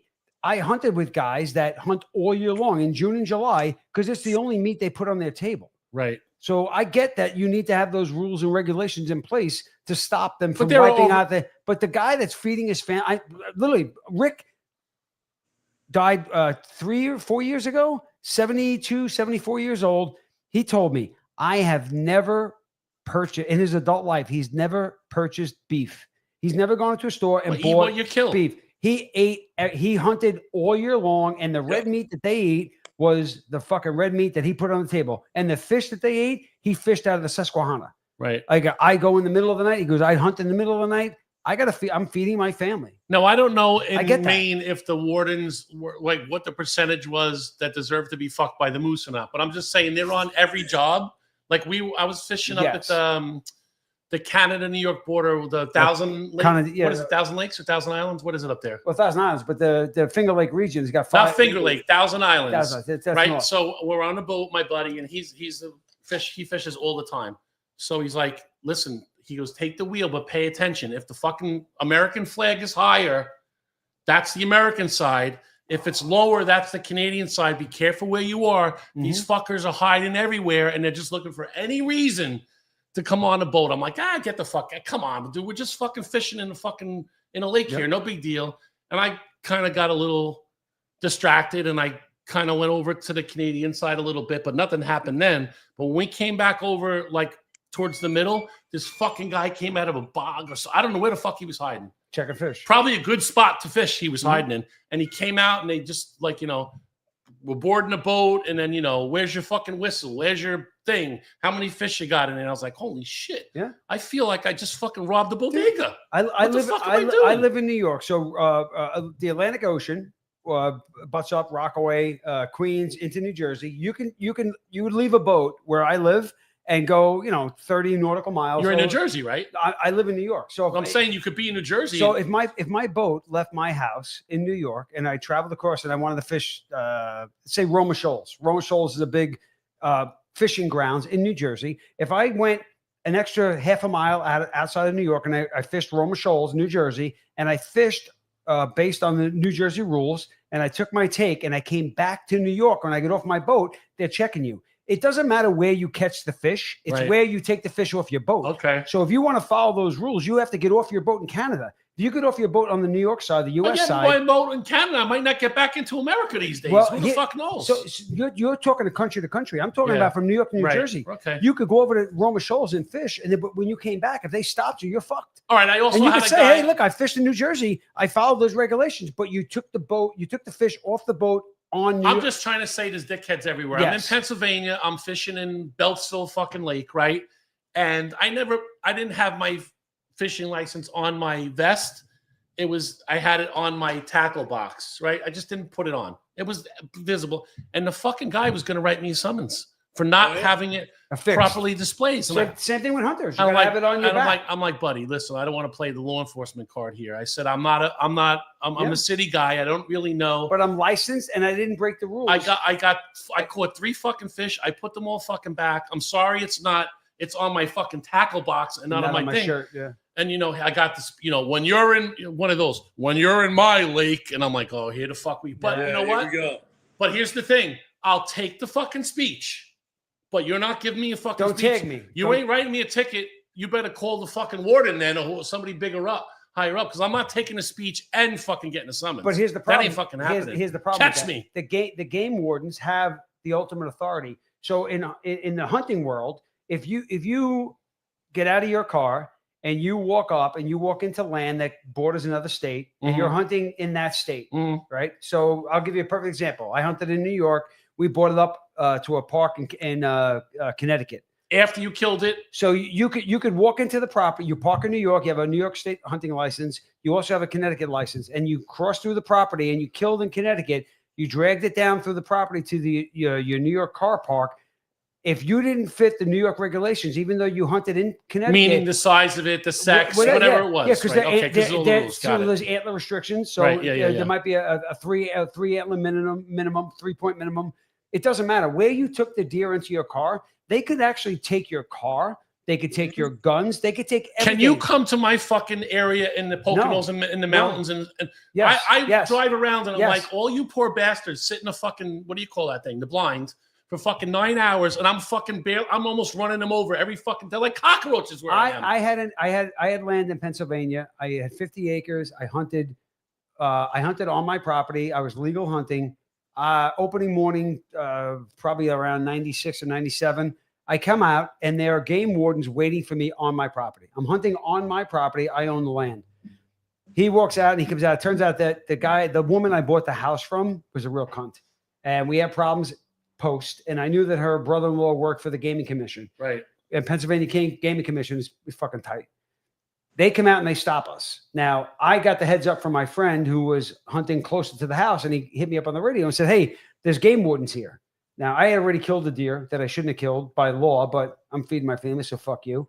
I left my gun, I left my deer, and I walked out. They wrote us summonses because one of us didn't have enough square inches of orange. They couldn't get you for what they wanted to get exactly. you for. Right. So they came on. They came in my private property. Yep, they sure will. And they said, "Oh, boom!" And like the federal government. Then they said, "You can't hunt on this property for 30 days." So I had to call my neighbor over the top side of my mountain and say, "Hey, I don't even know you, but they came and said I can't hunt here. Can I hunt on your land?" And he said, "Of course." So I had to go through my 50 acres, go over the property line, and hunt on his. Well, in theory, I did, but I didn't. But they came in on my property and said, "You can't do this." Right. I'm like, I'm not breaking any law. Nope. You have to have whatever it was 160 square inches of orange. See, I didn't know all this shit when I first moved up here. One day I'm home and the kids are. My wife has 2 kids. I have mine, blended family, and my daughter was going to school still in Staten Island, and the kids are home, and I'm like, "Why aren't they in school?" She goes, "It's opening day of hunting season," and I'm like, "Yeah, and what the fuck does that have to do with anything? That's a holiday. It's a fucking holiday. It's a holiday. Yeah, right. Absolutely. And then I found out take your tractor to school day, and that's a fucking park lots full of fuck. I'm like, where the fuck am I? Where am I? I love it now. In New York State, they changed the law around 15 years ago, where opening day was always on a Monday. Okay. So in New York State, you could archery hunt up until Saturday. Sunday was a no hunting day, and opening day was Monday. But because the sport of hunting was starting to die down, they wanted to get kids involved. Where was it dying down? In New York. Okay, because it's not dying down in Pennsylvania. So they turned around and said, hey, instead of taking the kids out of school on Monday, let's have opening day on a Saturday. Okay. And then those kids can hunt on the weekend before opening day, which used to be Monday. They don't got to lose school. Right. And then we can still breed into the sport. Right. And they changed the regulations to get more people involved. Right. So you're getting more people involved, but then you're turning around and saying, no, these are the stricter regulations. Look, if you're the guy going out there and killing 10 deer and then selling it to the local restaurant for him to make, fucking 6 times over what he paid you for it, I have a problem with that. So basically it's the same as like with gun laws. The gun laws only fucking hurt legally carrying people. And the people that don't abuse it, the people that don't abuse it get punished. And the people that do abuse it, they're regulated. I feel like Dear John should have been out here with us today on our show. Dear John. Yeah. My deer head. Sometimes I put them right out there in the seat if we don't have enough guests. All right. Yeah, It's, John. it's 5 o'clock. This show is running on 4 hours or close It's not to 5 o'clock. It's 16. It's almost. It's 4:50. It's 4:50. No, is that fast? Yeah, that clock is wrong. It's 4:50. Oh, it's 4:50. It's All 5 right. o'clock. Okay. it's almost all right. 5, yeah. Okay. Yeah, we've been going. Where for do a you got little while. you all this talk of hunting? You want to get in your car and get up there and kill something, I right? do. You have no idea. The whole like my mom being sick, my father. I've never been this late in the season without being in the tree. I put my cameras out a month ago. I don't know what the fuck is running around up there. But if Rich comes to New York, he can find out. What about we go to Florida? He said it 3 times. Yeah, you can't hunt deer in Florida. No, I'm like saying- they're like little puppies up there. You know, you fish in Florida, fish. you hunt in New York. We fish. Go We go to fishing. Florida. We fish. Rich, when are you coming to New York? I'll definitely gonna be Guy, ready. I'm coming. I got the rifles. That all you gotta do is show up with your face at JFK. I'll pick you up. I'll bring you up there. We'll kill some deer. We'll smoke some cigars. We'll make fun of people. We'll have a good time. There you go. I'm You've in. been trying to do that with us, all the guys. I've forever. been telling Josh and Dan and Turk. I know. I want to do said, it. dude, come on up. We'll just hang out and just Yeah. sit around the fire pit and smoke cigars and make fun of people and just forget about Yeah. shit for a weekend. How close is the closest, allegedly, men's entertainment place from where you are? There's always ones up there, right? I have no idea. I don't even. No. So there's stag up there, but just not that kind of stag. I don't go there. Oh, all right. I'm just. I mean, wondering. there's like Binghamton is 25 minutes. Syracuse is an hour. Like if you want to, I don't go up there for you can do that anywhere. What town? What is the town you're in? I'm in Sayre. Sayre, Pennsylvania is the biggest town around us, but Barton and Waverly. Wait, New so York. you're not? Oh, so Sayre you're on the New York, Pennsylvania border. Yeah, right on the. Oh, hence that story where you. yeah, went. so northeastern Pennsylvania. Okay. Very, very northeast, and almost the furthest corner of northeast Pennsylvania you can get is Sayre. And then what's above that? So right above that is Waverly. No, what Barton. state's above that? New York. So New York wraps around Right, Pennsylvania. yeah, I know. So Pennsylvania's here, New York wraps around. Binghamton's here, and that northeast Pennsylvania corner of Sayre is right there. Okay. Nichols, Sayre. There's stuff to do, but you know what? Just going up and forget eating what you want to eat and cooking how you want to cook it. Yeah. And honestly, and when you go to a restaurant up there, when 4 guys sit down and eat like they're going to the chair with 6 bottles of wine, and the bill is like $150, like fuck. Like, why would you cook? Like, it's Shit, $150 right it's- across the fucking river here at the dude, fucking the fancy new restaurant. That's just my food alone. been trying to get Fucking you fucking steak, clowns to fucking come up, $70. and you shoot guns and you make fun of people and you just Any goof off. kind of guns? Like, can I bring some guns? I may or may not have guns that All right. you never heard of. All right. Well, I have quite a few guns the government never heard of. Just but saying. and they're not going to find them either. All right, we're wrapping this up. They're Rich, buried. They're Rich, all over the place. Rich, New York hunting is calling your name, bro. Yeah. Cut the I'm in. bullshit.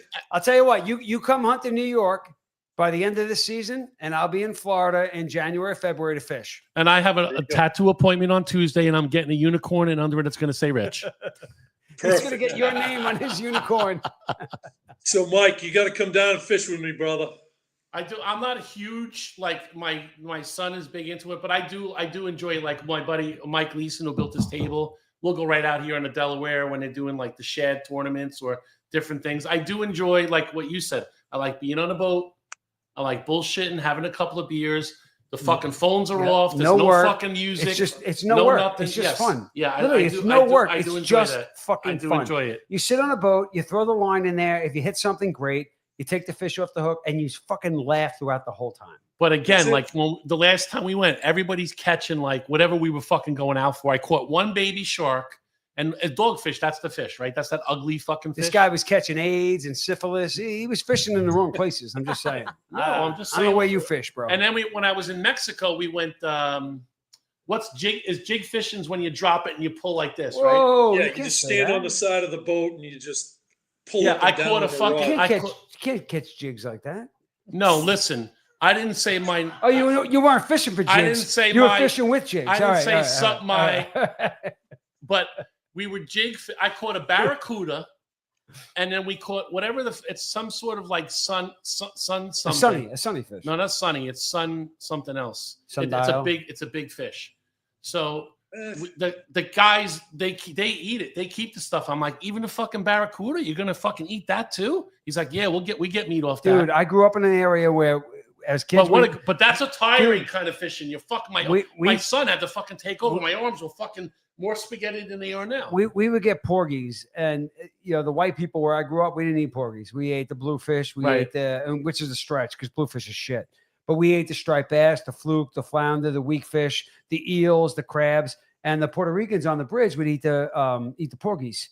And we made fun, like, but now porgies are like major industry. Really? Oh my God, 3, 4, 5 pound porgies, and people are going nuts over it. I'm like, oh my God, they are trendsetters. That was the shit that we didn't eat. And the now Puerto Ricans are the trendsetters. Remember when it used to be taboo to have a fucking barbecue on the side of the road on fucking Garden State Parkway? Just stop. They stop, and there's like one bench and one barbecue thing, and there's like fucking 90 of them there. Now it's very popular. It's very. I love the Puerto trendsetters. Ricans. There you go. And they always have a knife on them to scale the fish too. Or to steal your hubcaps. Yeah, one or the other. Whatever. That's it. It's all good. Catalytic converters. You can't Catalytic converters. That's the DeWalt cordless sawzall. Yes. For that. That's how you fish for the I catalytic. went to scrap a couple of my dad's cars. All they cared about was the original catalytic converter on there. We're going we'll take them. We're going catfishing. You don't need a pole. You need a sawzall. What about that one guy that's stealing catalytic converters in all 50 states? You ever see that when it runs around on Facebook? They're like, they're running around. Same guy. They're stealing catalytic converters. I'm like, how the fuck was that guy in New Mexico, New York, and California all in 3 days? Yeah, he gets around, that guy. All right, Rich, you want to plug anything else before we go? Like any more? No, I'm good, man. It's just Hook a Hero. Try the fire department meals. You're gonna love them. Are they available by us too? Yeah. Oh, he ships all over the country.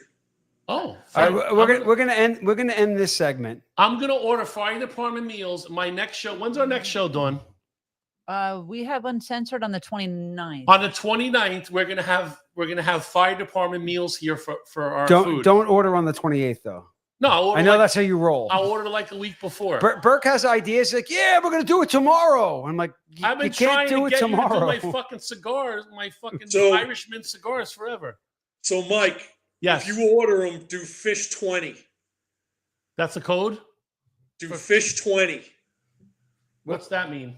That's the happy code. Oh, okay. We're gonna leave this, and this is a little fish 20. What's the name of the company again? Fire Department Meals. Fire Department Meals.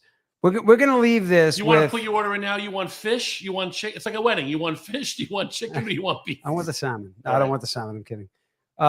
We're gonna leave Brooklyn whitefish. What's some Brooklyn? No, the Coney Island whitefish. Coney Island whitefish. Get it right. I worked on a t-shirt. I worked on a t-shirt for that too. I think it'd be fucking brilliant. Right. The Coney Island whitefish. Yeah.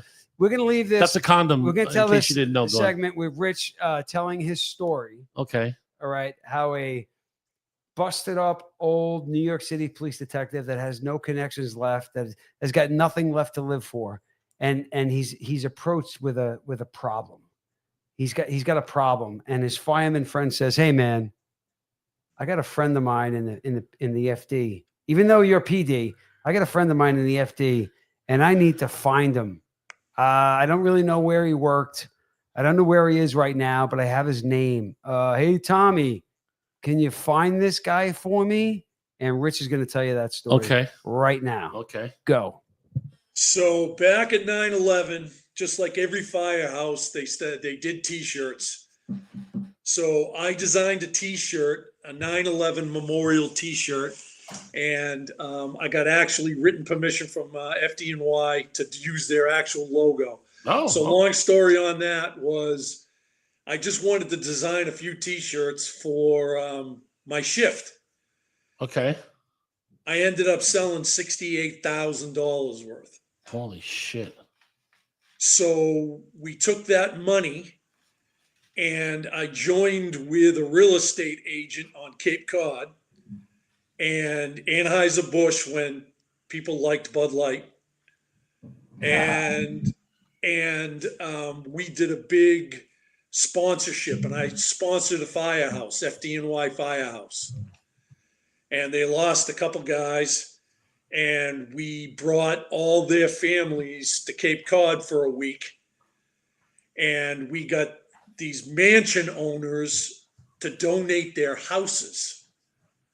Oh, nice. And we put them in the houses. We had big clam bakes, blah, blah, blah. So there was one individual there that had a throwaway camera in his turnout jacket, and he was one of the first due engines into 9/11.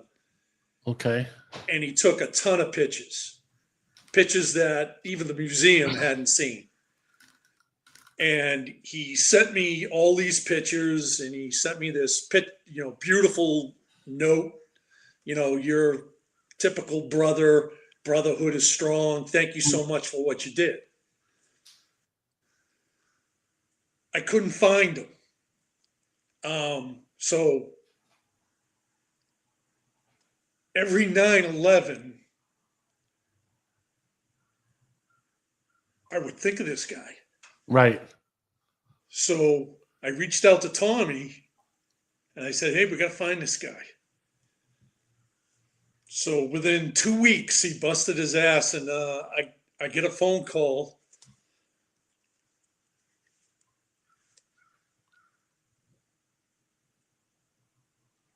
And it was Lieutenant Albino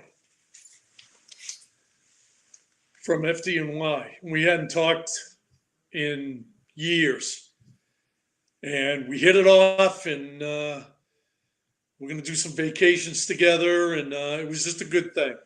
Right.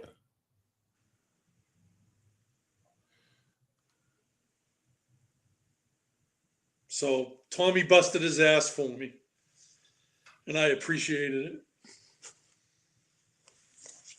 And you went on vacation with him? No, we haven't hooked up yet. We're gonna he's gonna come down. We're gonna do some fishing, and Okay, cool. I'm gonna take his kid out. Oh, And, nice. But it was a good thing. It was just And it was probably hard for him to do that because you were Boston FD. no. I was on Cape Cod. Okay, so everybody, like, you meet somebody and they'll be like, "Oh, hey, you're NYPD. Do you know Joe Smith?" And I'm like, I don't know. Yeah. There's 45,000. There was 45,000 of us when I came on. Right. But yeah, that's a hard thing to do. How'd you find the guy? How did we find the guy? Well, Yeah. I'm back. So finding the guy was not as easy as I thought it was going to be. Like it was a generic name. I reached out to everybody and their mother. I had FDNY guys, had union guys, blah, blah, blah, going back and forth. Made a lot of phone calls. And I finally had a friend of mine that was the treasurer of the FDNY union at some point, and he reached out and said, hey, this is what we have. And it was a DOA number. It was an old 917 number. So then I went to the Facebooks, and then I did, lots of research with the last name, Right. and connected with like 6 different people that had similar names, connections. And then finally one guy popped up and was like, that's my dad. I'm like, no way, blah, blah. He's like, then I got with the dad and I was like, hey, did you blah, blah, blah? He's like, yeah. And I said, well, here's the info. If you want to talk to this guy, and this is not, I'm not the one that says, give me a number, I'll pass it on. Right. I'm the guy that says, hey, I'm not going to put you in that position. Here's the number of someone that's looking for you. If this sounds familiar and you want to follow it up, do it. And Right. then at that point, I'm out of the conversation. Yeah, I'm not going to be the guy. Absolutely. And he was like, yeah. And then the guy reached out. Is like, boom. If they really want it, they're going to call. Yeah, he was like, yeah, this isn't a bullshit conversation. I remember what's what. And Right. they had a conversation, and we talked earlier about how you never know where that one meeting with somebody is going to turn into something fruitful. Yes. Right. And this was just hey, you know what? I know people that might be able to help. And I guarantee you, if I was in the same position and said, hey, I need to find a connection for blah, I have lots of people, you included, and obviously Rich would say, hey, do you have any connection here? And a lot of times, a lot of that stuff gets full. Yeah, I know a guy, and they're all full of shit. I'm not the guy that's full of shit. It's like, Right. kind of literally. If it's not going to happen, it's not going to be for lack of trying. It's I said yeah. to my wife, and she saw what I was like involved in. So she's like, what are you so like zoned in on? And I said, oh, as a retired cop, there are things that when you get your hands in something and you feel like you're doing something, like back to being a cop, being an Yep. investigator, Yep. being something that the guy next to you can't do. And I'm Right. like, I can fucking do it. And I got excited about it. Like just connecting Yeah. those, a friend of mine with someone that was a friend of his. And like, it totally enveloped my fucking being for like 2 weeks. Like I couldn't let this go. There's no way Yes. this wasn't going to happen. Unless Yeah. this guy lived in like Saskatchewan, I was going to find this guy. And sure enough, he lives in Orange County, New York. And he's like, yeah, absolutely. 100%. And then boom. And they reconnected. And, I felt good about it. Like Yeah. it was a nice Yeah. connection. And obviously it meant something to Rich enough to say, hey, you know anyone in this world that might be able to, make this happen? I was like, yeah, me. I tried can- that for fucking 25 years. You know, the picture of the 93 bombing with the African American lady that was Associated Press, it's everywhere. And I asked my buddy, somebody in the FBI, can you do facial recognition? We were coming up on a 30-year anniversary. I tried throughout the years. I'm like, I would love to reconnect with that person, with this one person who would not let go of me and drag me out of the building. I needed some time. This is 93, not 2001. And I needed some time to fucking. And beat not some freshmen. 87 when you get on the job. No, but only 6 years on the job. I was still a baby. And so now, fast forward to now, what I do is I try to do for good, but I also like to get a chew toy, like a fucking scumbag, and I latch onto them, and they become my, you know, it's either good or bad. Like Lilo Brancato, yeah. you know, he's my he's your guy. chew toy, and that's who I fucking cancel wherever he can go. We just got to cancel again, but I know the So- feeling. so the Good sa- or bad, yeah. you want to. So that same sense of accomplishment, like, Right, wow, I yeah. did something pretty Yeah. fucking I'm cool. on a hunt, and good or bad. you know what? Right. One person appreciated it, and that's enough for me. Like, I did something for someone that was like, wow. And obviously, Rich knows enough people. He could have got it done, but he's just lazy. Yeah. Retired in Florida and doesn't Right. want to leave his fucking boat or his couch. Right. But I took care of it. So you were his unicorn in a way. Make a He is tattoo. my huh? unicorn. You were. He's definitely my unicorn. All right. I'm unique, all right.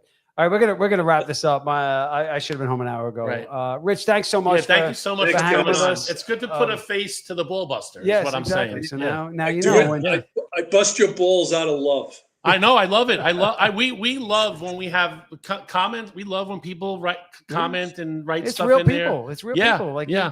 you can't be surrounded by people that think just like you No. or think opposite of you. It's a Listen, good mix When a of day comes where everybody's thinking alike, that's when we're going to be in real fucking Mhm. trouble. You got to have there's two sides to every coin, and I still believe, and I know you sometimes buy into this and not.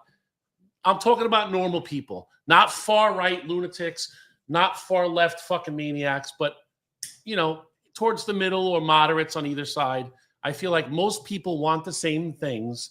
They just differ on how to get there. Mhm. And if we could fix that part of this fucking equation, Oh. because I was just talking to Julie the other night, my old lady the other night, and I said, how the fuck did we get here? Were you on 200 milligrams of THC? No or just THC, like, no 10? nothing. We were just sitting around talking. Were you and drooling? No, it was last night. It was Halloween. People were trick or treating, and I also equated to if you're walking somewhere and you open a door and you hold the door for somebody, you don't know their sexual preference, you don't know their fucking Nothing. you don't know what politics they are, you don't know anything about them at all, other than you held the door for them. 90% of the time, they'll say thank you, and it's a nice little interaction. If that could be the world, we'd be in a much fucking better place. How about this? You open the door for somebody that walks in and they just walk by and don't say thank you. Do you say anything? I always drop a you're welcome. I just usually I give them a simple you're welcome. No, I try to treat it this way. You know, when you make a donation to somebody and you're doing it with an open heart and a good heart, like if you did a donation to No, if somebody, you give Rich, somebody money, they're going to and- say thank you. well, no. I'm not saying thank you. But when I do the good deed, it's almost like lending money to family. It's not a fucking loan. Just don't do it. If I give them the money, I don't expect it back. Just If I don't- get it, it's a bonus. Don't do it. If I do a charitable thing, I hope that the person that was asking for it really needed it and used it for the right thing. But in my mind, if I donated or did it with a pure heart and good intentions, I'd let it go as soon as it's gone, because otherwise I'd go fucking nuts. It's like you lend money to somebody. You don't got to chase them down, but a simple like I opened the door. I Yeah. carried something for airplane. I picked your bag up. I stuck it up in there because you couldn't lift it. Right. How about just a thank you? No, here's why. Yeah, thank Because you. if they say something small, I got one good scrum left in me. I'm going to be 60 in 2 weeks. I don't want to waste it on the fucking guy who doesn't say thank you. Because if I say, you're Well, welcome. you're not wasting because because if I say you're welcome, you're still going to do it. Because if I know, but if I no, I'm talking about my the response If I to- say you're welcome, and he's like, for what? I'm gonna fucking lose it. No, I would just say because And I don't want to didn't- lose it on the guy who just says You for don't what. gotta- I want to save it for something fucking Well, good. that tells us about you. Yeah, because You- I got one good one left you in me, should and I be want to able, make you it should worthwhile. be able to say, I did you a favor, and I was just saying you're welcome. I thought I heard you say thank you. That's all. Yeah. All Just right. stop holding doors. All right, we're going to wrap this up. I have 2 shout outs I'm going to throw out there. NYPD, Tony Casilla, 35 years on a job, finally retired. Did he get 3 quarters? He did not get 3 quarters. What? Although he could have. I'm assuming he didn't get it because the metal in his eyes. Yes. He retired. I don't know. It should be 3 Qs. I don't know. Oh, I haven't seen that buzz, but he Oh. definitely retired. Okay. God bless him. yeah. And 35 years. That's a fucking. it's a long time. And Jeez. That's a career and a quarter and 3/4 right there. Yeah. home run. It's a long time to Yeah. work. And then Kimberly Elphick, Secaucus PD. Well, when she got promoted to lieutenant, she was the first female lieutenant in the history of the Secaucus Police Department. She was then also the highest ranking female member. She got promoted a couple of days to captain. So she's now the first female captain in the Secaucus PD and also the highest ranking female member of the Secaucus Police Department. So, Kim, congratulations. That's awesome. Good people doing good things. Glass ceilings are a thing of the past, I hope. And we wish her nothing but good luck. So we got that. And we're going to see where the next show lands. I'm not really sure. There's probably a schedule for next Saturday. Do we know Yeah, it? can you put up the schedule one more time, Dylan, just so we could and read it? Can you read them? Because you could see them better in there, right? No, we got I kind of can. November 1st, Sports Beat in Blue Room. That was today. Oh, is that today? This is you right Oh, now. That's All- you. That's All This is Saints you. Day. Yeah. That's you I'm today. a terrible then- Catholic. Right. November 8th, we have at 12:30 p.m. Retired, not expired. Which they're thinking of changing their name to Life After the Shield. They're going to take a vote on it next week. I Yeah, like there you go. retired, not expired, because I invented it. No, I don't, no. you know. Well, we'll see what the All see right. what the And audience what's the thinks. show after And then that? 2:30 p.m. is Campy. I Campy's Comedy, Quiet Practice. Yep, that's a good show. And then 11:15 we have 1 p.m. Blue Stogie Review. Hey now, Tony Cack. And at 3 p.m. we have Code Lavender, the nurses. Oh, the night nurses from They Jersey. pretty it up a little bit because we got a lot of ugly mugs in here. And might I say Yeah. that November 15th is the day after my birthday. I'm going to be 60. I don't want Ah. any. Send me. So you're gonna get like nurse massages and stuff here. The lady's gonna take care of the big daddy, or no? What's going on? No, we can't do that. All right, Julie, fine. my Julie does not approve of that. All right, well, I approve of it. So if you want someone to massage, I'll come in for Mike's birthday. Okay, all right. When's He's like, Dawn's he's like, oh my If God. the ladies of the Dawn's podcast, been promising me one for like fucking 6 months, and no, Mo was No, trying. she- Mo was trying to pimp me out. she'll You hog, agreed to 10-minute shoulder massage because I was very tense that day for $25 US currency, and then you backed out. no, she'll hog tie you and No, no, hand you off to the Well, nurses. that's what I'm afraid Mo of. Letting was her get pimping me, behind though. me. All right, what's the next? So that's All right, so then in 22nd we have no shows. we're dark. We're dark. We're dark and on we the call that 22nd. in the Thanksgiving. business. We call that dark. We're dark We're dark. in the business. And then the 29th. Not to be confused with the shirt that you want to Sup, make. Ma? I was going the same way. I know. I know. Anyway, on So- the 29th, we have 3 shows. 12 p.m. we have the P-Berg Pod. It's our second episode. You've been away. Do you know about the P-Berg Pod? I don't. All right, the P-Berg Pod is a 1.5 hour show that's dedicated to This the- was the 2-hour show. We're running on 4 hours. No, now. well, it was 1.5. Last week was 3. Last week we're on was 4 hours. last now. week was What 3 the hours. fuck? I How the know. fuck did this happen? At like 3-hour mark, we said we were done. It's So 3 the- hours and I'm 41 like, Mom, I'll minutes. be home by 6 o'clock for dinner. The you know. P-Berg Pod is a show all about Phillipsburg, not Lopakon or Alpha or Easton. It's all about Phillipsburg. Someone in town at P-Bird. extra effort award, Phillipsburg's finest. We go out on the street. You'd be amazed if is Rich still here? You'd be amazed if you Yes. get a microphone, right, and put on a fake press pass and walk around a crowd with a microphone in this People talk to TikTok you. generation. They fucking talk to you. About anything. We were walking around like we were fucking the New York Times, and everybody's fucking like, oh, who are they? What do they go? What's going on with them? You stick a microphone in front of them, they'll tell you their passwords, Perfect. the day they were born, their Social social security security number. They don't care. So P-Berg Pod, and what's on after that? 1:30 is uncensored. That's me, Uncensored with Mike the Cop. Tune in Yep. for all sorts of. I will It's say, always a good time. I when will it's say the uncensored. name of your shirt on Uncensored with Mike the Cop. I don't want to screw you up for future good guests, Mm. right? And somebody might not come I on think, if I say I that. think it's a great concept. All right, I do too. But uncensored So- as anything goes. And then what's on after Uncensored? 3:30 p.m. is Krupinski's Oh, we Corner. just Krupinski's back up from Florida. Johnny Krupinski. We're doing Krupinski's Corner, where he's another one who'll just talk about. He wants to talk. I think the main topic for that show is going to be local law enforcement not responding to calls for help or getting in the way of ICE when they're doing their job. Well, that sounds like one segment of a show. So he might cover that in first show, but that's not going to be his main. I think he could talk. theme. About, I think he could talk about that. Well, for about John's got a wealth of knowledge. about a of, fucking hour. He could talk yeah, about that. even though it's it's Connecticut. It's, No, he comes. No. He comes in studio. He Mhm. comes in studio. Yes, he in does. studio is the best. I catch like- him on Newsmax. No, we get listen, we get good people I in the know. studio. So the other day I was talking to And this is why we're on 4 hours. was no, gonna I'm gonna say, leave right now. I'm This just guy gonna can't say shut the this. fuck up. No, it's going to relate to your show. I was talking to a guy who was at the Chiller Fest, right? That we got Brancato canceled from. He's a retired highway guy. He messaged me. It was in my other messages. I saw it a few days later. Invited me to come there. He goes, I want you to come. I want you to meet Chuck Zito. He went to the people and told them, if you have this fucking scumbag here, I'm not coming either. He goes, but you had already got him canceled. He's like, kudos to you. Why don't you come down? I'll introduce him to you. I just couldn't. I had shit going on. I couldn't get there. But this highway guy owns I want to book him for your show. He owns the station wagon from Family Vacation.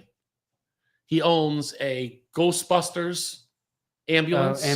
And a few other, like, I think he's got the van that was in Back to the Future when it's plastered with the vote for this guy for mayor, the black guy. I don't remember. In Back to the Future, there's a black guy. Yeah, he's running. Yeah, and then it's running for mayor, and then when he goes back, he's early. He's just a young kid working in the soda shop. I think his last name was Hayes. 25 years later, he's running. So he's got all these different cars, and I messaged him to try to get him to come on for this show.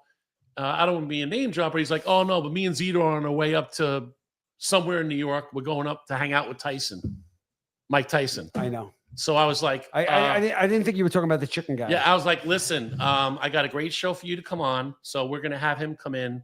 Maybe he goes, Zito don't do podcasts anymore. I'm like, this ain't the kind of podcast he does. Yeah. This is a different podcast. This is a come here, cigars. I don't know if he drinks or not anymore, whatever. Bourbon, booze, bullshit, hang out. It's just a good time. It's not stuffy and fucking. Yeah, you're not getting challenged. No, it's all good. It's a friendly environment. No one's fucking getting sandbagged. We're not We're not gonna do a fucking Rosie O'Donnell. And that's what they're all worried about. They're worried about the sandbag. Like, no, this is a comfortable place that anyone can come in and feel comfortable. I'm not. Listen. Pat Lynch, when he was the president of the PBA, you had him on as a guest. Pat Lynch doesn't come to a fucking studio in Patterson, New Jersey, to do a fucking podcast. Well, Bernie Carrick. Right. Bernie Carrick. They go on Good Morning America. Yeah. But when they come on and do those shows and people see it, and then he goes and tells other people, Joe Pistone, right? Fucking Donnie Brasco. Go through the list of the fuck. We've had some amazing fucking guests. I heard one of the guys on the Lynch team say that he said this was one of the most comfortable environments he'd been in. We had 55,000 people for a little rinky-dink podcast like this. 55,000 is pretty good. Chimed in like, oh, you're in a safe space and we support you. And it's a good place to talk. No one's getting hurt when they come on our show. Definitely not. Yep. You'll laugh, you'll get drunk, you'll smoke cigars, and you'll have fun. Yes. So my plug is to anybody watching this that would like to come on any one of the shows that relates to you. If it's a cigars thing, they can come on Big Blue Stogie Review. They want to sit down and do a serious interview, but have some fun. That would be this show, the Blue Room Podcast. If they want to do like a Z Morning Zoo, wacky shit where everything is out the window, that's an uncensored. If it's nurse related or anything to do with the health industry, because we have quite a stable now on this. We got the retired, not expired. Who doesn't want a nurse in the stable? Just saying. Well, tune into the show and see the two nurses that we have on here. Because back in the day, they were all females. Now, I'll tell you something right now. No, these broads are females. What's his name? The good-looking guy. High pitch. No, the guy. What's his name? The detective. Donahue. The good-looking guy. Yeah, the handsome bastard. He's not good-looking. When he saw the nurse show, boy, did he's really getting. He perked up. He really started to like the Blue Podcast Network, especially when she came in dressed as Batgirl, Canada. Yeah, he wanted her costume too. So we got to bring the nurses in for the Blue Room and have Patty Donahue chime in. He'll come in probably. He might. He probably stalks the calendar to see when the next show is. He'll come in his pants. That is. Anyway. All right. We're wrapping this up. Rich, thank you so much. We said it all. Thanks, you're always welcome here. And thank you. All right, we kept him away from his boat. We kept him away from sunshine. What a guest, right? He's a good What guest. do we got to do? Go sit in fucking Jersey traffic? What do we now go back and teach your son history or whatever you're homeschooling are doing over there. I'm going fishing. Thank you, brother. All right, very Rich. much. Appreciate Take care, it. man. Thank you. Stay safe. See you guys.